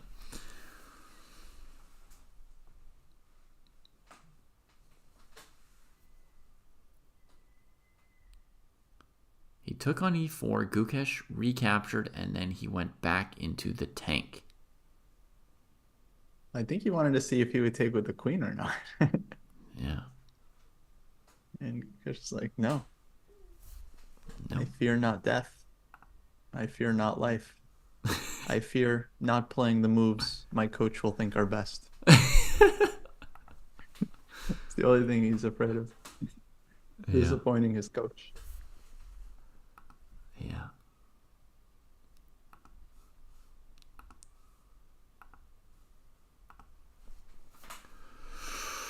Okay, so awkward rook on e4. I don't know what the plus side of it is, but what's coming next here? If black plays queen d5, does white need to go knight d2, or does white continue bravely with rook e5? Just get back, you fiend. Yeah, I'd go knight d2. I'd go knight d2. I don't know what Super Gukesh will do.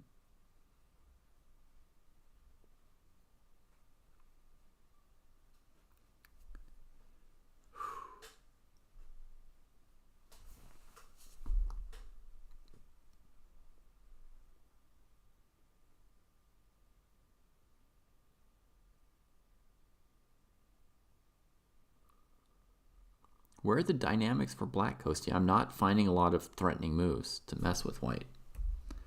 Rook d5, knight d2 instant. Now knight g7, Abasov playing for the clock. Hitting f2. But Gukesh has to make one move. King g1, rook f4. He's got 30 seconds. Yeah. Yeah, he's got his 30-second Maybe you increment should for his one calculate move. for a while. Yeah, he's fine. He's fine. He's going to use all of his time. Oh my goodness. Oh, he's really, really milking those seconds. Can I just look away for a moment, Ghost? You tell me if everything works out. I'll watch. I'll watch him. He's got time. He's got time. Okay, under 10 seconds. All right, King G1 played. Whew. Ay, ay, ay. It's like how I don't like watching movie scenes where someone's driving in a car and they're not paying attention to the road. You know something bad's gonna happen. Yeah. Ay, ay, ay. King G1.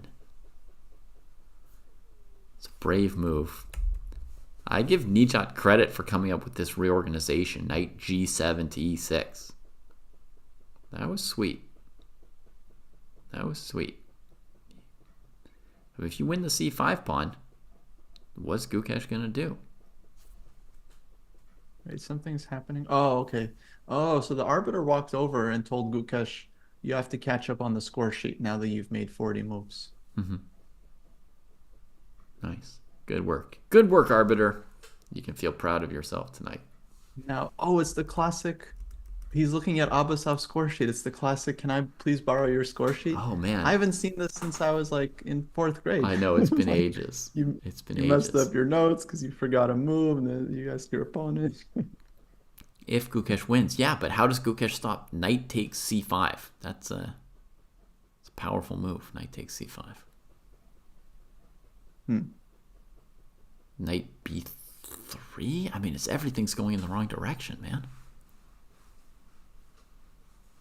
Oh, Nepo has officially drawn. Yeah. How do these games end in draws? These violent, There are lots of for draws games. after move 40. Yeah, I just mean, like, you see the position that's so crazy, right? And you think, like, never a draw. And then both of these games, it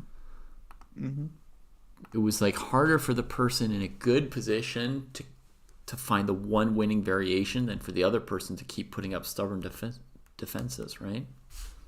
Yeah. Have a good one. Good riddance.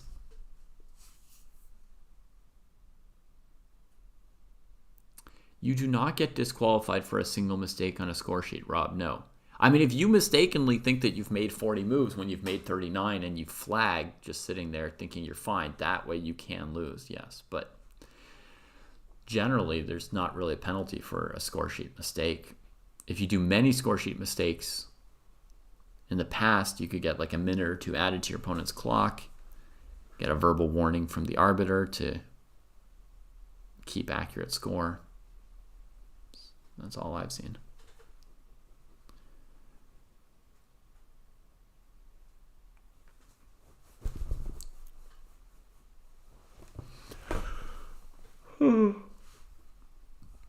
How did Gukesh know it was move 40? I mean, I don't know when he stopped keeping score, but he may have kept score until 3 or 4 moves ago and counted to 4. You know, he may have, maybe Nijat was keeping score and he was watching it. Maybe he put little marks on his score sheet on Nijat's time. I don't know how he did it, but it's doable. People have done it.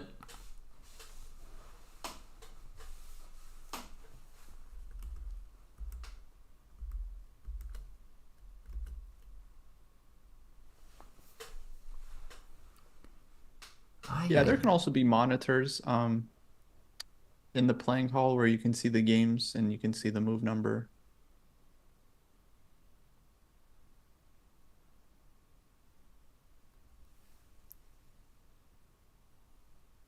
Technically, there's the move rook c4, but then after queen e7. Not that I like giving up the e5. I mean, rook c4, I'm worried enough about rook e5 as well. Prize back. All right.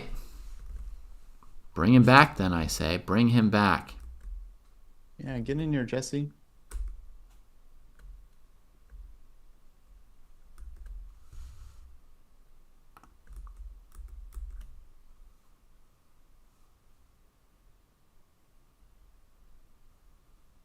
How you guys doing? Great. Dude, Prague didn't fulfill the prophecy, nor did Caruana, dude. No. What'd you think about the Fabi game? I mean, I haven't even looked yet.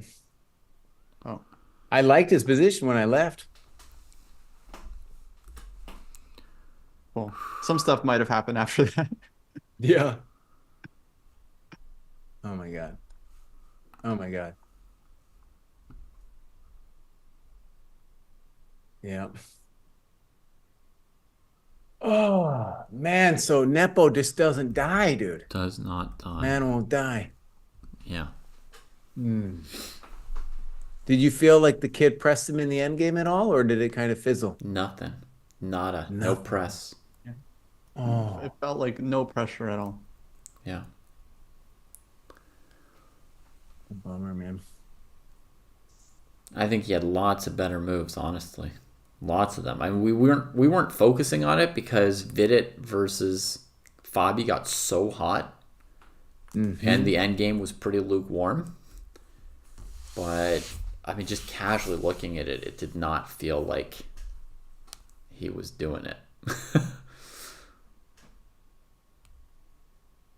And with Naka, dude, is he winning the pawn back on e5? Let me go over there. We haven't looked at that too much either. So rook e8 here. Knight came to f5. The trade. The e-pawn got attacked a bunch of times, and that's time control with the e-pawn under siege. 1, 2, 3, 4, 5. 1, 2, 3, 4, 5. Materials equal, right? Seems like black is fine, man. Yeah. Oh, Ali Reza, dude. The guy doesn't develop and you don't do nothing. How are you gonna be world champion like that, buddy? Yeah.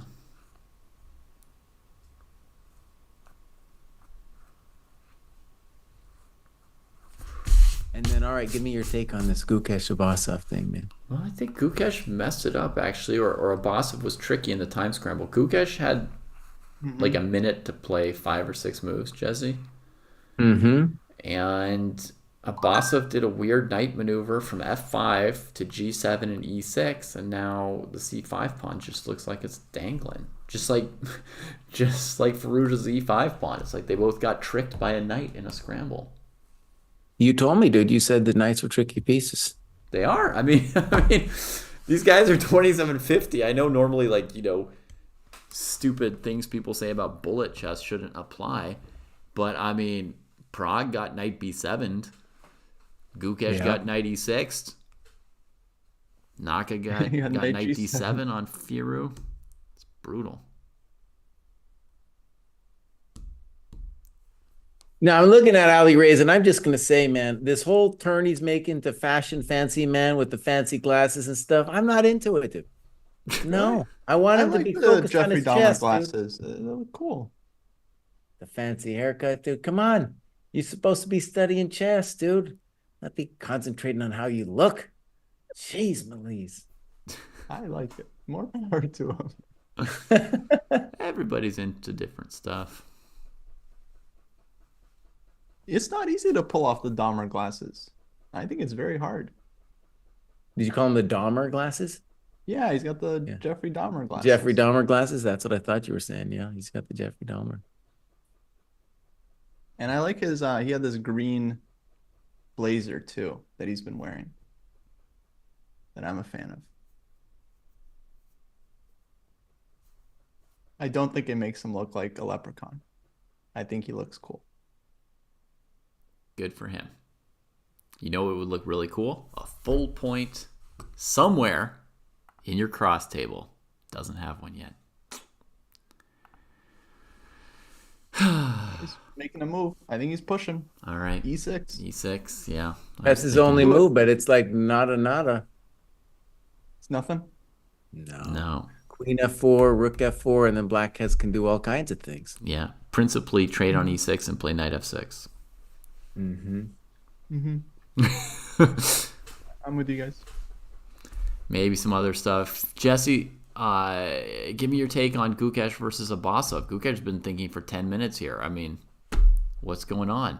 Hang his C5 I mean, pawn? definitely, if we win the C5 pawn, I mean, White's in big trouble. And knight B3, I'm seeing knight C5, knight C5 D2. That looks horrendo. So I don't see an answer right away, man. Yeah. That would upset the tournament. That would upset me. That would upset me. Yeah. Oh, because you had Gukesh kind of high, huh? Yeah. No, not in my predictions, No, but in my not in your heart. predictions. In your heart. Yeah. In my heart. I mean, and I think he was like completely winning a few moves ago. Look at this, Jesse. Rook takes E4 on move 37. I would have put my queen right smack in the middle of the board right there. Kept the rook on E1 and D1 to defend the D pawn. By the way, Kostya would have done the same thing, and everybody in chat as well. Yes. I mean, black's down a pawn. The king's kind of weak, and it's not clear that you can back up the D3 pawn.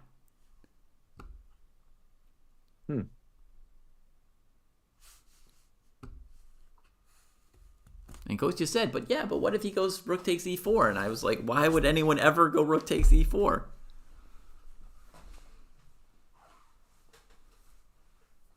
Now, whether he's right to be worried about it or not, maybe queen E6 is his, or queen B3 is his concern, threatening D2.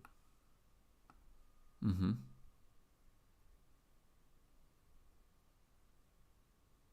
You know, one of the things about that rook E4 move is it looks like the desperate attempt of a guy to keep the game going. Mm-hmm. And we were talking a little bit before about how this guy, since everyone wants to beat him, he just has to hold steady, and they're going to start doing crazy stuff trying to beat him. Yeah. You know? Yeah. Naka got a huge break today, dude. Oh, and so did Jan, dude. Oh my God. Yeah. Huge. Yeah. I think Fabi did too. You think Fabi? Maybe? Yeah, he was. I liked crushed. It. He was crushed, dude. Crushed. Yeah. All right, tell me which. I like this position. He was crushed. I mean, he wasn't yet dead when he played A4, but it was not good for him, the pawn sack. And then let's just say this: it was not good for him to follow. You were like in his head, dude. Yeah. And you were talking about A5, and I was like, I don't like A5. Yeah, A5 was. I was like, I don't like it. I don't like it, man. It was you not shouldn't good. have listened to us on that one. Yeah. Most of the time, I think the players do fine from listening to us, but yeah, in that case, maybe not. Yeah. But when Vidit played H4, then it was clear like you're down a pawn and you can't castle or connect your rooks. And yeah.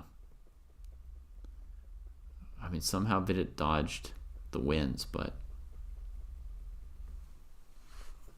So, by the way, Naka is playing knight F6, not taking on F6, which says to me that he's playing for a win in this position. Really, because to me, knight F6 looked very natural to leave white with those F pawns. With the F pawns, yeah. But I'm just saying it would be, if you just wanted to make a draw, you could take on E6 and white is not, no way. Yeah. But here, what we're saying is there's no E7 because of rook C7. And we're saying I'm about to play king F8, and I can make a simple claim that I'm better. Yeah. Do I have, is it winning? Probably not, but I can make a good claim that I'm better because those pawns are funkly and my knight is super solid now. Yep. All true. No arguments there. Like engine detox. That's right. Welcome to rehab.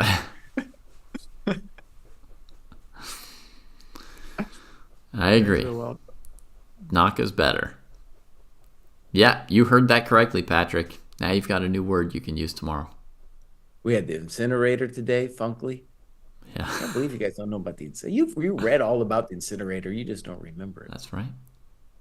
It's funny, when people talk smack about Nimzovich, and it's just like there's so many key concepts that I feel like I use on a daily basis. Mm-hmm. So it's like, what are you guys talking about? Yeah.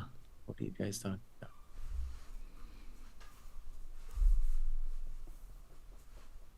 Yeah, I'm worried actually for Ferrugia, man, because like King F8, King E7, King D6, it's kind of hard to stop. And Hmm. if you ever take on F7, we're just totally happy. Yeah. Yeah, this could be the total collapse of Ferrugia here if he loses this one with white. Wait, hold on, guys. Let me throw a line at you. Yeah. E7, Mm-hmm. Rook Rook C7, C7. Rook D4, Mm-hmm. take twice on E7, and you Mm-hmm. can't take on D5 because of Rook D7. Right. Yeah. Yeah, that's a problem. No lo puedo. I was trying to bail out. Mm-hmm. Yeah. Well, bail has been posted at resignation. He's like, you can leave after you resign. All right, you Oh, guys, a totally Nagi-Dan had the different same topic. idea. I had a milestone today, man. I hit like the bro milestone. I hit the Bro, bro milestone. I don't even know if you guys appreciate what this is. I suspect I don't. I hit the ultimate bro milestone. I thought I would never make it, but I hit that shit today, dude. I hit that shit today. I was jumping around the gym. I was like, God damn. God damn. Yep. Well, what Do you was know the Strong milestone? Chess on Twitter, David? Yeah. That guy kind of, so he pushed me a little bit. Greg Shahada pushed me a little bit. And yeah, I got the ultimate bro milestone of 2 plates, dude. 2 plates. You Oh, guys probably don't benching know two what 2 plates plates? means. That's Yeah. something about eating lunch at a gym? Well, I wasn't eating lunch, dude. No. Okay. Anyways. Plates on each Anyways, side, you huh? you you you increased your strength today to a level you had never done on a previous day. Exactamundo, dude. That's Exactamundo. awesome, man. Congrats. It wasn't like, it probably means I'm like at 1100 or something like that. Right. But still, it was a thing that I thought was kind of out of my reach. I have a separated shoulder, dude. I'm almost 52. Yeah. Come 1100. on, I hit the ultimate bro milestone. Awesome. Nice. Is that more Jesse, that useful means you're than ready. dressing nicely? For an old man, yeah. Yeah. You Okay. don't need to dress nicely. You're a young man. Yeah. Yes, he just graduated, yeah. Seb Chess, thanks for subbing. And Clause 16, it was not a squat, buddy. It was not a squat. I'm gonna give Strong Chest a shout out here.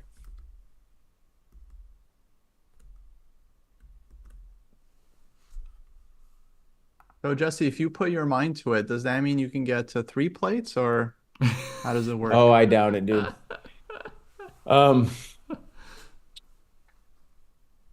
I don't know, man. It's actually, I think Strong Chess, he posts all this stuff about stats and chess improvement. Mm-hmm.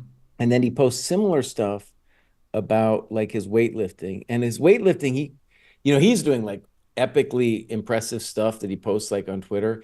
And I think if I understand it right, he's like in the lifting world, he's like a 1700, which to me is like the stuff they're doing. It's like totally amazing, you know? Mm-hmm. Um, but anyways, I think it's a kind of similar thing. And one of the things he posted actually really recently that was interesting is that as you get better at something, the complexity of your training kind of necessarily gets more complicated too. Like, so for example, on this, what I was doing for my training was this very simple thing that he turned me on to where you just do 5 sets of 5 and just increase the weight a little bit every time. Mm-hmm. Very basic, dude, beginner level like I am, but I followed it and it was great, dude. Epic progress. That's the other thing about beginning at anything, right? Like when you're beginning, you can make progress because you're not even close. You don't even know what your plateau is, and you're just going to be making that progress. It's going to feel great until you hit the plateau, Yeah. Yeah. By the way, maybe we should plug this Friday. We're doing a very special Dojo Talks. Yeah. Gonna do the great Eval bar debate with our friend John Ludwig.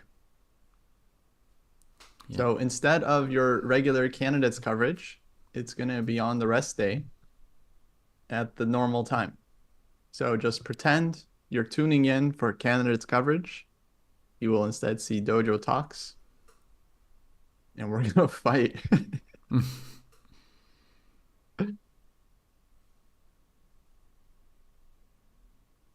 It's coming up. Friday.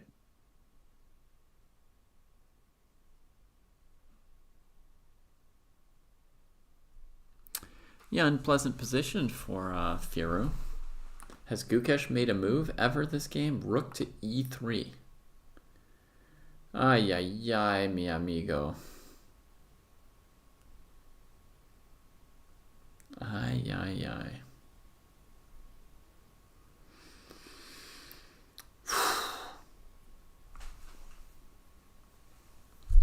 "13 minutes of suffering and cursing oneself." Guys, could we look at this Rook Endgame in the women's? Yeah, It's which very one? interesting. Tell me which I one. just want to see your eval. Okay. Which one is it? Only one game left. Tanjongi. Okay, that's the one I'm on. Is this winning for white or no? Rook b4 coming. Black is okay. Yeah, just rook b4. Black is fine.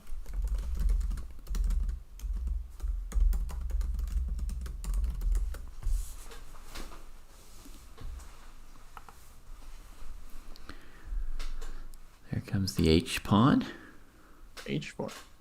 Maybe black is fine all sorts of ways. I think black's very fine. Their king's embracing the F pawn, and their rook can handle the B pawn from behind. Embracing. Yeah, embracing. A warm hug of restraint. The pawn's doing nothing.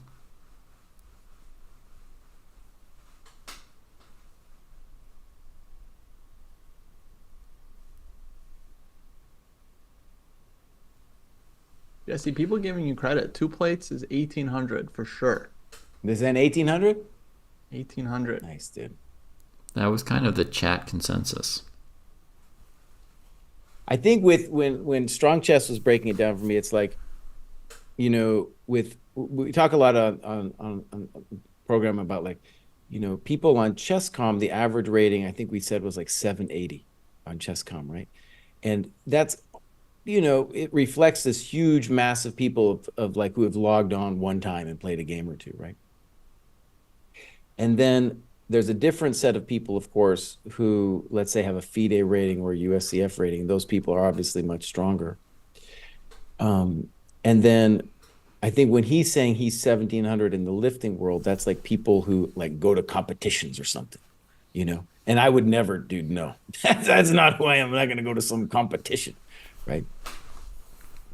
Well, you say that now, but the best way to get better is to go to tournaments. I'm not really into the like lifting. I'm into getting, you know, fit and strong, and I'm not, you know, the idea of the lifting is just like an indication of that, you know. Like That's like people who say, you know, they like chess, but they just like doing puzzles, you know, they don't want to. no, but the puzzles are to get stronger at chess, and in the case of fitness, it's about being fit. You know, it's not to lift, just lifting heavy things in itself. That's fair.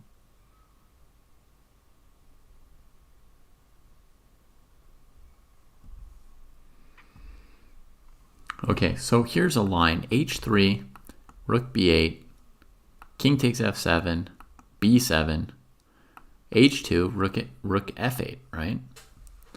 And white White wins. probably wins, goes on the offensive. I mean, black could move the king and allow queens and hope that they're not mated, but they probably are.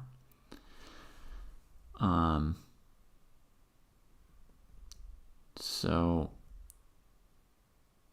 h3 rook b8 doesn't look very healthy for black, and instead Salimova played what I would have played, rook b4. Yeah. Yeah, it looks like black is totally fine.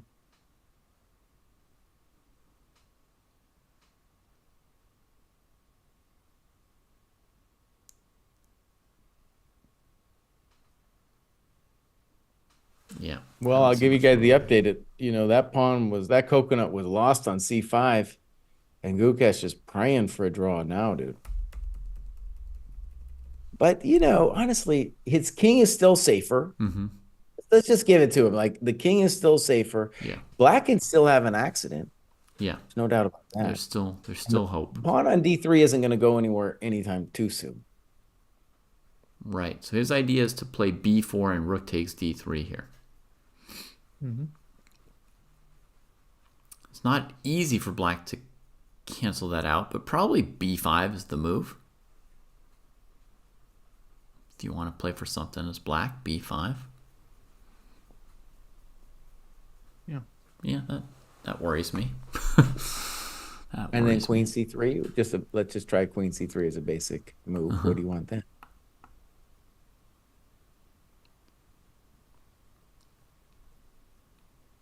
Oh God, you might not like this.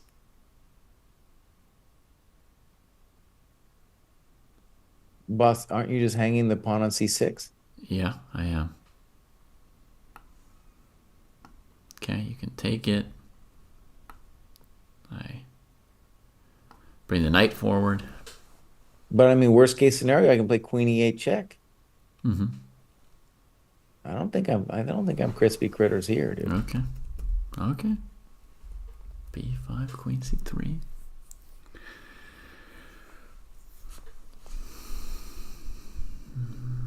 Maybe there's some questions. Because notice the natural queen d7 has the simple problem of b4. How about this, Mr. Proust? How about the simple b5, queen c3, and then just simply queen d7?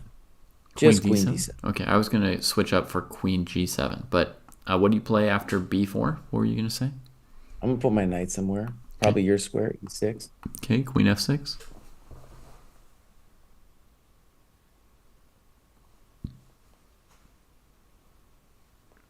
That's not fun, is it? Nope. Well, not for black. Well, okay, let's try this again. So let's try queen g7 instead. So, but after queen g7, can't we make an argument that it's unclear who's playing for an advantage now? Because my king will now come to, after the queen trade, my king will come to e3 and just talk to your coconut. Or as you said, embrace your coconut. Well, I mean, if your king gets there, it will be an embrace, but I don't know. Isn't it getting there? Because I take and I play f3, move my rook somewhere, and I'm in, like Flynn. f3. Also, rook e8, c8 has got to be a real concern. I'm not concerned by that yet. Let's try knight a4 here. Curious where you're going to put your pawn. I want to know about your pawn. All right, b4. b4. That is the information I wanted. All right, knight. I probably should put it on b3. Huh? b6.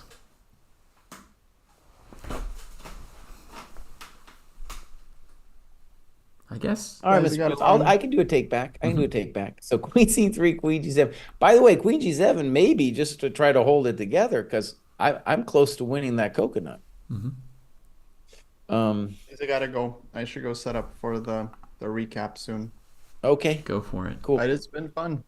Yeah. Me and Kostya, by the way, everybody, Kostya started at about 9. I was at 8 or something. David started way earlier, and we were doing dojo work, dude. Oh man, yeah, it's been a full day. That's right, folks. We've been working all day to provide you high quality dojo content, working on the training program. I guess before I forget, folks, candidates, 20% off dojo training program. If you wanted to sign up, now's the time. Use code candidates on the site. You can also sign up for free and see what the training program is all about. And join the thousands of other satisfied customers who have collectively gained over 100,000 rating points since being in the program. So if you want to gain rating, there are many ways to do it, but there's only one way to guarantee it. What? That seems like a hard sell. Well, I'm not reading from a script, I'm just talking. Okay.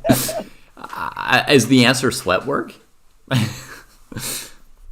Yeah, sweat work, So following the dojo program, doing the hard stuff. yeah, Okay, doing the David, I hard want to stuff. play King F1, dude, in that position. Okay. All right, yeah. See ya. Bye. All right. So he's played knight e6, by the way, not queen d7 Oh, in okay. the game. Okay, okay. But which line were you thinking of? No, no, let's look at what he does Okay. too. So 96. Okay, the obvious question is what about rook takes d3, right? Okay. Yeah. Does he have a special coconut for us here? It looks like we just took a pawn. Yeah, I'm not sure what Nijat has in mind. He seems to have just handed the pooch back. They're playing hot pooch potato. Oh yeah, I forgot. The moment Kostya logs off, I have to fix cameras. Thank you. Let's turn off the Kostya cam. It goes to Cam. And let's expand our Jesse cam. Woo! Yeah. Looking like a man who can handle his plates. Plates. Plates plural. Yeah. All right. Thanks, Patrick, for the assist there.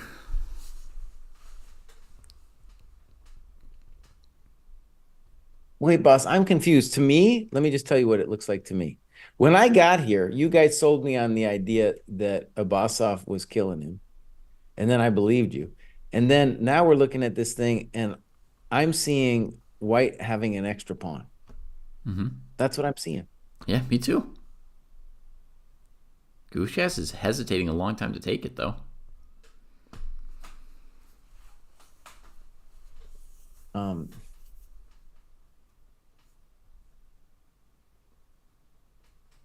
That's what I'm saying. They're playing hot potato. They're handing it back and forth. I mean, maybe I'm missing something. Maybe there's some special trick with rook takes e3, but it looks like a pawn to me. Yeah. There must be a trick after rook d3. Normally you would think so when a man just leaves their pawn hanging. And it's the pawn By the that way, we we're everybody's talking looking about at. embracing, and Hikaru was embracing Ali Reza's e6 pawn. Let's see it. King f8. The trade. The king gets into the embrace position, yeah.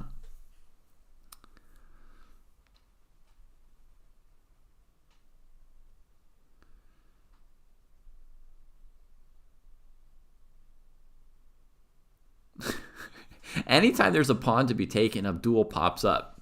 You know, it's like a genie or somebody with like a magic word or whatever, right? Like you could be analyzing some long variation, like oh, is it checkmate? Is it not? I don't know. You know, the guy's sweating bullets. Oh, he's been calculating for 25 minutes, and you're like, oh, he took a pawn, and Abdul's like, I would have taken that pawn. You're like, ah, where did Abdul come from?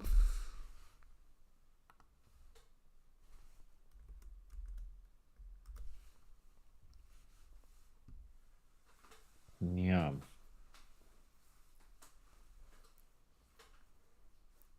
I'm trying to wonder if I feel like Ali Reza easily holds this or it's a problem. And then if that pawn is just hanging, I mean, Gukesh is doing this. He's like doing the Indian school. He's like, well, what is the intention for black after 96? Mm-hmm. I feel like I got to be missing something Yeah, because this is live 96 position. just gave the pawn. Mm-hmm. Okay, so we've got something to look at. Rook d3, Okay. b5, and they're saying against queen c3, there's knight f4. That was my trick. I invented that trick previously. But against b5, let's say queen somewhere central, like e4, there's knight c5. Ooh, ooh la la. Okay, how about queen c2? Knight d4. Queen D1, D1. trying to stay in touch with that rook. It's not easy. Maybe the intention is something weird like queen f5. I don't know. Queen f5.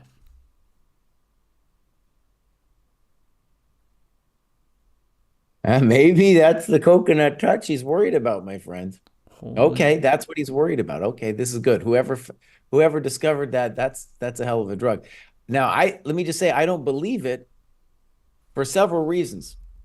One, one, We have so many different moves after rook d3, but let's try it out. Rook Okay. d3, b5. Okay, I'm so being we've told decided. after queen c2, maybe queen f5 without the knight d4 thing. Okay, that's also a thought. Yeah. So we're saying queen c3, knight f4. Mm-hmm. By the way, that's not a done deal because of queen c3, knight f4, rook e3. Mm-hmm.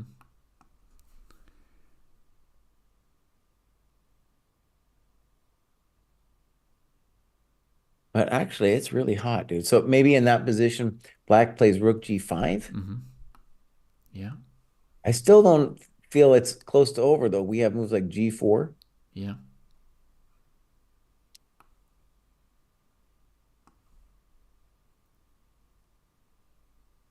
And you got to watch out. 94 is coming.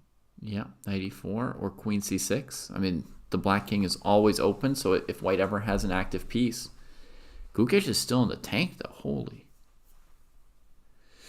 And actually, tell me what the second time control is, boss. I mean, it's some amount of time and then a 30-second increment. 30 minutes and a 30-second increment.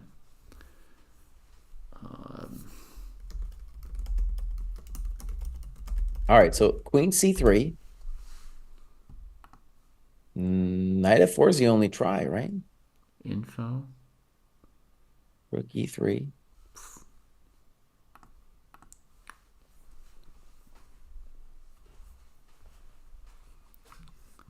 was trying to look if there was a third time control. Maybe if I go here, news, schedule, home, maybe they'll say. Time control somewhere here.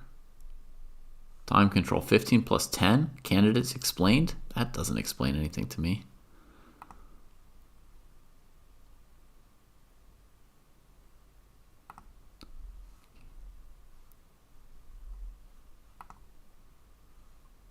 I'm just tracking down the time control real quick here.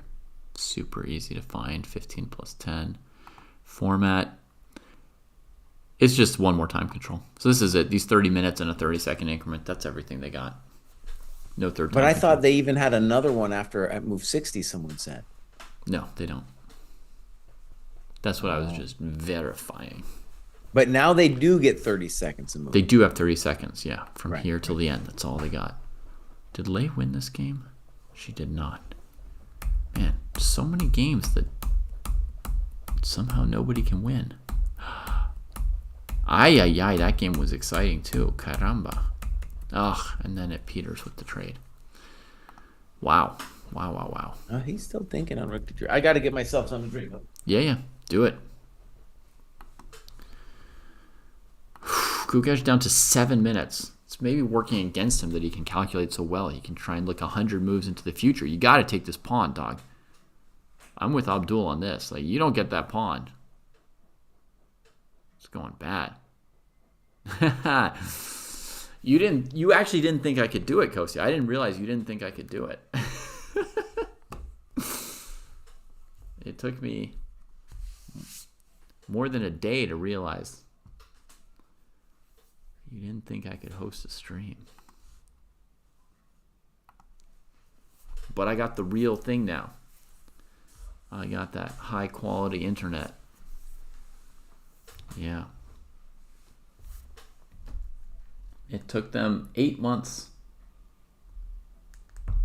to hook me up.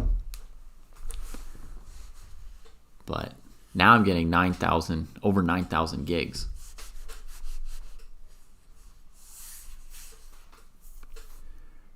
Still calculating.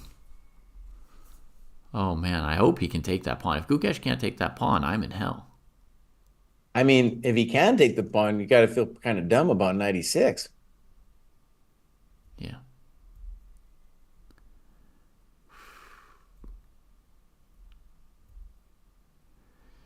We think it's b5, Patrick, because if knight f4 here, you could just trade rooks on d5. So we think it's b5. We haven't looked at queen b3 there, but there's knight c5 again against queen b3. Jeez. Right. I think dude was counting on the rook d3, b5, queen c3, knight f4, thinking it's really cool looking, but just rook e3, boss. And I'm sorry, man. Your knight ain't doing nothing. Yeah, I thought knight f4 would do it too, but no. That's really, I mean, it's very speculative for black that there's anything here, right? What did you have? You got to this position. Did you have knight d5 after you played rook g5, Jesse? Uh-oh. All right, put that rook g5 on the board. Let's think about it again. That's pretty basic. Maybe that's pretty big. Cry. Are you missing stuff again, buddy? All right. Well, let's go. Still not over. It's still not over, my friends. How about rook f3? Knight e2. Good. Okay. So I'm going to go queen c6, Jesse. I'm going to give up the coconut on g2, but I'm going to, counterattack it like e8 and stuff. I'm going to say I'm not going to lose this ending either if I have to go queen e8. I'm going to make some claims. Okay, the dude finally moved, and he took the pawn. Yeah, no kidding. Somebody could have told him that 10 minutes ago. Like, in the end, you're going to take that pawn. I do think we figured some stuff out. We figured some stuff out. It took us a little while. Yeah. Eval Bar would have told us quicker, but we found it, dude. We found it. Yeah.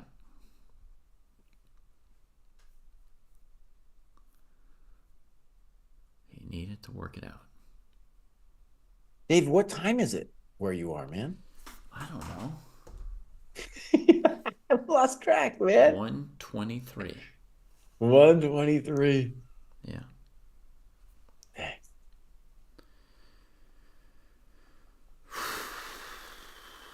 I got some spam emails to delete tonight that I haven't dealt with yet.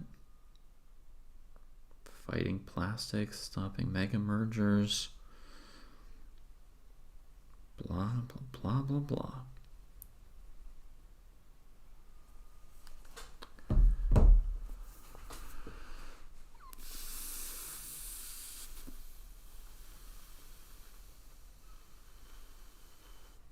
Burning out my brain. Huh. Rook takes d3. Ay, ay, ay. It's the first time it's gone so late, Jesse. It's the first time they've really had a second time control here.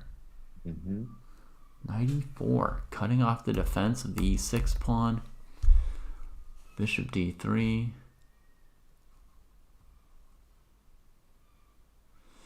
There is a second time control, Patrick, but they're already in it. There's no third time control, but there is a 30-second increment. So Gukesh and Firouzja, they're down to 4, 5, and 8 minutes respectively. Dude, Firouzja, man, what to have that massive of a position, and then end up with this where you're begging for a draw? Yeah, man, heinous. Rook c1 looks pretty playable for Naka right here. Yeah, I feel like he's got one move. Oh, Iris is saying there was a real endgame in the 4th round. I must have just not followed that game or something. I don't know. We must have given up before the end of it. I mean, Rook c1 is so pleasant. I guess Rook be2 is your only hope. I agree. Rook be2 was the only move that seemed like a move to me.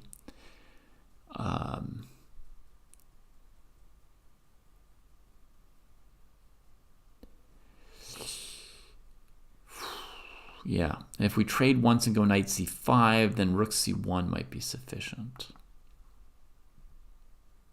I got a simple sauce for Mr. Baus. Yeah. You could play rook c1, rook e2, knight g5, and then I guess king g2 is your only hope. But at the minimum, I can then take that pawn on e6. You sure? Pretty sure, because I can always, if you bishop f5 pin me, I can play rook c6. What if I do this? What if I take the knight? Wait. I'm going to take on e1 before that happens, mister. Okay. Sorry, it's late for me. So you're going to do this, and then bishop f5, rook c6, or whatever. I'm not saying this is the best thing. I'm just saying this is a clear option for black here.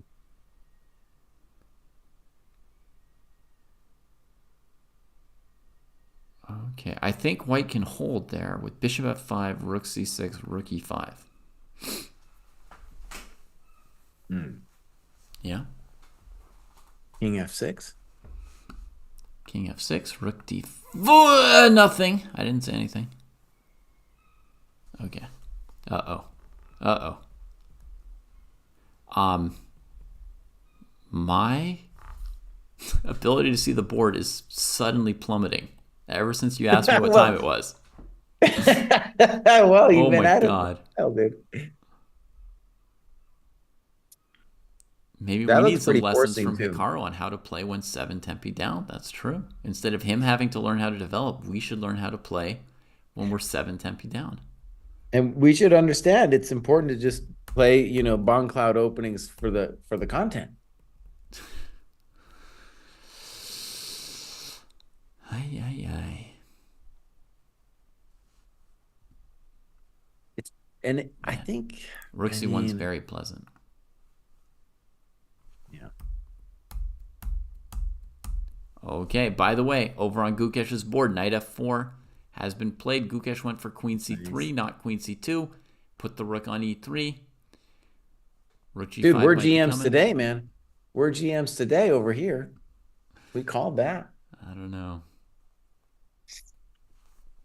But the problem is, in fact, what we can see is what dude was calculating that whole time was precisely that rook g5 business.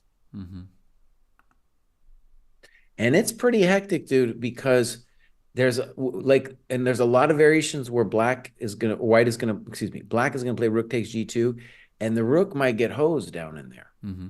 So, like, for example, and I don't know for sure, but like rook g5, your queen c6, that looks pretty evil, man. And we didn't even look at knight e4, by the way. Okay, a move just came in. Rook g5 it Yeah, is. rook g5. Yeah. And let's just say that knight e4 could also be a move here, right?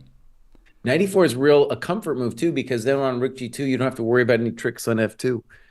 Mm-hmm. Against knight d5, hitting all our stuff and defending f6, we just go knight g5, hitting their queen, right? And golden. Mm. Golden. So. Wait a second. Yeah. Knight e4, rook g2, then king f1, knight d5? Yeah. Or maybe you have to play king h1. Huh? We might have to go to h1, yeah, because now you've got e3 with check, huh?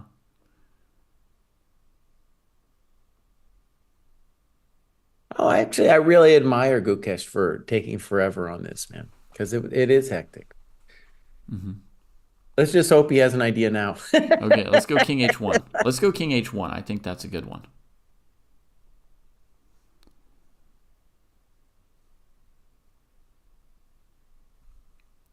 Let's check knight d5 anyway. Yeah, knight d5 for sure. That's a real problem, isn't it? Unless I can play knight f6 here. Can I do that, boss? Yeah. Whew, yeah. That knight f6 looks highly playable.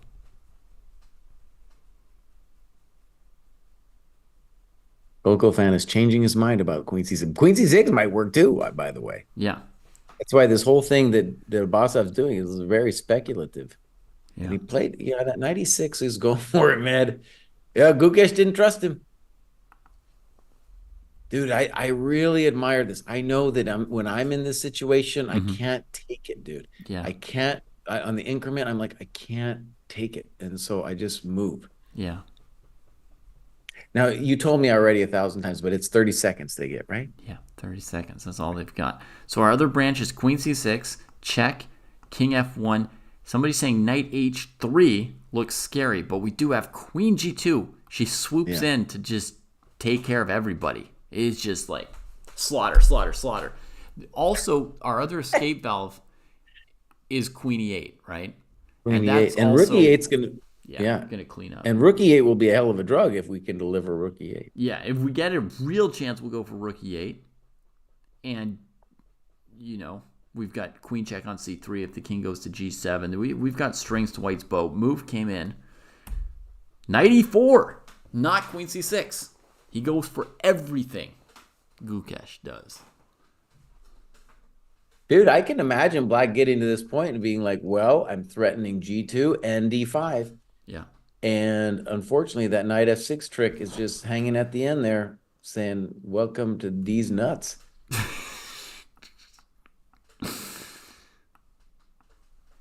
You don't have the excuse that you're tired because you were saying that earlier too.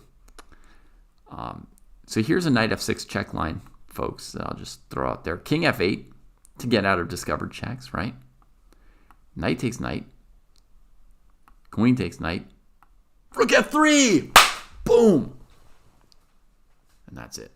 I'm pretty sure you didn't need that, but that's a cool looking move. Okay. Yeah, you're right. Queen f6 might have been better, but...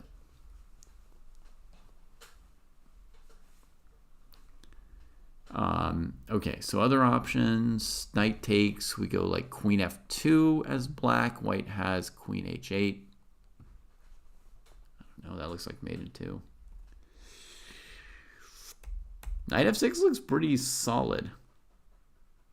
Like, yeah. Can black snap it off? They can. 2 choices, queen or knight. As a move comes in, rook g2, king h1 played instantly by Gukesh. Dang. Confident with his king, just completely surrounded. No liberties. But he's just smacking out the moves because he calculated for that insane 12 or 13 minutes on rook takes d3. What an approach to You're chess. dude. Your boy is coming through here, man. What Your an boy's approach to coming chess. Okay, so to get back into our variation, we get this knight f6 move. If black takes with the queen, this should be pretty easy, right? We trade queens, and then we take the rook. Game over. Game over. You snap it off with the knight instead, and we take on g2. Oh, knight d5 then. Back to d5.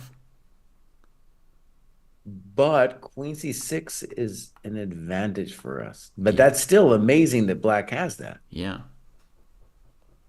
It's a pretty good advantage there. Let's look at other moves after knight f6. So we don't necessarily have to take on g2 immediately, do we? There's also this rook f3 move. No, rook f3, knight d5 or something, buddy. Okay. Maybe rook f3. Rook f3. Jesse completely doesn't believe it. Hits us with knight d5. This is hectic right there. Queen's attacked. Rook's attacked.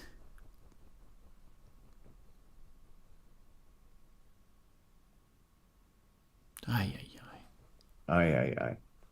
Ay, ay, ay. Yeah, I was expecting rook g5 Goko fan, but Jesse wanted to like push it all the way. Rook f3, rook g5 is what I'd planned.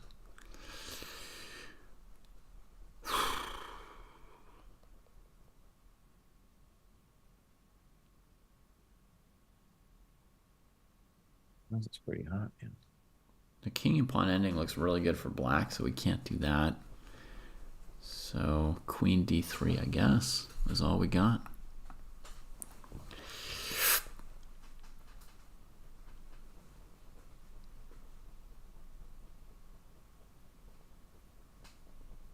I don't know, knight f4 or something. Yeah, what else? What else?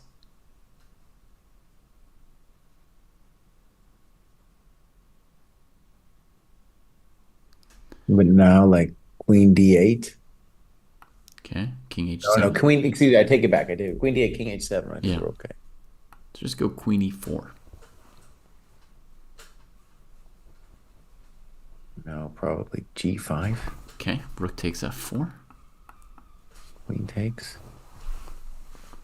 Queen takes? Oh, queen takes. You have queen g6 though. But I'm just going to eat the f-pawn with my king. I don't need anything fancy. Okay, anyways, so I have to play gf. Yeah, But correct. if it's wrong for 2 reasons. Yeah, king takes. And then what do we say about that position? Only hope is queen g7, b2, I think. Again, I mean, I don't know anything about queen endings, but like king's coming to f3, f4 and c6 are hanging. That would be very hard to evaluate. Let's go back. It feels like a long variation, wrong variation. Yeah.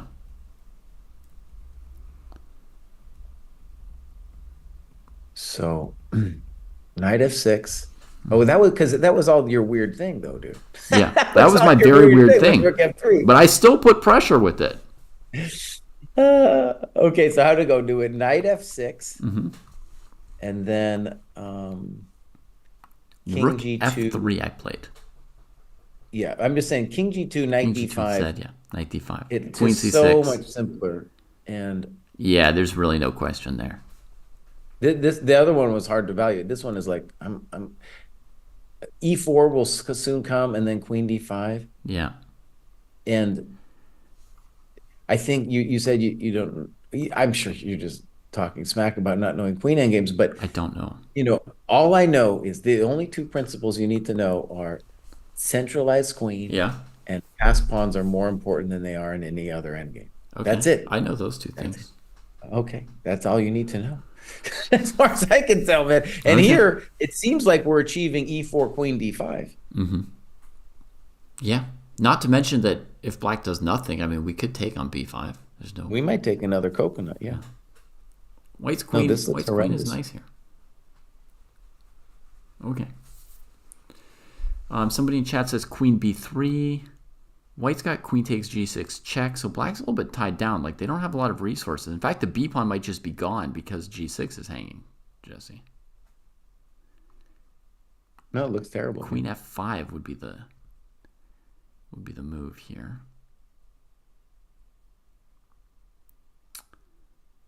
Ooh, I see a little combinacion. You go check, right? You put your queen on e7. Then you play e4. You keep them out of c2 and out of g5 at once. And then wherever they go, you reposition your queen, right? Because you've got risk control on this king. You can go queen d8, queen e8, queen d5. Oh, it's brutal. Rude. In fact, where does this queen even go? We had an earlier moment, Jesse, that was hilarious, where Kosti and I thought a queen was trapped and then it could just move away. I found it. h5. c8. Okay, I see how pieces move now. Queen c8. He could have gone to f4 too. Yeah, lots of moves. Okay. Let's see if he's moved in the game. He has. Rook g2 check, king h1. No, that's where we were. Okay.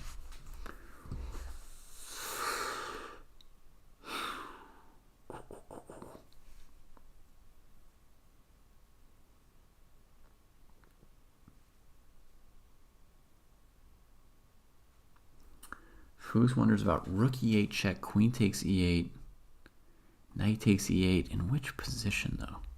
We were playing knight takes f6 for black here, so we didn't have... We have this position, by the way. He played king g2. The whole thing went down. We did pretty good, dude. We did pretty good. We saw this whole thing. And knight back to And, d5. Yeah. But we've got queen, And queen takes c6. c6 on the board. We've got queen Yeah. takes c6. Let's good, go. dude. Let's go. I think, by the way, your queen f, what was it, 93 fe, queen f5, that looks like your only shot. Yeah, this is the only shot. Black's tied up in general.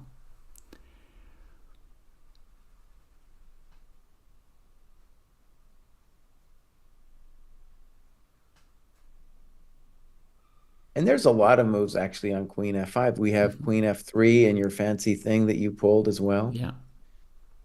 There's a lot of good looking things. Yeah.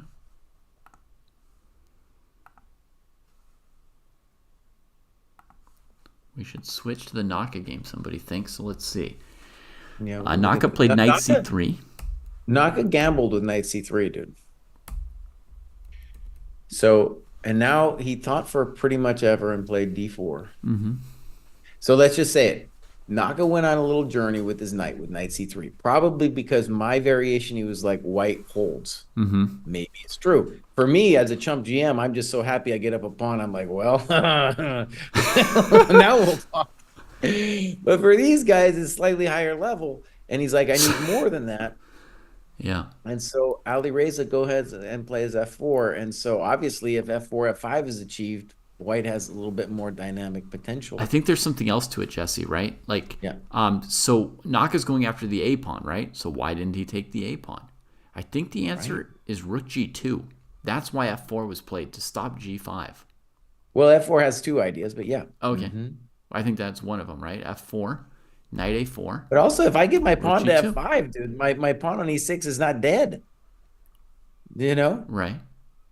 Yeah, but we need some counterplay too. Black's not winning by taking the E-pawn. Black's trying to win by queening the A-pawn right now.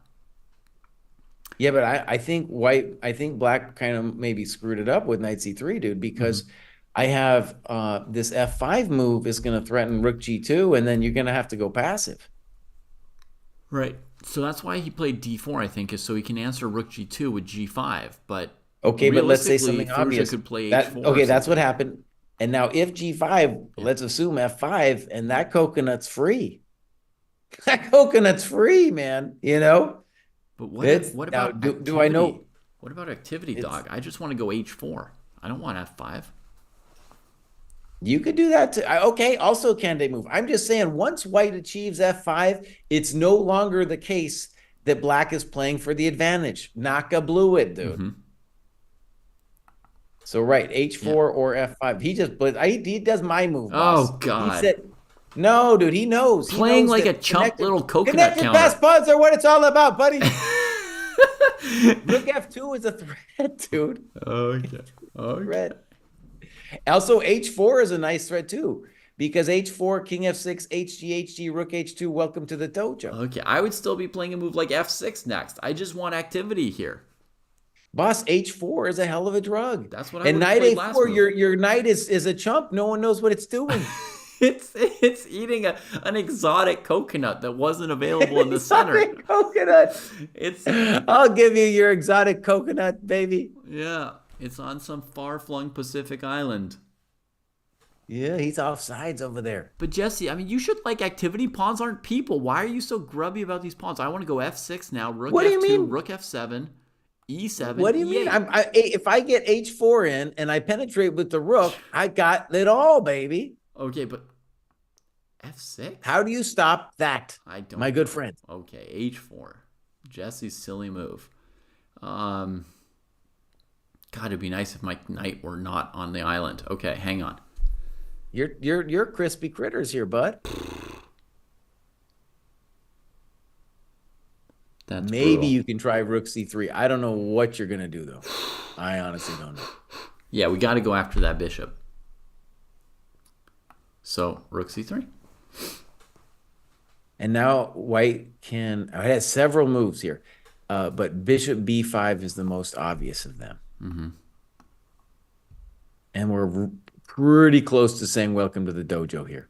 Okay, rook C1. We're getting real close. Rook C1. Oh, I like it. That's a good move, dude. I know.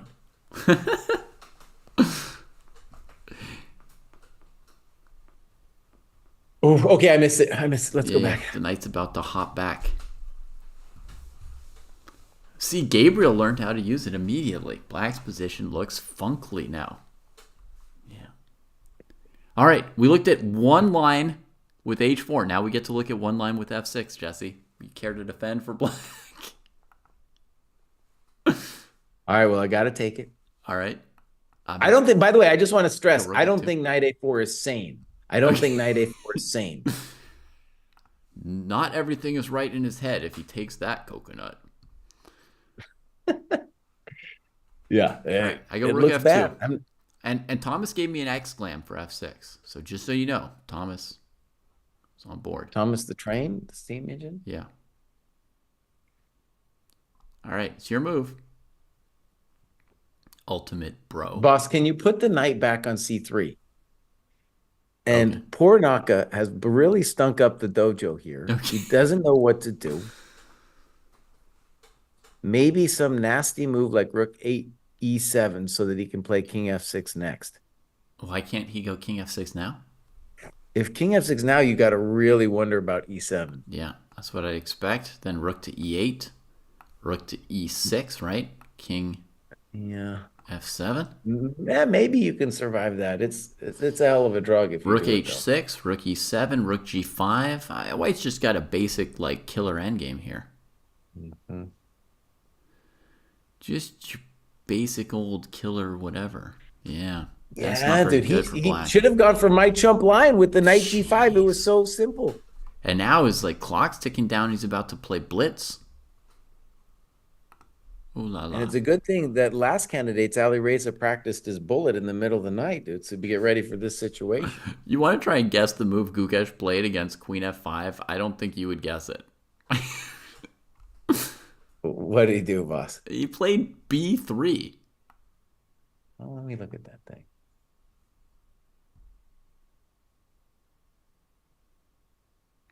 I'm. Okay. I don't even know what planet that move comes from. That's a good move, dude. Because if you think about it from the context of Mm-hmm. the past pawns, well, the only thing black can do now is go to win the H pawn, right? Yeah, and he's like, the F pawn's covering a dark square, my queen's covering light squares. Uh-huh. This kind of suggests that A4 might be coming.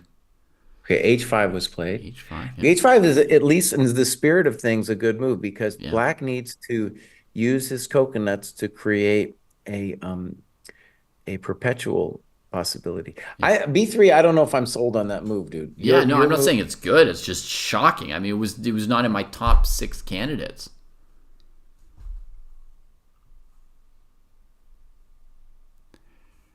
Rico is saying that in our line on the Naka game, after rook e6 check, you would have just pushed f6.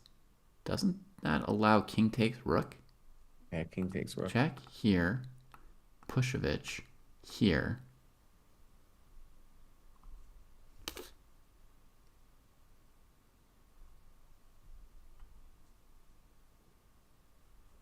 Yeah. Okay. Because they're falling from trees. Jesse, people want to know like the etymology of coconuts. So I have a friend that I knew when I was since a little kid. It was really actually cool friendship. So I grew up in Santa Fe. There wasn't a lot of chess going on, and this Mexican kid came up with his father, and his father was this kind of famous orchestra dude. So there wasn't much chess coming through Santa Fe, but he was like in Santa Fe to be at the opera or something like that. And his name was Julian Estrada Nieto. And then we played Blitz in the middle of the night. We hung out, blah, blah, blah. He became an IM fairly early and then never made GM. I think then when I went to Hungary in 2003 to play chess, I reconnected with him. And he's got a lot of sayings, dude, that I've picked up, like Rukins, and he's got like a faux Russian accent he likes to do. He's got all kinds of things going on, but like the rook in the center is big shit. Now B3A4 is on the board, and then he was the one though always like, "Are you talking to my coconuts?" So it's stuck, it's stuck. The deep coconut lore. So B3A4, just saying, boss, Cry said it was about the past pawns, and that's where he's going with it. Yeah. I thought E4 looked pretty good last move, Jesse, with the idea of like Queen G5, King F3. And you're just asking him about Queen D5, right? What are his plans? And what is the dude waiting for on BA? Isn't BA your intention, boss? Gukesh sometimes calculates where other people don't.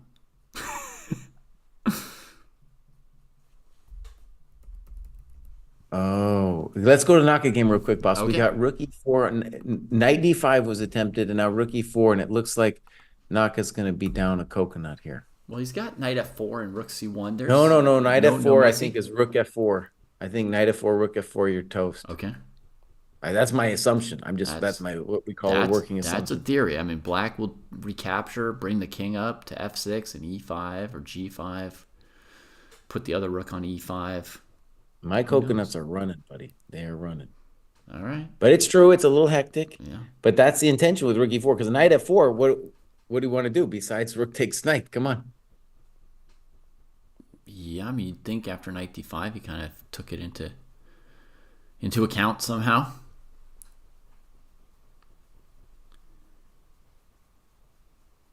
Knight a4, Bruce. Come on, buddy. You can do better than that. I wouldn't play knight a4. I just thought that's what we were discussing. You you had By me the play way, knight knight a4 f4. first, and you played h4 as white. Then I wanted a I turn want to to beat knight a4 with f6. I want to stress that on knight f4, the other attempt for white is rook d4. Rook d4. I don't know if it's any good. He goes to b4. Well, that seems to allow rook d4 as well.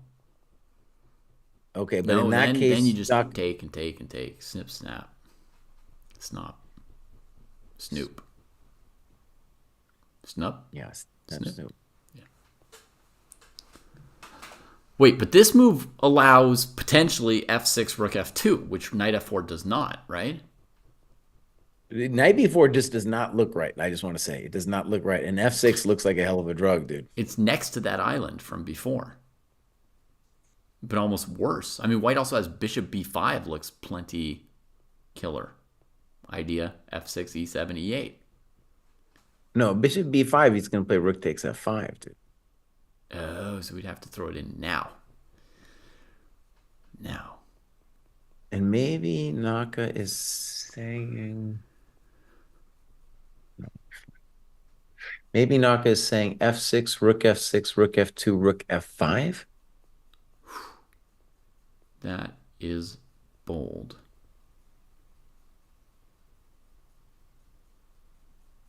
But otherwise, if you start screaming on me, it's not going to be pleasant for a peasant. Yeah. The other question actually is f6, king f6, e7. Mm-hmm. That's a big question. Yeah. And he might not like that. He might have to sack the exchange there, which might be fine for black, honestly. Just sack the exchange. Yeah, Thank you very much. That's about as good as it's looked for a while here. Dude, these turned into crazy games. Yeah, so I think white should first do the rook f2 thing, Jesse, right? Trade one rook and then go e7, e8. So that you don't have... These are full spicy, dude. Let me just say, I think Gukesh has got his heart in the right place. So we're just running the passed pawns. We don't care about anything else. And then queen h3 is our big question here. Mm-hmm.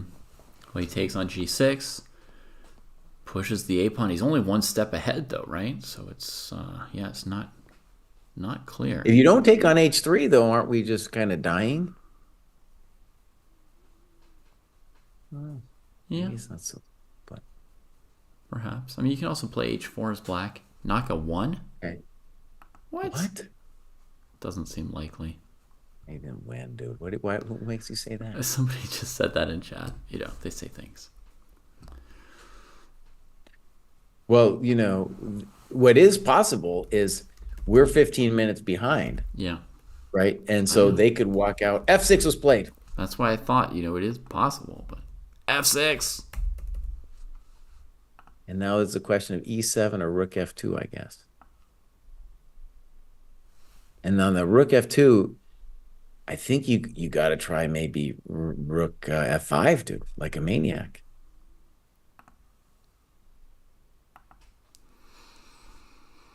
Coco fan saying e7 93. That's our assumption. Yeah. He's got a minute on the clock. Rook f2. Rook oh, f5. It happened. We're good. I'm good today, my friends. Yeah. I'm a GM today. I think they're just joking, Holly. I don't think they know.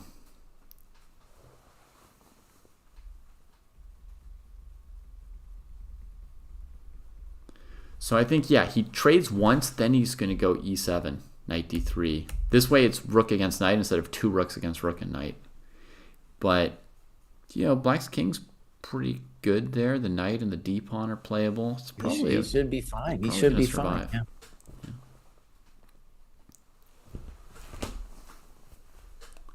So let me just say, Naka played this with guts, dude. Guts. Yeah. Now this one, my just gut appreciation of this is that white should hold this. And there's maybe possible worlds where white gets to play for a win too. The rook versus knight and two pawns? Yeah. Yeah, why would white not hold?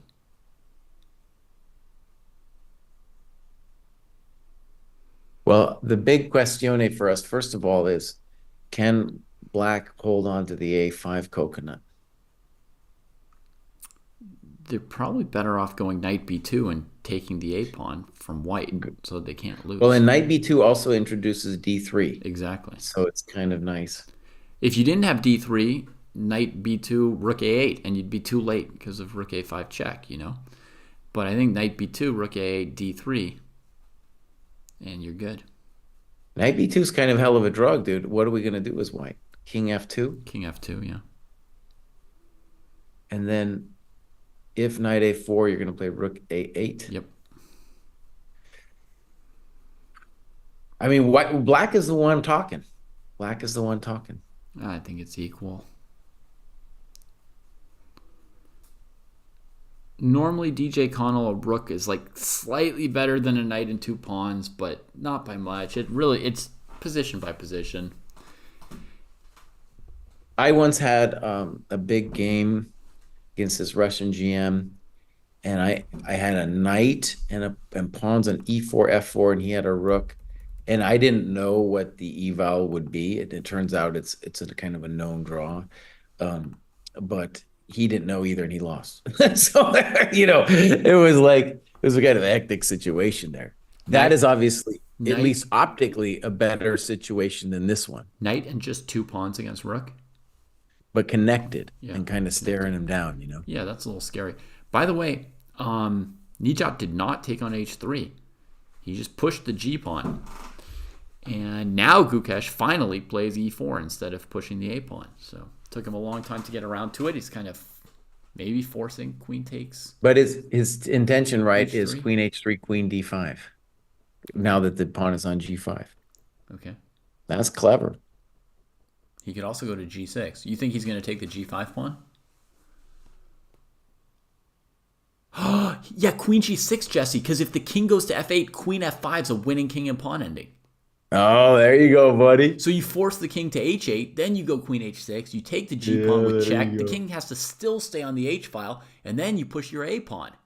Ooh, welcome to the dojo.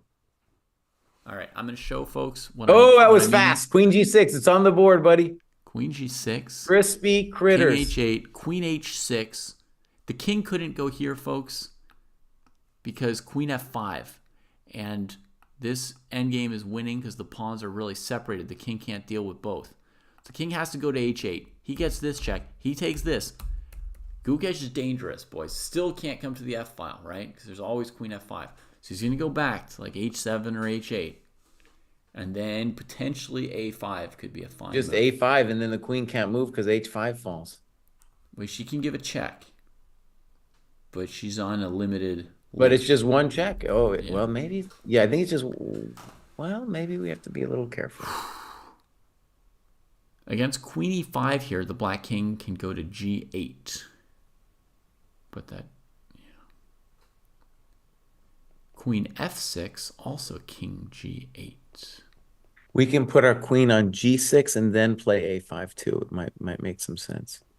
Because then queen h2, king d3, and then there's no checks. On d6. Right. Yeah. I would guess white's winning here.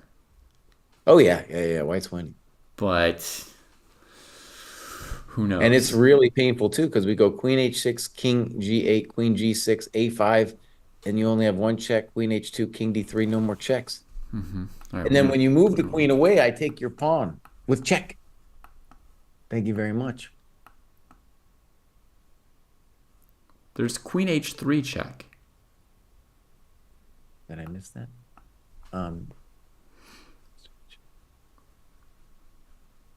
Maybe I missed that. Cry? What are you doing, buddy? It's...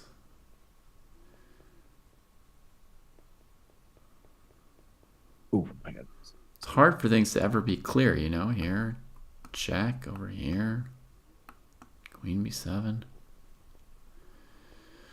Who knows? It's really... Queen endings. I just don't have the practice.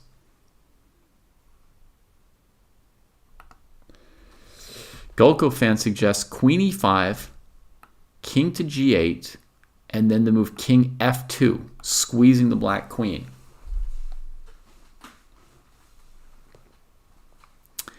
And then the game turns around to like queen a3 probably, right? Leaving the h pawn hanging, but going after the a pawn. White can play a5 though, and then if you get checked, bring your king up to like h4. King f2 is ultra high class. Oh, we've got queen g3. There's not even switching over. Oh my god. Let's see what he chose to do. He chose to check and bring the queen to g5. That was a repetition.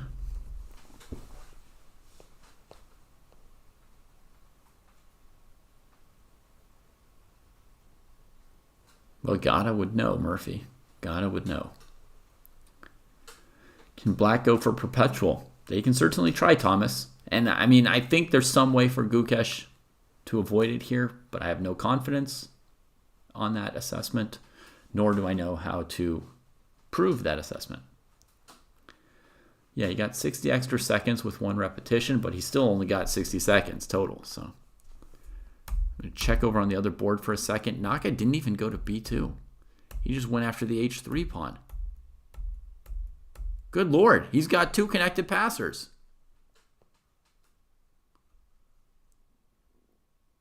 That's risky for Firouzja. That's hot. a5 played.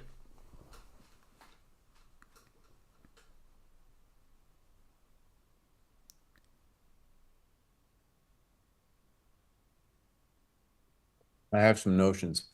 Maybe queen h2, king to e3 F3. or f3. Oh, e3 is fine. Right? Okay, he plays h4. Queen h3, king f4, right? And you walk your king to g6 as white if black checks you.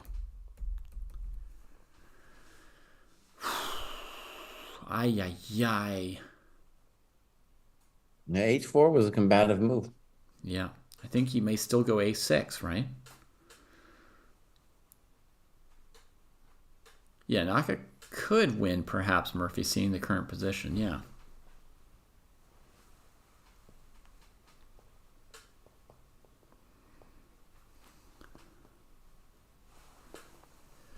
Jeez, they're just blitzing down to the end here. 10 seconds for Firouzja.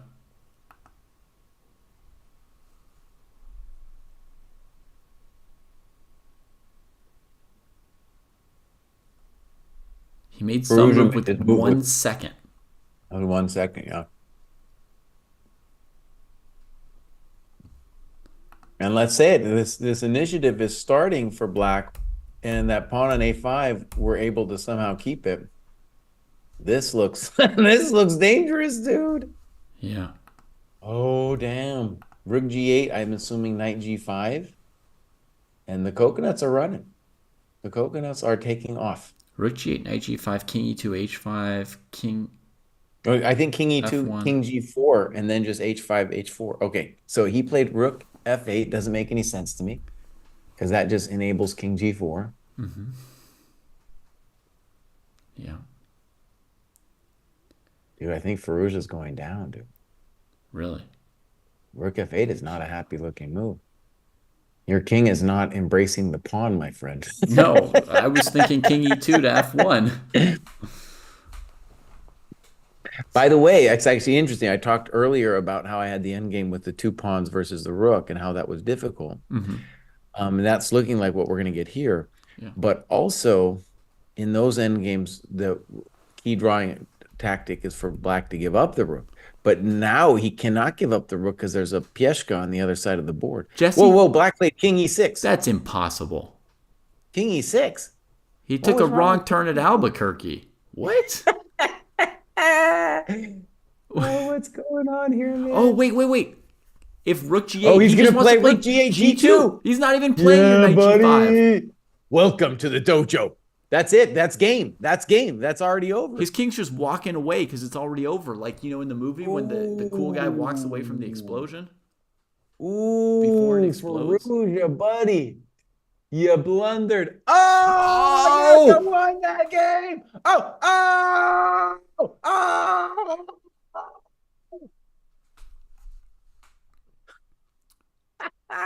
Just to remind everybody, Woo. this was Naka's position after 13 moves. This was the position. Makes for good content. Makes for good content. The night hops today, Jesse. The night hops. The night Even hops. finishing with rook night g8, hops. g2. Yep. He's queening, defended by the knight. And if you take it, knight here. Hey, Good Lord. The knights have been crazy today. But Gukesh, one teenager has handled the knight hops today. And his pawn is currently 2 steps from ending things. okay, so a6 is on the board, and I think queen h2 is the only move I see. Or is it the only, like, logical move? I don't know. Queen Maybe h2 there's is some the other only thing. move. This looks abysmal, too. I mean, what do I say? I liked it better with white's queen on g5. Of course, that's the thought of somebody who doesn't calculate, but...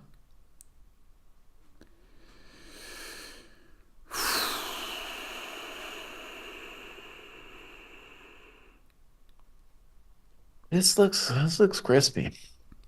We think it is Krabby Crab, but I mean, look at the time they have. The calculations in queen endings are really, really difficult. Mm-hmm.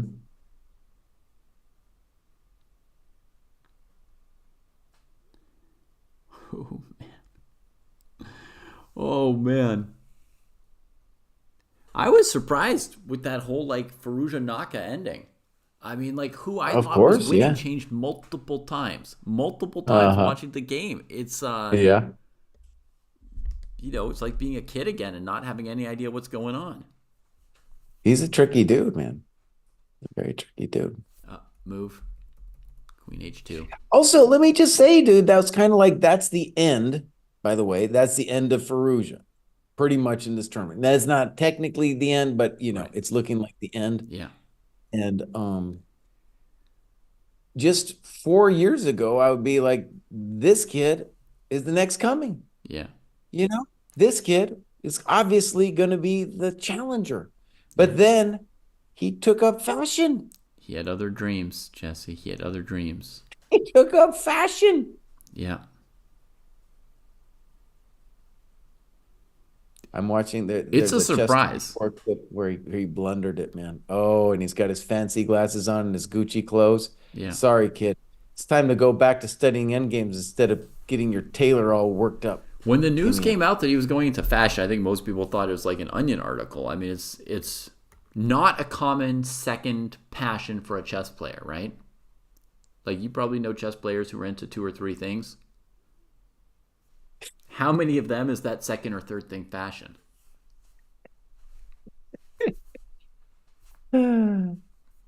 Those glasses aren't working for me, Firouzja. Them glasses ain't working for me, Baus. I know chess players who are interested in soccer and chess, tennis and chess, rap and chess, backgammon and chess, poker and chess, politics and chess. Yeah, never heard this one before. Boxing and chess, right? There's chess boxing, there's chess swimming. Boxing. Chess swimming, dude? Yeah, there's people who play like their game underwater, so they have to swim down to the board holding their breath and stuff. Oh, man, I didn't even want to know about chess swimming. Oh, so your line happened with Queen H3, and King E2 is just there to get us a little bit of extra time. That's one cool thing, actually, about this position for Gukesh is he can repeat a bunch and gain time. Yeah.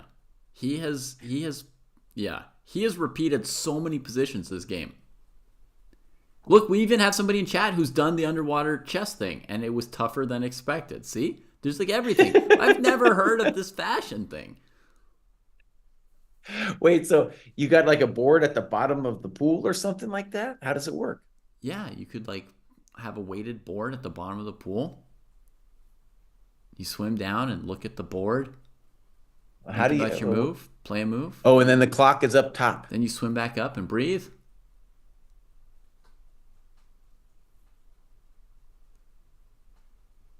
That's intense, man. Yeah. Your internet, I think, has to be great because the lag, if I'm watching it live, is like just 2 seconds behind. Hmm. Okay, so there's King D3 as expected. And now we're going to guess on Queen H3. Well, it's really the only move. What are Yeah, you I mean, going I to do? wasn't sure what he was going to do. I thought he might head to like F3, F4, F5, G5, Mhm. H6, something. I wasn't sure. He's got a couple different ways to massage him here, too. I think also on Queen H3, you could go King D4, Queen D7, King E3, Queen H3, King F4, and wiggle in that way. You can wiggle towards the queen side too. That's the most speculative one. That's the hardest to calculate. Hmm. Yeah. If you're talking to me, Iris, I have nothing against or any opinion about what he wears or fashion. I'm just saying that I was surprised when I heard about it. It didn't seem likely just because it was new. Not positive or negative at all. Just surprised. And I actually have not looked at the cams. I don't know what he's wearing. When Kostya referred to his glasses and his jacket, I don't know what Kostya's talking about. And I even if I saw them, I probably wouldn't have an opinion. All right, here he goes on his march. King C4. It's time to go. Time to go. Queen We're anticipating C8. Queen C8. Right. Queen Now. C8. King B5. It's really hot, dude, because like if we could imagine a situation where we trade queens and maybe get to push the pawn, but black is going to have to win a tempo to do that because our pawn queens with Queen's check with him on check right now. Yeah. So like King B5, Queen B8, Queen B6, for example. I just throw some moves out here, folks. Jesse's just saying, like, if there were a trade, if this pawn were far enough for black, they could draw this way, but this is Chekovich. By the way, if the black pawn were magically not on the board, he could instantly get a stalemate. Oh, if black didn't have this H pawn, they could just Right. smash the queen in. Smash the Dang. queen in. Yeah. King B5, Queen C5. The crazy rook, Oh they man, call it's it. And I getting guess hot. crazy queen, too. Guys, 15 seconds. It's really hot, dude. Okay, What bows. what would Okay, you King say? B5. What would you say of Okay, Gukesh's System 2 bucket or whatever you call it, Jesse? He's got a pretty he's got a nice he's bucket. got a lot of bucket, right? The man's got some bucket. Yeah. So let me try to. I think he ultimately. Okay, so it's like Queen D7, Queen D6. I Hmm. think is the intention. Queen B5, King E6, Hmm. something like that. It's and then interestingly, if you send the king over to like G5, I might take your coconut on H4. That might be a cool idea. Oh, but then there's the stalemate.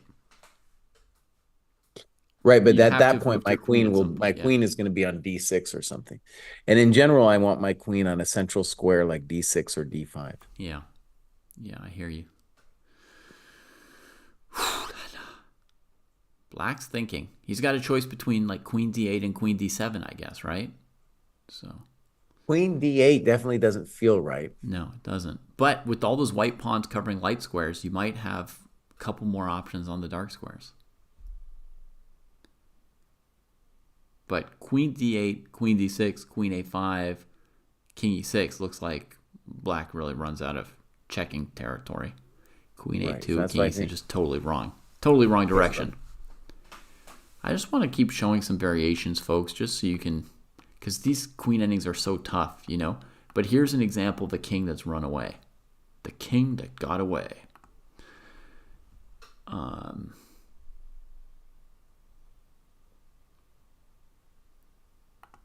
so more likely is going to be Queen D7.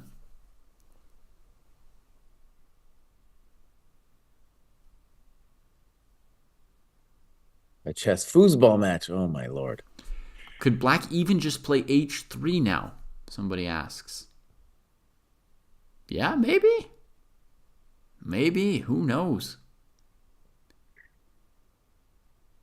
In that case, Huh? in that case, the queen trade is no longer winning for white, right? Oh, sorry. It's close. It might be, King you know, it H7. might actually be, it's pretty close to winning, See, but now, I now black. wouldn't know. I wouldn't feel good about it. So yeah, so H3 is even a candidate move here for Nijat, who's thinking. H3 is a really ballsy move, man. Yeah.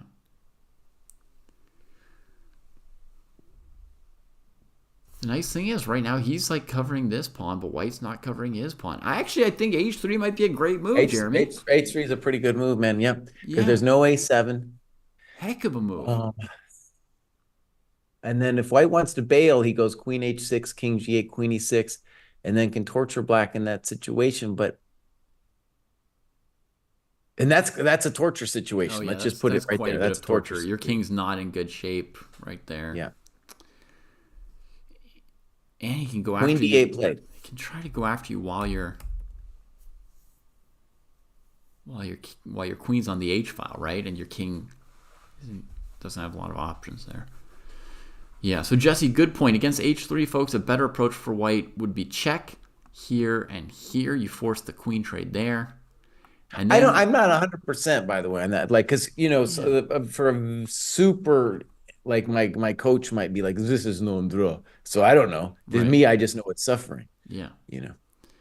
But the idea is, you know, if you get something like this as white, this king and queen are not in great position to defend this. So you definitely have chances, right? Like, look, I mean, the king's struggling to get out of the way of losing the queen. Yeah, and we're going to have, I think, several variations that will look like that. For example, if H3, you could play queen E5 in a very similar situation. Will happen. I mean, if white wants. Look at this king F7 move. I mean, this is brutal. Yeah, there you go, boss. Yeah, or maybe even F6 is better. Then there's H4. No, I went the right way, I think. Anyway, to the game. Queen D8, queen D6, queen A5, king E6. We had this position, and we went queen A2, king E7, and said that was the end. But now he pushes the H pawn, Jesse. Holy smackerel. Okay, right. So queen E5 is the suffering position, right? But the question is, can white do better than that? Right. And the questions are especially like king F6 or king E7. King E7. Okay, so he plays king F7. Right. Okay. So now that allows queen H5. A2. Queen H5 is also. And he's going to play queen G6, takes, H2, A7, H1, and he queens with checkmate.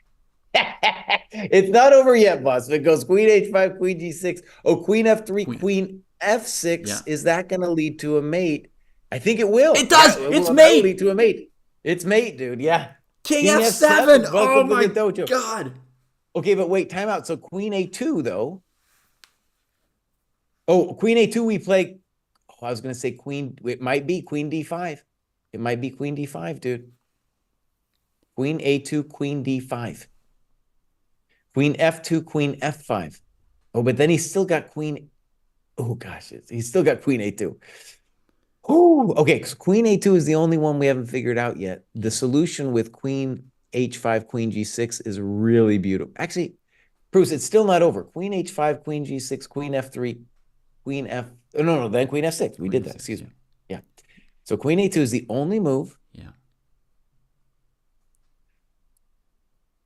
And now queen D5, queen F2 is the question.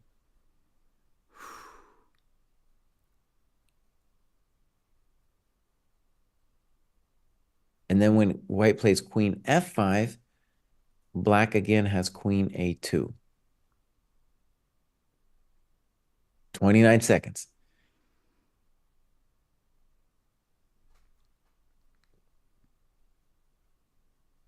He's played it. Queen A2 at least. Sorry. Yeah. Queen E6.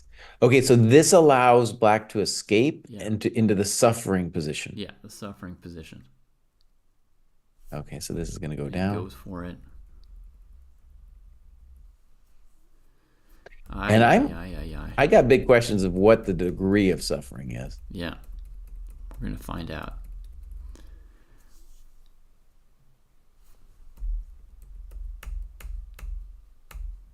So let me tell you what I think my practical knowledge is in this position.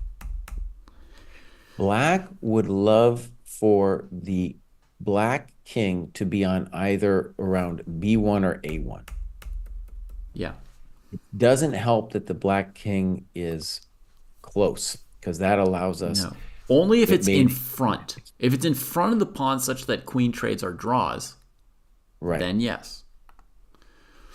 So now, for example, I think we're going to see queen B7, I guess. And then I think king Obvious. H6 is the best Queen defense. A7. Queen Queen A7, A7. taking that into Queen. account. He's got Yeah, queen yeah, E3 yeah. then. Yeah. So good. But black isn't, I don't think black should be getting mated here. Well, but see, on king H6, if he goes queen E3, if he can land like a queen G3 check and edge his king over to like F6 or F7, like he could. No, but king H6, queen E3, king H7. Okay. Yeah. So I think what's going to happen is we're just going to see a path of suffering, but it's not, I don't think there's some immediate win here. Mm-hmm. King H6 might be an only move. Yeah, because king G6, there's queen F7 to F5.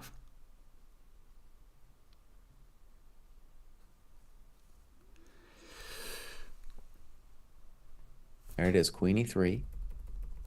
And we're going to anticipate king H7. He's going to H5. Okay. Now. No, it's white's turn. Yeah, E5, queen C6 looks wrong.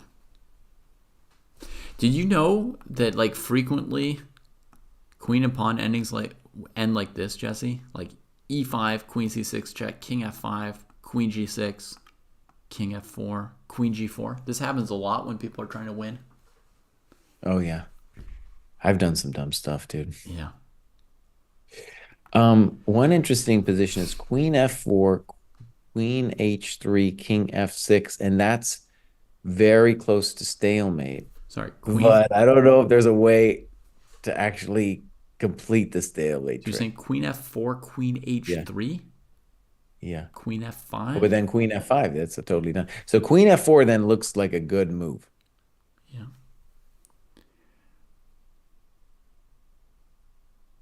And then we could probably anticipate something like queen A1. Queen A1, though, you got to be real careful about, like queen F5, queen F6. Forget about it. Oh, So yeah, maybe no queen A1. B1. Queen B1, sheltered from trades Yeah. by white's E pawn. This is an epic game. Holy moly. So, right, the problem with queen F4, queen B1 is then what are we actually going to do to this fool? Oh, don't come. Fool, Jesse.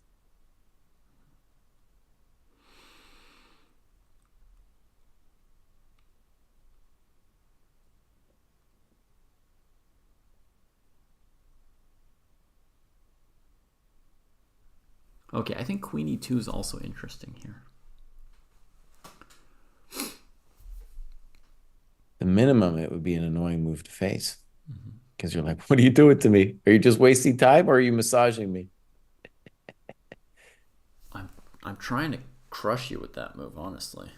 By the way, I think what Black's intuition is, which is, I believe, correct, is when he plays king h5 there instead of king. Oh, here we go, king f5. Whoa. His dream is actually to move the king all the way down the board. Oh my gosh. King f5 might be a star move. Let's That's see. a sick move. So queen f1, queen f4. This isn't played, Right. folks. This is just to put some analysis on our plates. Check and here. And you can't get it in. And you can't stalemate him either, because there's no way to stalemate without making like us Right. give up. Yeah. And against queen b5, you go queen e5, and now any king move is going to be discovered check. So that's also going to be playable. Be a Queen question. f1, queen f4 getting played. That's pretty cool, dude. Yeah. Okay, I think he's got to go queen E5 is b5 a good anyway, move. and he does. Now, there's queen e5, and there's also even e5 potentially, but e5, queen d3. Well, but wait a second. Queen E5, the dude has got queen F1. That's the key move. Mm-hmm. That's an annoying little move. Yeah. Oh, yeah. We could go back and go for your E5 move too, but that E5, I don't know if we're ready.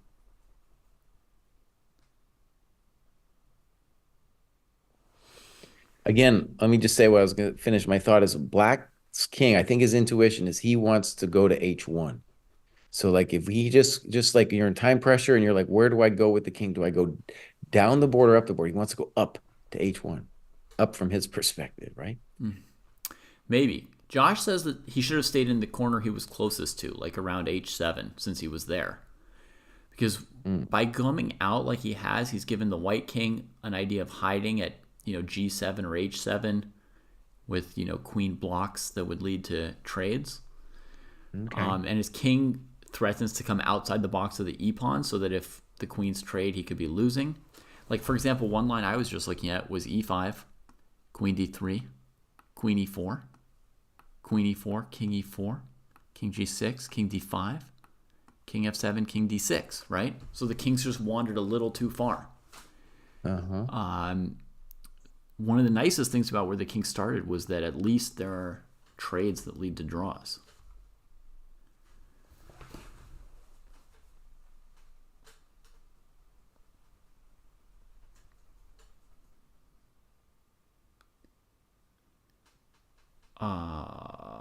Foos or somebody is saying that queen f1, king e6 forces a queen trade.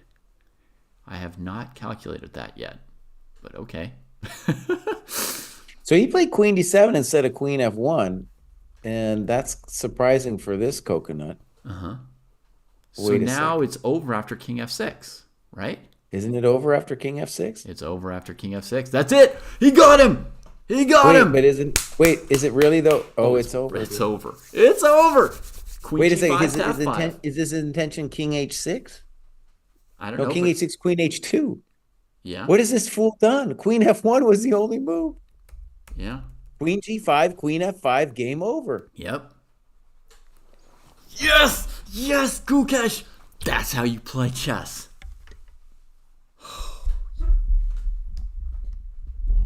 Oh, buddy, what are you doing? A bus off, you chump?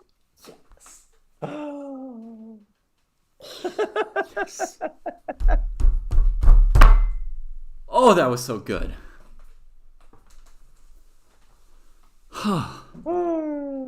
Man, he pushed it to the limit. All right, my man, I'm out of here. That Yeah. was great. That was great. You need to go to bed, buddy. I need to go to I'm almost ready for bed. What are you doing up? I don't understand. I couldn't leave. I couldn't leave. I don't know. How could you still be standing is the only question, you know. I'm not standing. I've been sitting for 6 hours. All right. You know what I'm saying. All right. Good night, everybody. All right. From the dojo to you. Have a great time. Gukesh wins. That's what matters here. Naka also won today. The leaders, Nepo drew with Prague, so he's probably tied with Gukesh. Caruana half a point back after a somewhat lucky escape against Vidit, who looked perfectly good after 2 losses in a row. Got things under control. And yeah, we'll see you tomorrow for round whatever it is, 6. That's right, man. All right, you guys. Bye-bye. Dojo out.